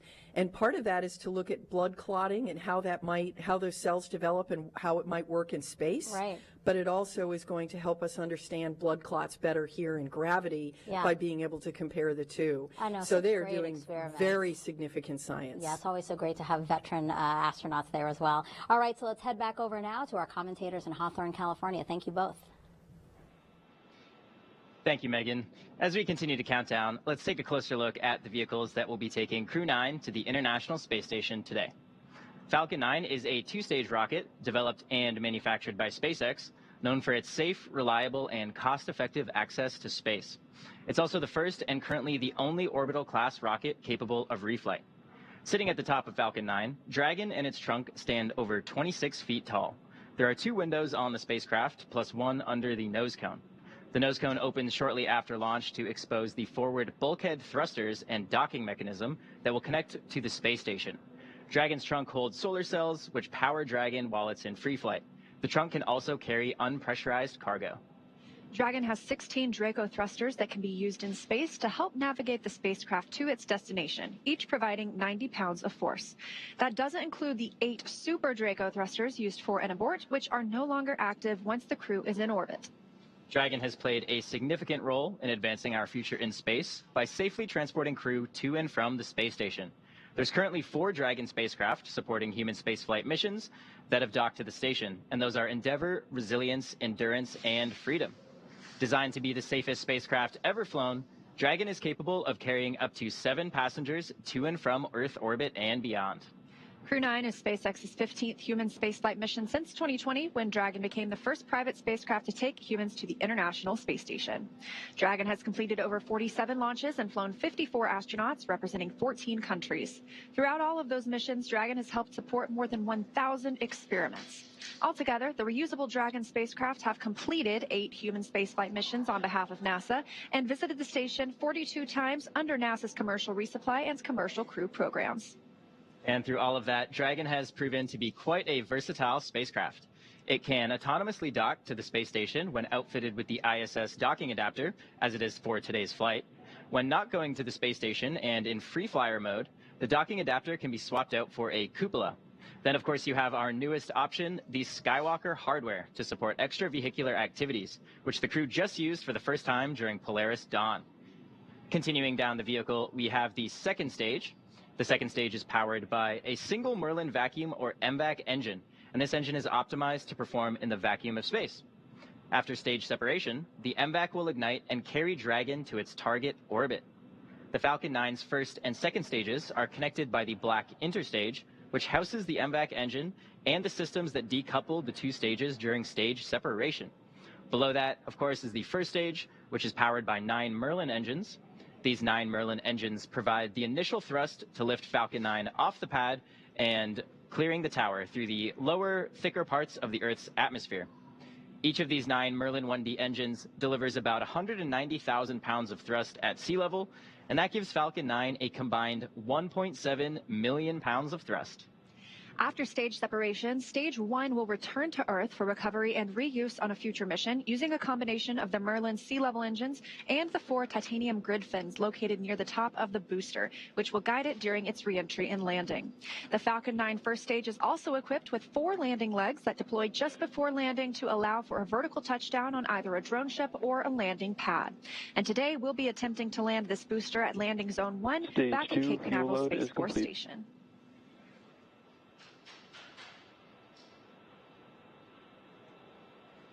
The second stage will power Dragon into its initial low Earth orbit before separating, leaving Dragon to continue its journey to the space station using its own thrusters. About 40 seconds after separation, Dragon's nose cone deploy sequence will begin, exposing the guidance navigation controls that help Dragon autonomously fly to the space station. With T0 coming up in just under 20 minutes, our teams at the Cape are doing a series of system checks to ensure Dragon and Falcon 9 are ready for flight. So for now, let's check in with Ronnie for a quick status update. Thanks, Atticus. We are still looking good for an on-time launch just under 20 minutes from now. Both Dragon and Falcon 9 continue to be healthy. As we continue to listen and watch the countdown, our teams are prepping the vehicle for flight. Propellant loading of both RP1 and liquid oxygen began at T-minus 35 minutes. We also heard the call out that the launch escape system is now armed. The launch escape system is designed to propel Dragon away from Falcon 9 in the event of an emergency during launch. The range, which is monitoring the keep-out zones, among other key flight requirements, also continues to report no issues, and they are go to support today's launch. As you heard earlier, weather is also looking good, and we are still tracking roughly a 30% chance of violation at our target liftoff time. But we are optimistic that we're going to have good conditions at that T0.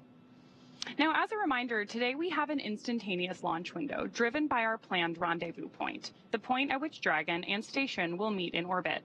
The space station is currently orbiting the Earth at more than 17,000 miles per hour, and Dragon needs to catch up to it. That means we have to deliver Dragon to the correct orbit by timing its trajectory relative to the orbiting laboratory so that they are in the same place in space at the same time. A precise liftoff time is crucial for hitting that rendezvous point. Of course, that means that at this point, if we hear a hold for any reason, we'll have to stand down and target our backup opportunity, which is tomorrow at 12:54 Eastern Time. Now, with all systems go, I'm going to turn it over to Nilofer for a status update from Houston. And thank you, Ronnie. Back here in the International Space Station Flight Control Room at NASA's Johnson Space Center in Houston, teams are continuing to work around the clock to monitor activities aboard the orbital outpost. Leading the team inside the room is Flight Director Nicole McElroy. The team in Mission Control Houston, the team in Hawthorne, and the astronauts aboard the space station will track the autonomous docking of Dragon Freedom on Sunday when they enter joint operations. This will happen when the spacecraft enters the approach ellipsoid, the invisible boundary that helps us monitor arriving and departing spacecraft. Once docked, Dragon Freedom's crew will perform a series of leak checks, then work to open the spacecraft's hatch before floating into the station to begin their 5-month stay. We anticipate that the hatch will be opened about an hour and a half after docking. When they enter the orbital outpost, CREW-9 will be greeted by the rest of their Expedition 72 crew and will come together for opening remarks. The anticipation for launch continues here in Mission Control. How's it looking on the Space Coast, Daryl? Well, we're looking pretty good, Nilofer, and thank you very much. Weather improving here at the Kennedy Space Center. If you're just joining us, we are 16 minutes and 37 seconds away from the launch of the 9th astronaut rotation mission to the International Space Station under NASA's commercial Stage 2 LOX load has started. And there you heard, Stage 2 LOX load has begun, the final loading of propellants into the Falcon 9 rocket. Commander Nick Hague and Mission Specialist Alexander Gorbanoff are strapped into their seats inside Dragon Freedom. As you can see right there, the Falcon 9 rocket fueling operation well underway. The launch escape system is armed, and that means Dragon is prepared to launch itself away from the Falcon 9 in case of an emergency. So far, operations look and sound as expected, and we are counting down to liftoff at 1:17 and 21 seconds p.m. Eastern Time. And I want to welcome in a special guest here on set now. NASA astronaut Stephanie Wilson is here, joining us alongside Zena Cardman, both of you NASA astronauts. It is so good to have you both here. You both trained for CREW-9. This is where you probably expected to be on this day, but you have accepted this role of supporting your friends for launch. And as they get ready to launch with 15 minutes left to go, Stephanie, question for you. What is the mindset of the crew that you trained with? You've flown into space 3 times on the space shuttle. What's the mindset of the crew right now? Well, thank you, Daryl, and thank you, Zena, for having me join you today. And yes, both Zena and I have trained for 1.5 years with Nick and Alex. They have trained hard. They are well prepared. In this moment where they are strapped inside the vehicle with just the 2 of them, they are reviewing procedures. They have trained for this moment. They are ready to execute the mission. They are, of course, looking forward to the work that's ahead of them on the International Space Station. Perhaps a little bit sad to be leaving family and friends, but they'll be talking to them soon once they have docked to the International Space Station. But it's a moment to review all of the hard work that has gone into this moment in the preparation and to be ready to execute the mission, which they will do very well. Speaking of hard work, you both trained for CREW-9 for 1.5 years. And so from a human level, we know you are professional astronauts. Your seats were needed for Butch and Sunny to bring them back. What was it like for you personally when you learned that you wouldn't be flying today, but you would be flying some other time, but not today? Yeah, gosh, Daryl, I think I felt a lot of emotion when I saw Stephanie walking through the door there. It's bittersweet, but it's a really beautiful thing. I think any launch is a testament to the power of collaboration, and this launch maybe even more so than usual. I think from my perspective, it's a privilege and a choice to take part in something that's larger than yourself, and that's a choice that I make today and the next day and the next day. So in this moment, it's feeling exciting, it's feeling bittersweet, but for the most part, I'm feeling a lot of joy and pride in our space program, and so excited for our crew members, especially Alexander. This is his first launch to space. Nick, this will be his second mission to the International Space Station. It's going to be a beautiful day. And I think for you, Steph? Yes, very, very similar. I think that We all train together. Adaptability and flexibility is key as we look across our corps. You know, we all train for various roles, and we select people that can serve in various roles and can be seamlessly thrown into different roles. And excited for them. We're always excited for our colleagues to have an opportunity to launch into space. Of course, we wish we could be with them. We have trained with them for this time. We, of course, want to be together. We have built friendship and camaraderie and learned for the roles for the Crew-Dragon and for the International Space Station. But I am very excited for them, looking forward to hearing their stories from space and for seeing them launch. And that launch just 12 minutes away, a little over 12 and a half minutes away, the Falcon 9 rocket. Well, this is a booster that can be reused more than a few times with minimal maintenance. At the time that this launch happens, it will be flying over the International Space Station, will be flying 260 statute miles over northeast Bulgaria. Crew-9 will then spend the next 28 hours or so chasing down the International Space Station for a rendezvous currently targeted for September 29th at 5:30 p.m. And we'll have live coverage on NASA TV of docking, which will arrive when it does dock, about 2 hours before. And so I want to thank Stephanie Wilson for coming in and joining us. We really appreciate your time and being here. Thank you so much for sharing your thoughts with us. As we continue to count down, T-minus 11 minutes and 42 seconds and counting, getting close to terminal count. We want to commend both Stephanie Wilson and Zena Cardman for their professionalism and for their support of their fellow crew members and friends who are going up today. That's absolutely right, Daryl. It's an exciting day to be here, and although 50% of us are staying on the ground this morning, we are part of this mission, this Crew-9 mission, and we're so proud to be part of the team that got this Dragon Freedom, Nick Hague and Alexander Gorbanov, ready for flight today. Thinking about another minute or so, we'll hear the next expected call that the crew displays are configured for launch. We'll hopefully hear at that point some great words from our commander. That's right. Nick Hague is going to have some words for us, so we're going to tune into that. And you and I will join Stephanie outside and watch your friends launch to space. In the meantime, let's send it out to SpaceX in California. Dragon, SpaceX. Confirm crew displays are configured for launch.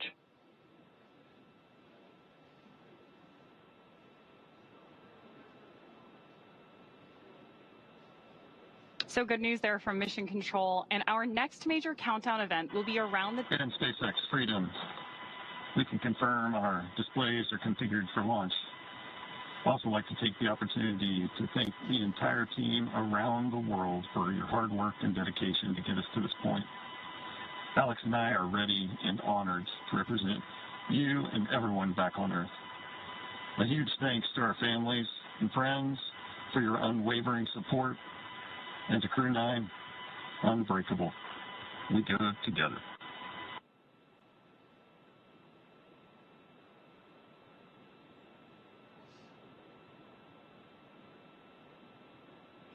SpaceX copies.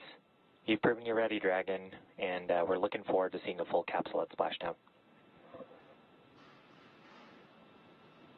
Really exciting commentary there from Commander Nick Hague. And with that, we are just about 9.5 minutes to launch. And right now, the Falcon 9 launch commit criteria are being checked by our onboard computers. Those launch commit criteria are specific thresholds and data that tell us that the rocket is healthy. There are many systems in place to ensure that the rocket and crew are both safe leading up to liftoff and during flight. And now that we're approaching terminal count, our teams are performing those final checks. Just coming up on 9 minutes before launch right now, we just heard from Commander Nick Hague. He and Alexander Gorbanov are suited. They are seated in Dragon Freedom there, as you can see on the screen. We have teams here at Mission Control Hawthorne monitoring the vehicle, both Dragon and Falcon 9. Meanwhile, in Houston, as we heard from Nilifer, some of those teams in console positions are keeping tabs on the space station, its reboost capabilities, making sure everything is looking good for Dragon's arrival tomorrow. We're looking at about a 9-minute ride to orbit today, and that's the point that the second stage will cut off. After that, Dragon and the second stage will continue to coast for another few minutes, and then they will separate. You'll be hearing some performance calls as we get into this final countdown, and then after liftoff. These are SpaceX flight controllers reporting on trajectory, speed, booster performance, and other key milestones. And there are also some other calls you'll hear the crew make after liftoff. The crew will report out on a few number and letter combinations, and these mark different abort zones through the flight up the eastern seaboard. The first two are 1A and 1B, and these are available when the first stage is firing. The next are 2A through 2E. Those will come into play once the second stage kicks in, but we will only hear the call for 2A.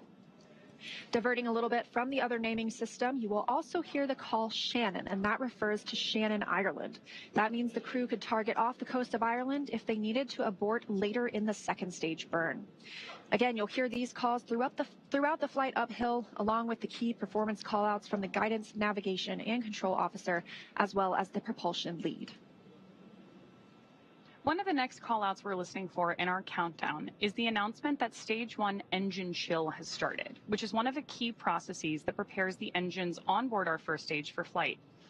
Right now, propellant in the tanks is isolated from the engines, but at T-minus 7 minutes, we'll open the engine pre-valves and start passing just a trickle of liquid oxygen through the Merlin engine pumps, chilling those engines for the start sequence.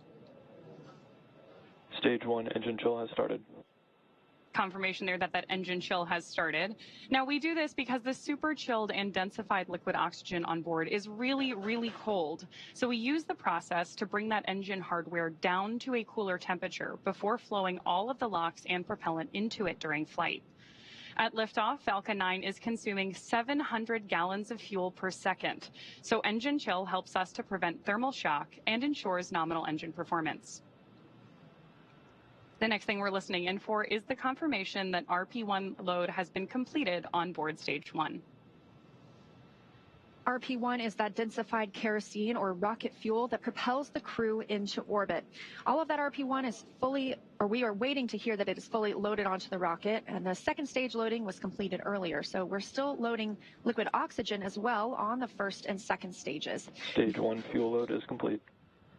Confirmation right on time that RP1, the densified kerosene loading, is now complete. Again, still loading liquid oxygen on the first and second stages. We need this to combine with the densified kerosene. That RP1 liquid propellant needs an oxidizer to combine with in order to ignite. Coming up next at the 5-minute mark, we'll hear the call for Dragon to configure for terminal count and then transition over to internal power.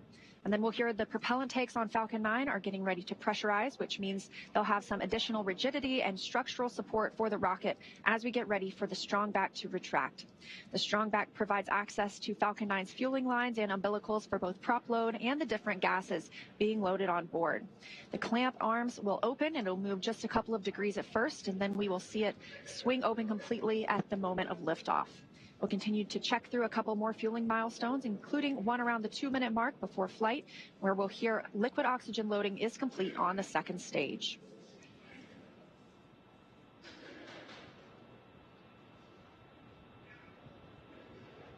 Falcon 9 tanks are pressurizing for strong back retract. Dragon in configure for terminal count. Now under 5 minutes to launch, we are in terminal count, meaning the Dragon onboard computers take control of the spacecraft. Again, we are still watching first stage as its liquid oxygen loading continues. That'll be complete around 3 minutes, followed by completion of second stage liquid oxygen loading about 1 minute later.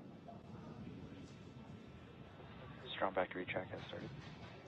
Just heard that call out from Mission Control that strong back retract has started. And if we keep a close eye on the screen, there we go, just coming out of those clouds of liquid oxygen, we got to see those clamp arms opening up around Stage 2. What's going to happen now is that our strong back will recline just about 2 degrees away from the vehicle. But the TE will throw back all the way to 45 degrees at liftoff, clearing the way for Falcon 9 to leave the pad. As Leah mentioned, that strong back does route the vehicle's fluid and telemetry lines all the way up to the rocket and our spacecraft today. Good views of the strong back moving away from Falcon 9 and Dragon. They're on the bottom right-hand side of your screen. With that, we are just about 30 seconds away from LOX load completion on board the first stage.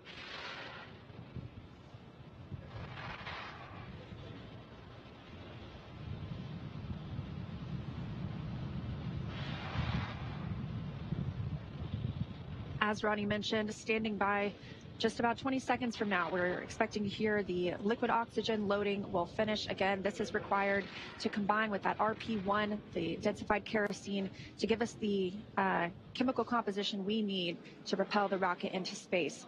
All of these white clouds of vapor you see on your screen are normal. We will continue to see them build as we get closer to launch, and that's due to this liquid oxygen. It's super chilled, so some of that does boil off in the hot Florida air. Stage 1 LOX load is complete. There's confirmation right on time. Dragon in terminal count and on internal power. That we both have LOX load complete on the stage 1 and that Dragon is on internal power. We are expecting LOX loading to last for just about another 30 seconds on board stage 2. And then we should see a vent down of the TE LOX lines. That's going to produce another one of those large white clouds moving away from the vehicle. Again, as Leah just mentioned, that is totally normal and happens when that cooler liquid oxygen that's venting off the surface of the tanks comes into contact with that humid Florida air along the Space Coast.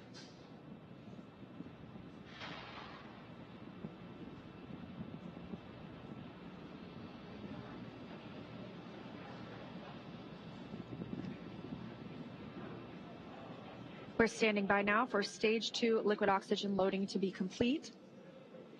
Stage 2 LOX load is complete. Dragon in auto idle. With confirmation of that liquid oxygen load complete, gas closeout has started. Expect loud venting. right on time. That gas closeout has begun. So we are now isolating all the feed lines for the different gas systems from the Falcon 9 rocket. Those will then get vented overboard through the umbilicals and the strong back itself. And you can actually hear that venting right now. Now, something else you'll see is our sound suppression technique. Our rockets are super loud, and that sound can impart pressure loads back on the rocket itself. So just before liftoff, you'll see a ton of water dumping onto the pad. This absorbs and prevents the sound from hitting the structure and reverberating back onto the rocket, which could cause FTS is armed. damage. Falcon 9 is in startup and is now controlling. Dragon in countdown. Now that we are in countdown, the flight computer on Dragon will switch to countdown mode. And we've also heard the flight termination system is armed. Go for launch. Freedom is go for launch. That's our final go for launch. SpaceX reporting go and the crew reporting go. 30 seconds.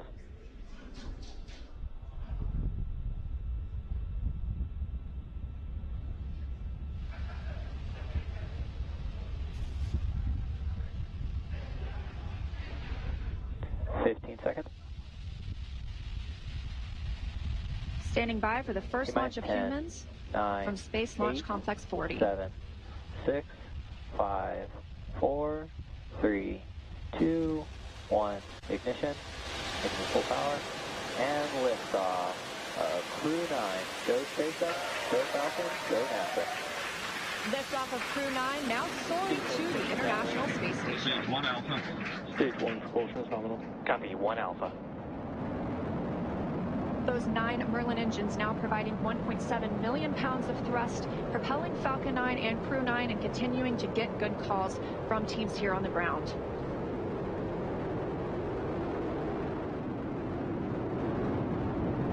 Of course, these incredible views mean we are just a little bit past 30 minutes or 30 seconds into our 9th rotational crew mission. Power telemetry nominal. On board Dragon and Falcon 9 with good callouts from mission control that everything is looking good. With that, stage 1 is throttling down to pass through max Q, which is the period of maximum dynamic pressure on Falcon 9 during ascent. Max Q.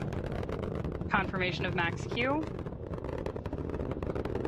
Vehicle is supersonic. And that Falcon 9 is now traveling faster than the speed of sound. Stage 1 throttle up.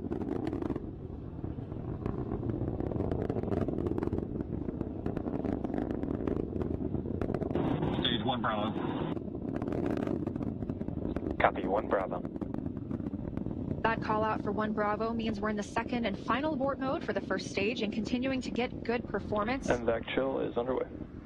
Crew is pulling just over 2 Gs at this point. Next up, we heard the engine chill on the second stage MVAC engine has begun, and then we will have MECO, or main engine cutoff, where the 9 engines on the first stage will cut off ahead of the first and the second stages, and then will separate from one another. Then that single Merlin vacuum engine on the second stage will ignite and continue to carry CREW-9 to orbit while the first stage begins its journey back to Earth.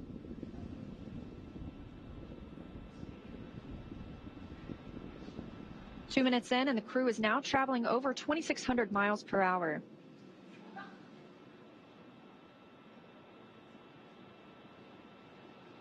Stage 1 is throttling down.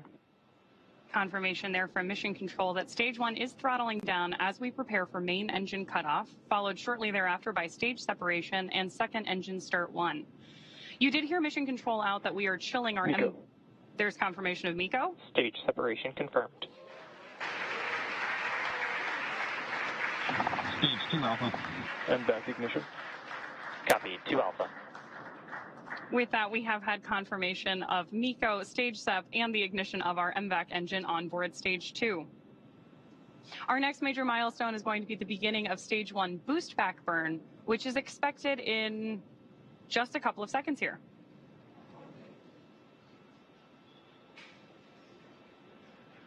Of course, if you are just joining us, you've got views of our first stage on the left-hand side of your screen and of MVAC burning with our CREW-9 astronauts aboard up in space on the right-hand side of your screen. Now we are coming up on 3 minutes and 20 seconds since liftoff today, traveling over 4,000 miles per hour and 76 miles downrange.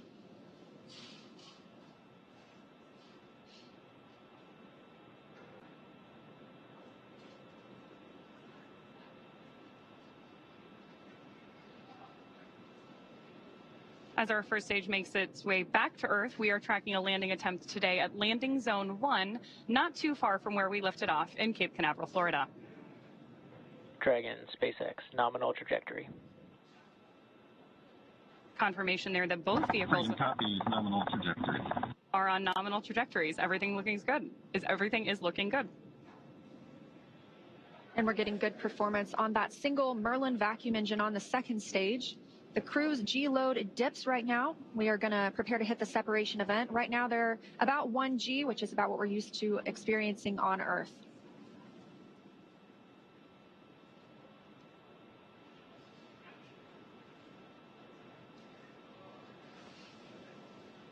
Crew is traveling almost 5,000 miles per hour now and 105 miles in altitude.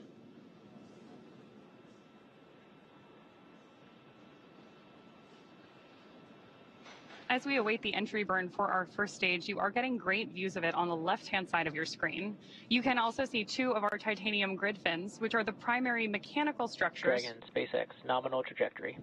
Confirmation there from Mission Control that everything is still looking good. Freedom copies, nominal trajectory. Now, as I mentioned, those grid fins are the primary mechanical structures that we use to steer the booster back toward its landing zone, which today is LZ-1 at Cape Canaveral.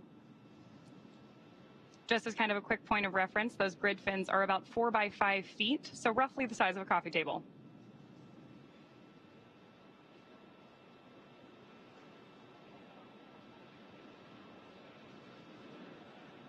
Getting our first tracking shots of the booster on its way back to Earth. Again, we are tracking the first stage on the left-hand side of your screen and MVAC up in space on the right. And we do continue to hear good calls for that second stage. Again, we will see this continue to fire until close to 9 minutes into the flight, now at 5 minutes and 45 seconds since liftoff today. This is accelerating Dragon to more than 17,000. Nominal trajectory. More good news. Freedom copies, nominal trajectory. This second stage is bringing Dragon to more than 17,000 miles per hour. That puts our crew in orbit. And the single Merlin vacuum engine can produce over 220,000 pounds of thrust in the vacuum of space.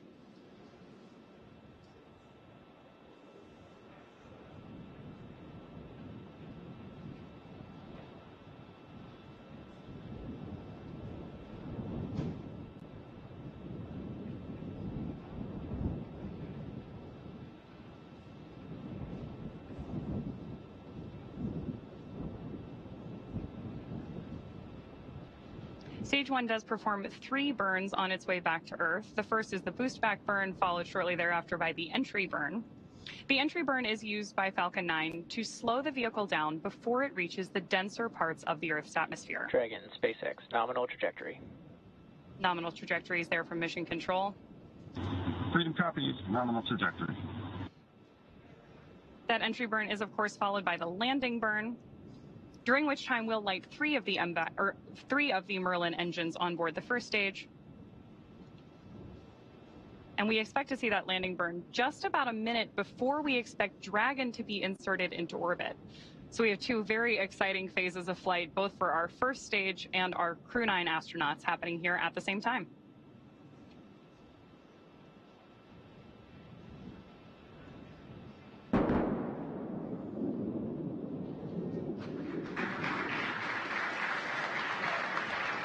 Stage 2, FTS has based.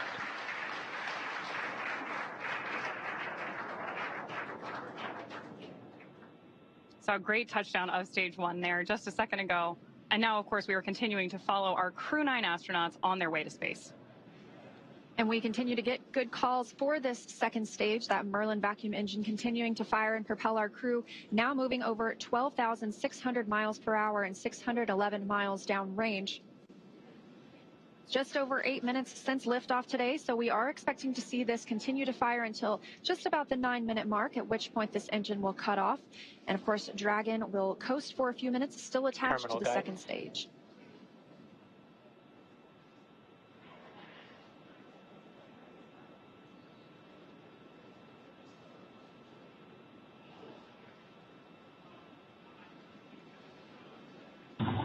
Shannon.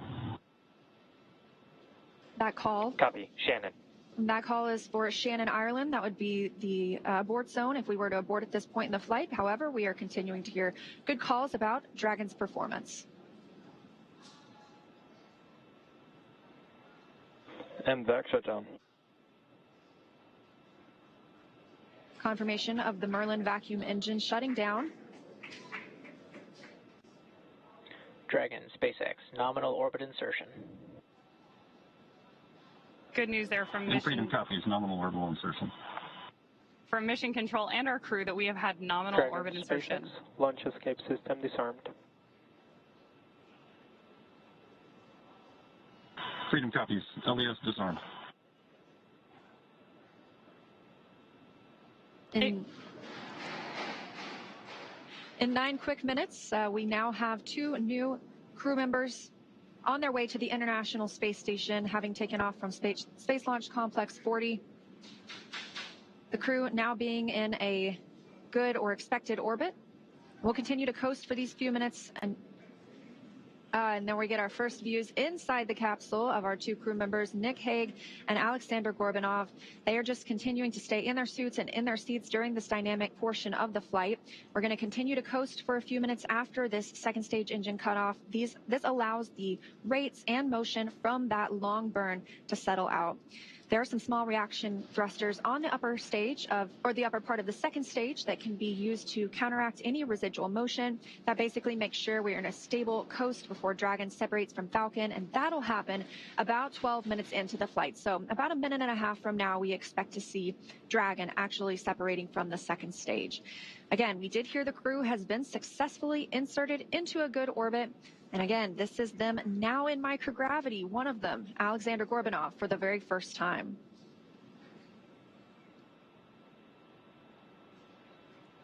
So as Leah mentioned, we are now just a few minutes away from the separation of Dragon from stage 2, during which time a number of activation checkouts occur. Automatically, first we're going to be checking out 12 of the Draco maneuvering thrusters, all around the service section of the Dragon spacecraft.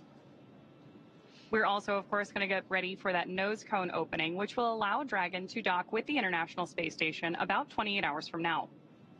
The nose cone stays closed for the flight uphill to help protect against all of the guidance, navigation, and control sensors and Dragon's docking adapter. It's also covering 4 of our Draco thrusters that will be used for the majority of different phasing burns required as Dragon chases down the space station. We are currently standing by for that separation, which could happen anytime in the next couple of minutes.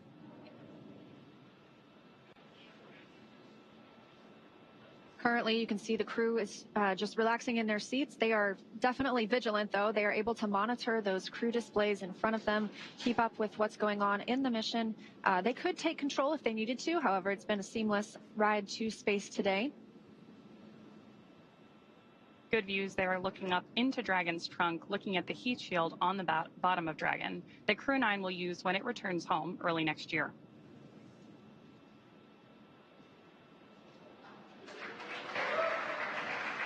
Dragon, SpaceX, Dragon separation confirmed. There. And Freedom copies, good separation. There you heard from Mission Control. Dragon, Chief Engineer on Countdown 1. Nick, Alex, on behalf of the entire team, we thank you for flying with Falcon 9 today and wish you a great mission. And Freedom, this is Launch Director on Countdown. On behalf of the entire SpaceX Launch and Recovery team, I'd like to extend our congratulations to the entire CREW-9 team. Zena, Stephanie, Nick, Alex, Butch, and Sunny. It's an honor to be a part of this mission with all of you. I'd also like to give a shout out to the Falcon 9 CREW-9 combo. The best bundle in the league, baby. Godspeed, CREW-9.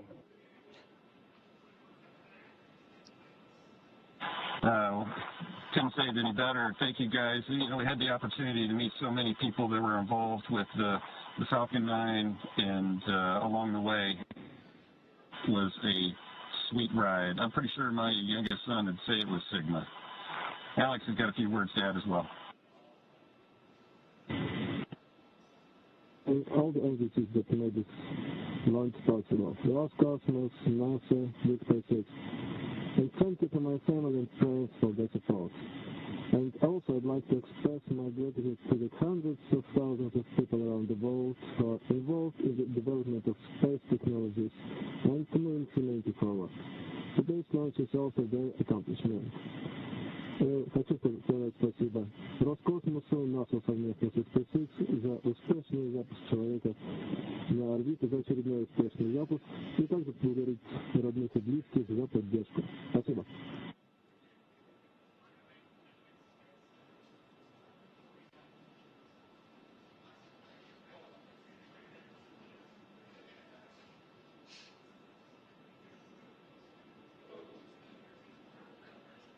Incredible words from our commander and great views of Dragon up in orbit on your screen right now.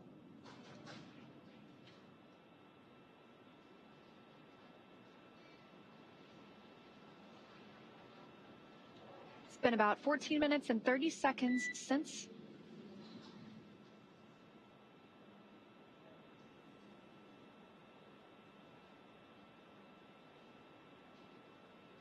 coming up on 15 minutes now since liftoff today. You got a quick look inside the capsule. Dragon SpaceX, we had a nominal dehumidifier activation and service section Draco checkouts. Nose cone deploy is in progress. And Freedom copies all. Thank you. Confirmation there that our nose cone deploy is underway. That means that the 6 hooks that hold the nose cone in place during launch and the ascent portions of flight have begun to retract. That will allow the nose cone to start to swing open and deploy. That will uncover a number of critical systems for the flight up to the space station, including the forward bulkhead thrusters and the docking hatch.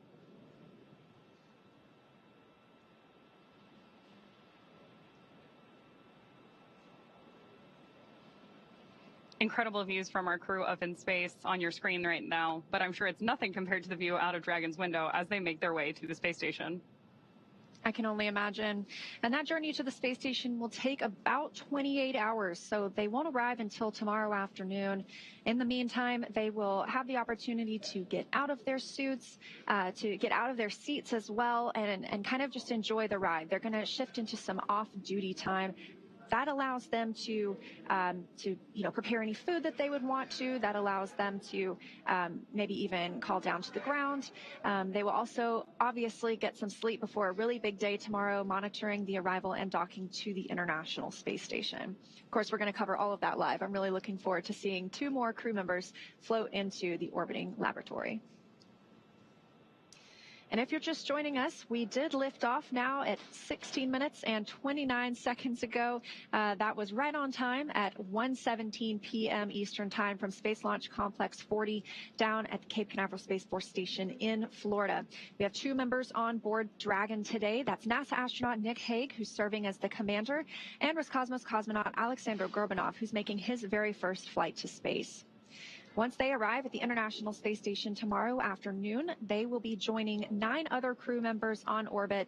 They'll be up there for about a week. A week is probably the best guess, until the CREW-9 team, it is time for that crew to come home. Of course, they launched about 7 months ago at this point, and they will undock after they have completed a handover period with the CREW-9 crew, bringing them up to speed on everything that they've been working on for the last 7 months in orbit. So once they depart, we'll be back down to our typical approximately 7 people living and working aboard the International Space Station.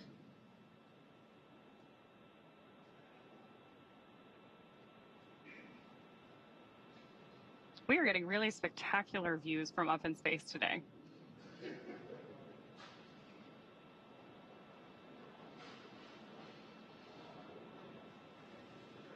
Shot there of our MVAC engine. We did get confirmation several minutes ago of SES-1. And we know that nose cone opening is underway as well. Those are a series of hooks and latches that allow the nose cone to open.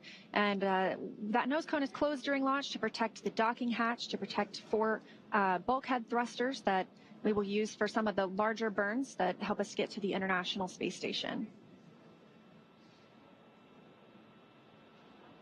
One of the other things we're doing right now is going ahead and opening the ECLSS system, which stands for the Environmental Control and Life Support System, which will be activated inside of Dragon.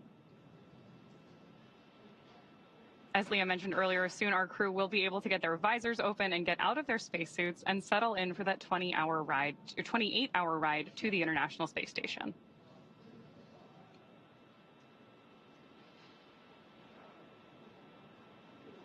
Good views there of the opening of Dragon's nose cone on the left-hand side of your screen.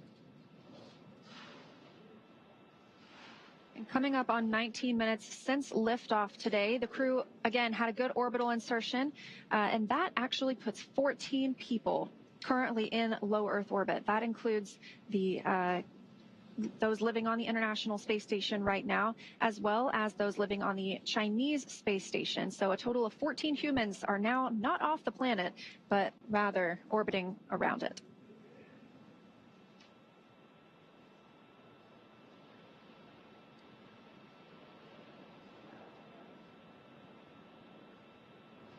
More good views from our Dragon nose cone on the left-hand side of your screen, as it very gradually swings open. Obviously, in space, everything we do has an equal and opposite reaction, so slow and steady really wins the race here.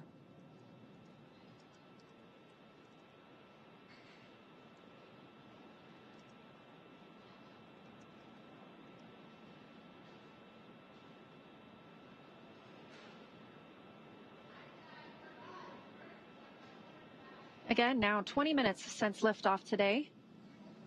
Dragon is flying free from the second stage, and it looks like they're about to enter an orbital nighttime. So now that they're at orbital velocity, that's 17,500 miles per hour, they are going to see 16 sunrises and sunsets a day.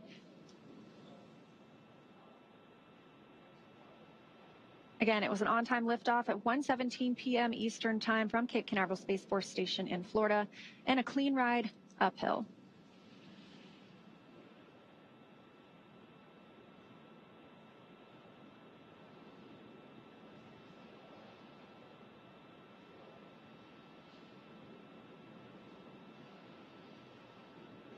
We've had some good communication from Mission Control up to our CREW-9 astronauts already today. One of the things you may hear every time we communicate with the crew is a slight beep beforehand. That's called a Quindar tone, and actually dates all the way back to the early days of human spaceflight, and is effectively a radio signal indicating that we're communicating between the crew in orbit and our Mission Control team on the ground.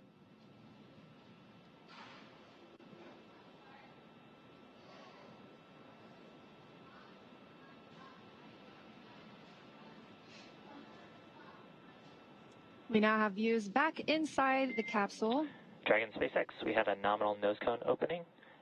We do have just about 3 minutes here left in the ground station pass if you've got any fluffy stowaways you'd like to introduce. And Freedom copies, good Draco checkout, good nose cone opening. And I just so happen to have a furry friend with me.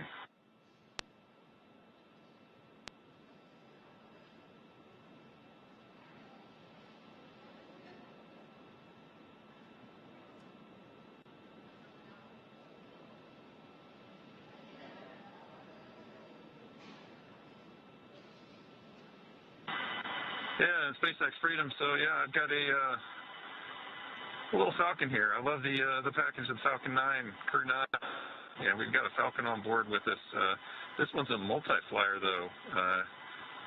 Was on my first flight with Alexei and I, and with Alexei and I and Christina, and now me and Alex. So say hello to Aurora.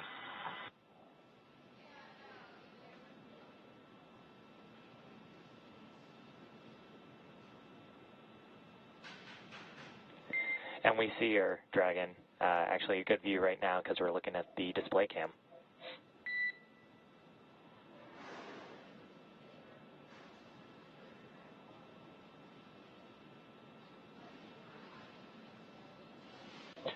And Dragon delayed call, but nominal TCS reconfiguration as well as forward bulkhead Draco checkouts. And Freedom copies, good TCS, good Draco checkouts.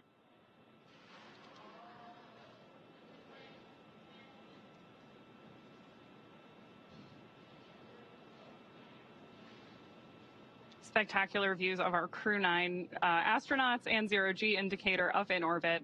Human spaceflight has come so far in the last 5 years with Dragon. Since Demo 2 in May of 2020, SpaceX's Dragon fleet has launched a total of 54 crew members to space. 34 on behalf of NASA and their partners, and 20 commercial astronauts, including the first 2 all-civilian missions to space and the first 3 all-private passenger missions to the International Space Station.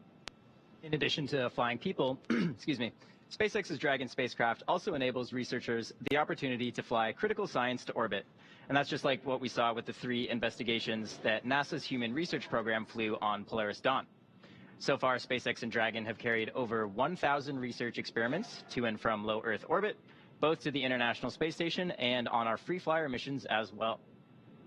From DNA sequencing to 3D printing, studies enabled by Dragon and the International Space Station test a variety of technologies, systems, and materials that will be needed for future long-duration exploration missions. Every mission yields critical research and learnings that help make life both on Earth and in space better.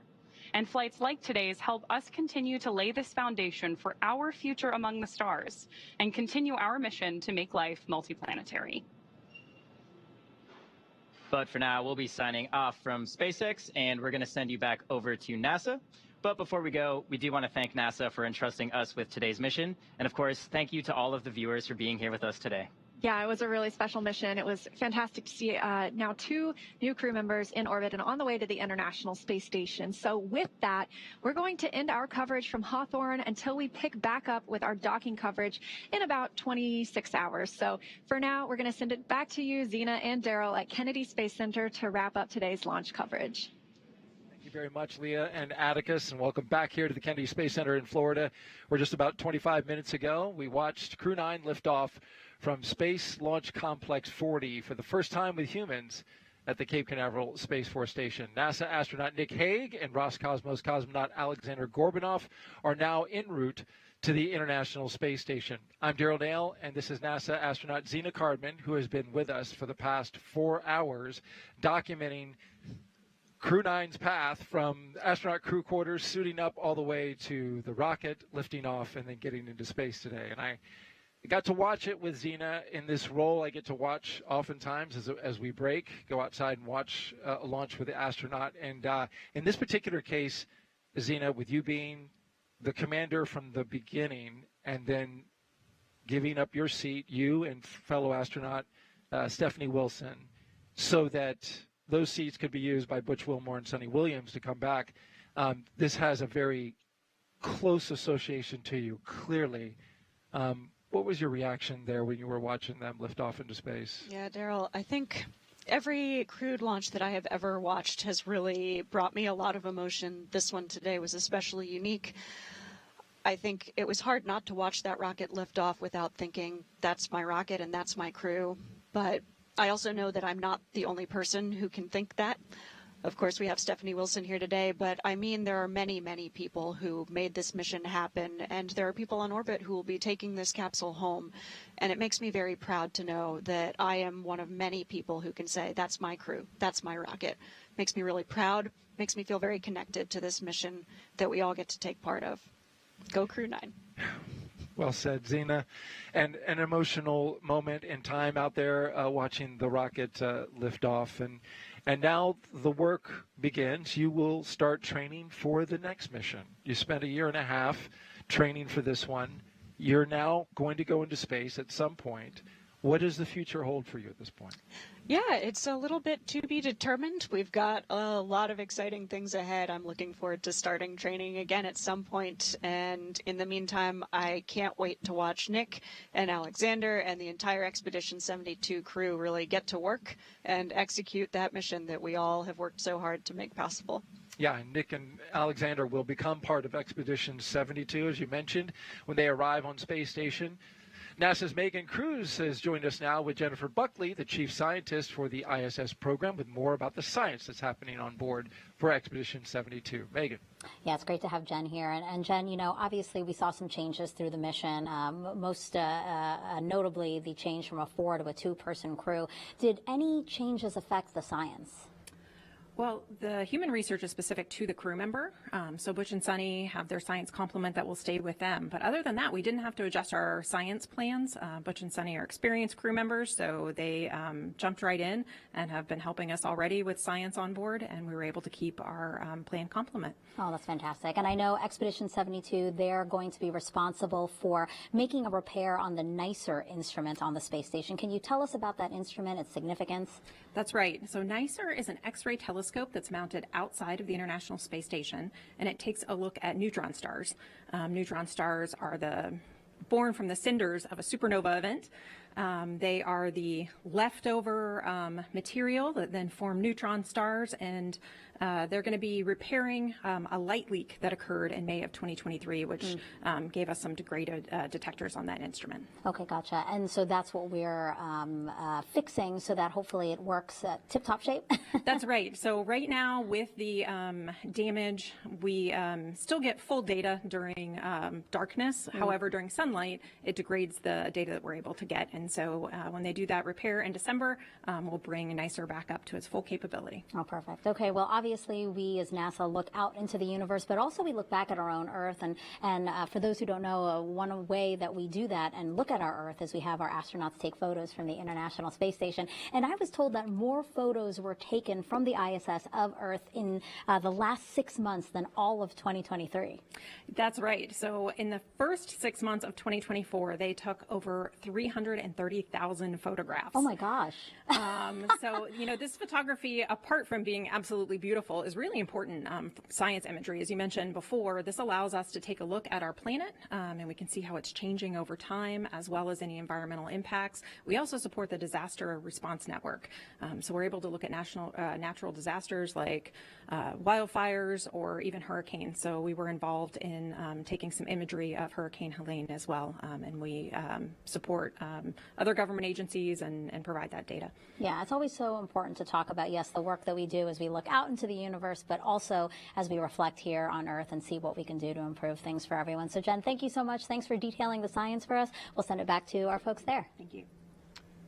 All right, thank you very much, Megan, and good to be back with you here with NASA astronaut Zena Cardman. We are wrapping up our coverage for today after a successful launch of CREW-9. But before we do, I want to know if you take one more social question. Absolutely. Fantastic. Let's put it up for us. This is, let's see, Maya, age 10, asks, I want to know because I want to work there.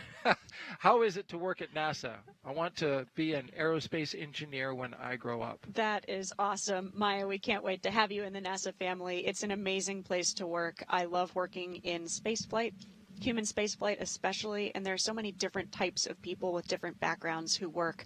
I love that we can all come together for this common goal coming from such different backgrounds. So all you've got to do is apply, and we'll see you soon.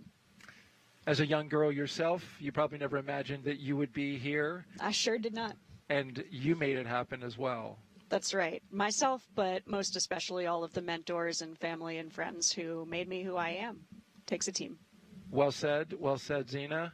Now, as we wrap things up, we want to let you know that though our coverage is coming to a close, you can still follow along with Crew-9's entire journey to the station by listening to the mission real-time audio commentary. Just to do that, you can snap that QR code that you see on the screen there, or if you're watching us on your phone, just screen grab it and you can click on it later. Nick and Alexander are on course to arrive at the International Space Station around 5:30 p.m. Eastern Time on Sunday, September 29th. On-camera coverage of docking and arrival will resume about 2 hours before that happens on NASA Plus.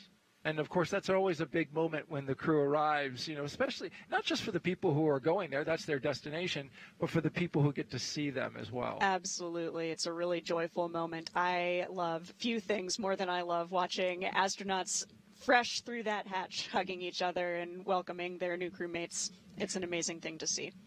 And there's 3 of them if you count this little guy right here, which you brought on board. That's right. This was the zero-G indicator. That's exactly right. And I absolutely love the history that this zero-G indicator has for Nick Hague specifically. And I'm sure Alexei Ovchinin will be happy to be reunited with that zero-G indicator as well. So getting the band back together. Seems like it's a good luck charm at this point. It seems that way. All right. Well, Zena, I want to thank you for co-hosting with me today. Yeah, I know it was a challenge. It was emotional at times, but thank you for sharing your insight, your experiences, your knowledge, but most of all, your heart. Appreciate you. Thank you, Daryl. Go Crew-9. Go Crew-9. All right, with that, we're going to wrap it up and wish you a great day. An important reminder, though, about an upcoming launch in a few weeks here at the Kennedy Space Center in Florida on October 10th at 12:31 p.m. Europa Clipper is scheduled to lift off aboard a SpaceX Falcon Heavy rocket on its 5.5-year journey to Jupiter's moon, Europa. You can watch it live right here on NASA Plus starting at 11:30 a.m. Again, huge thanks to all of our guests, for everyone who joined us today. But most importantly, we appreciate you for being here and watching. You can keep up with any Crew-9 updates to the mission using the online resources you see on your screen now. For everyone here at NASA and SpaceX, have a great rest of the day. We look forward to seeing you again soon.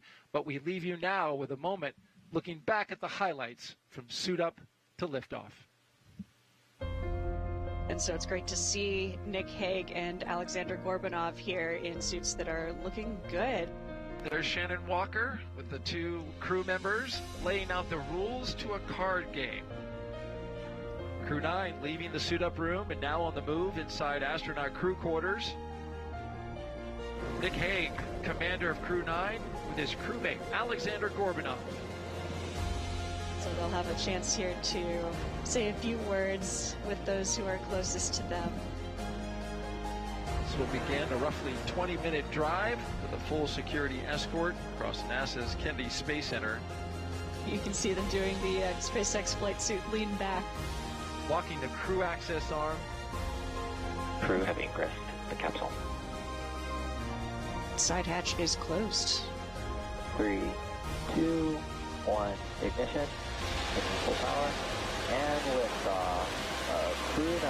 Go SpaceX, go Falcon, go NASA. Liftoff of Crew-9, now soaring to the International Space Station. 1 Alpha. 6, 1, propulsion nominal. Copy, 1 Alpha. Those 9 Merlin engines now providing 1.7 million pounds of thrust, propelling Falcon 9 and Crew-9 and continuing to get good calls from teams here on the ground.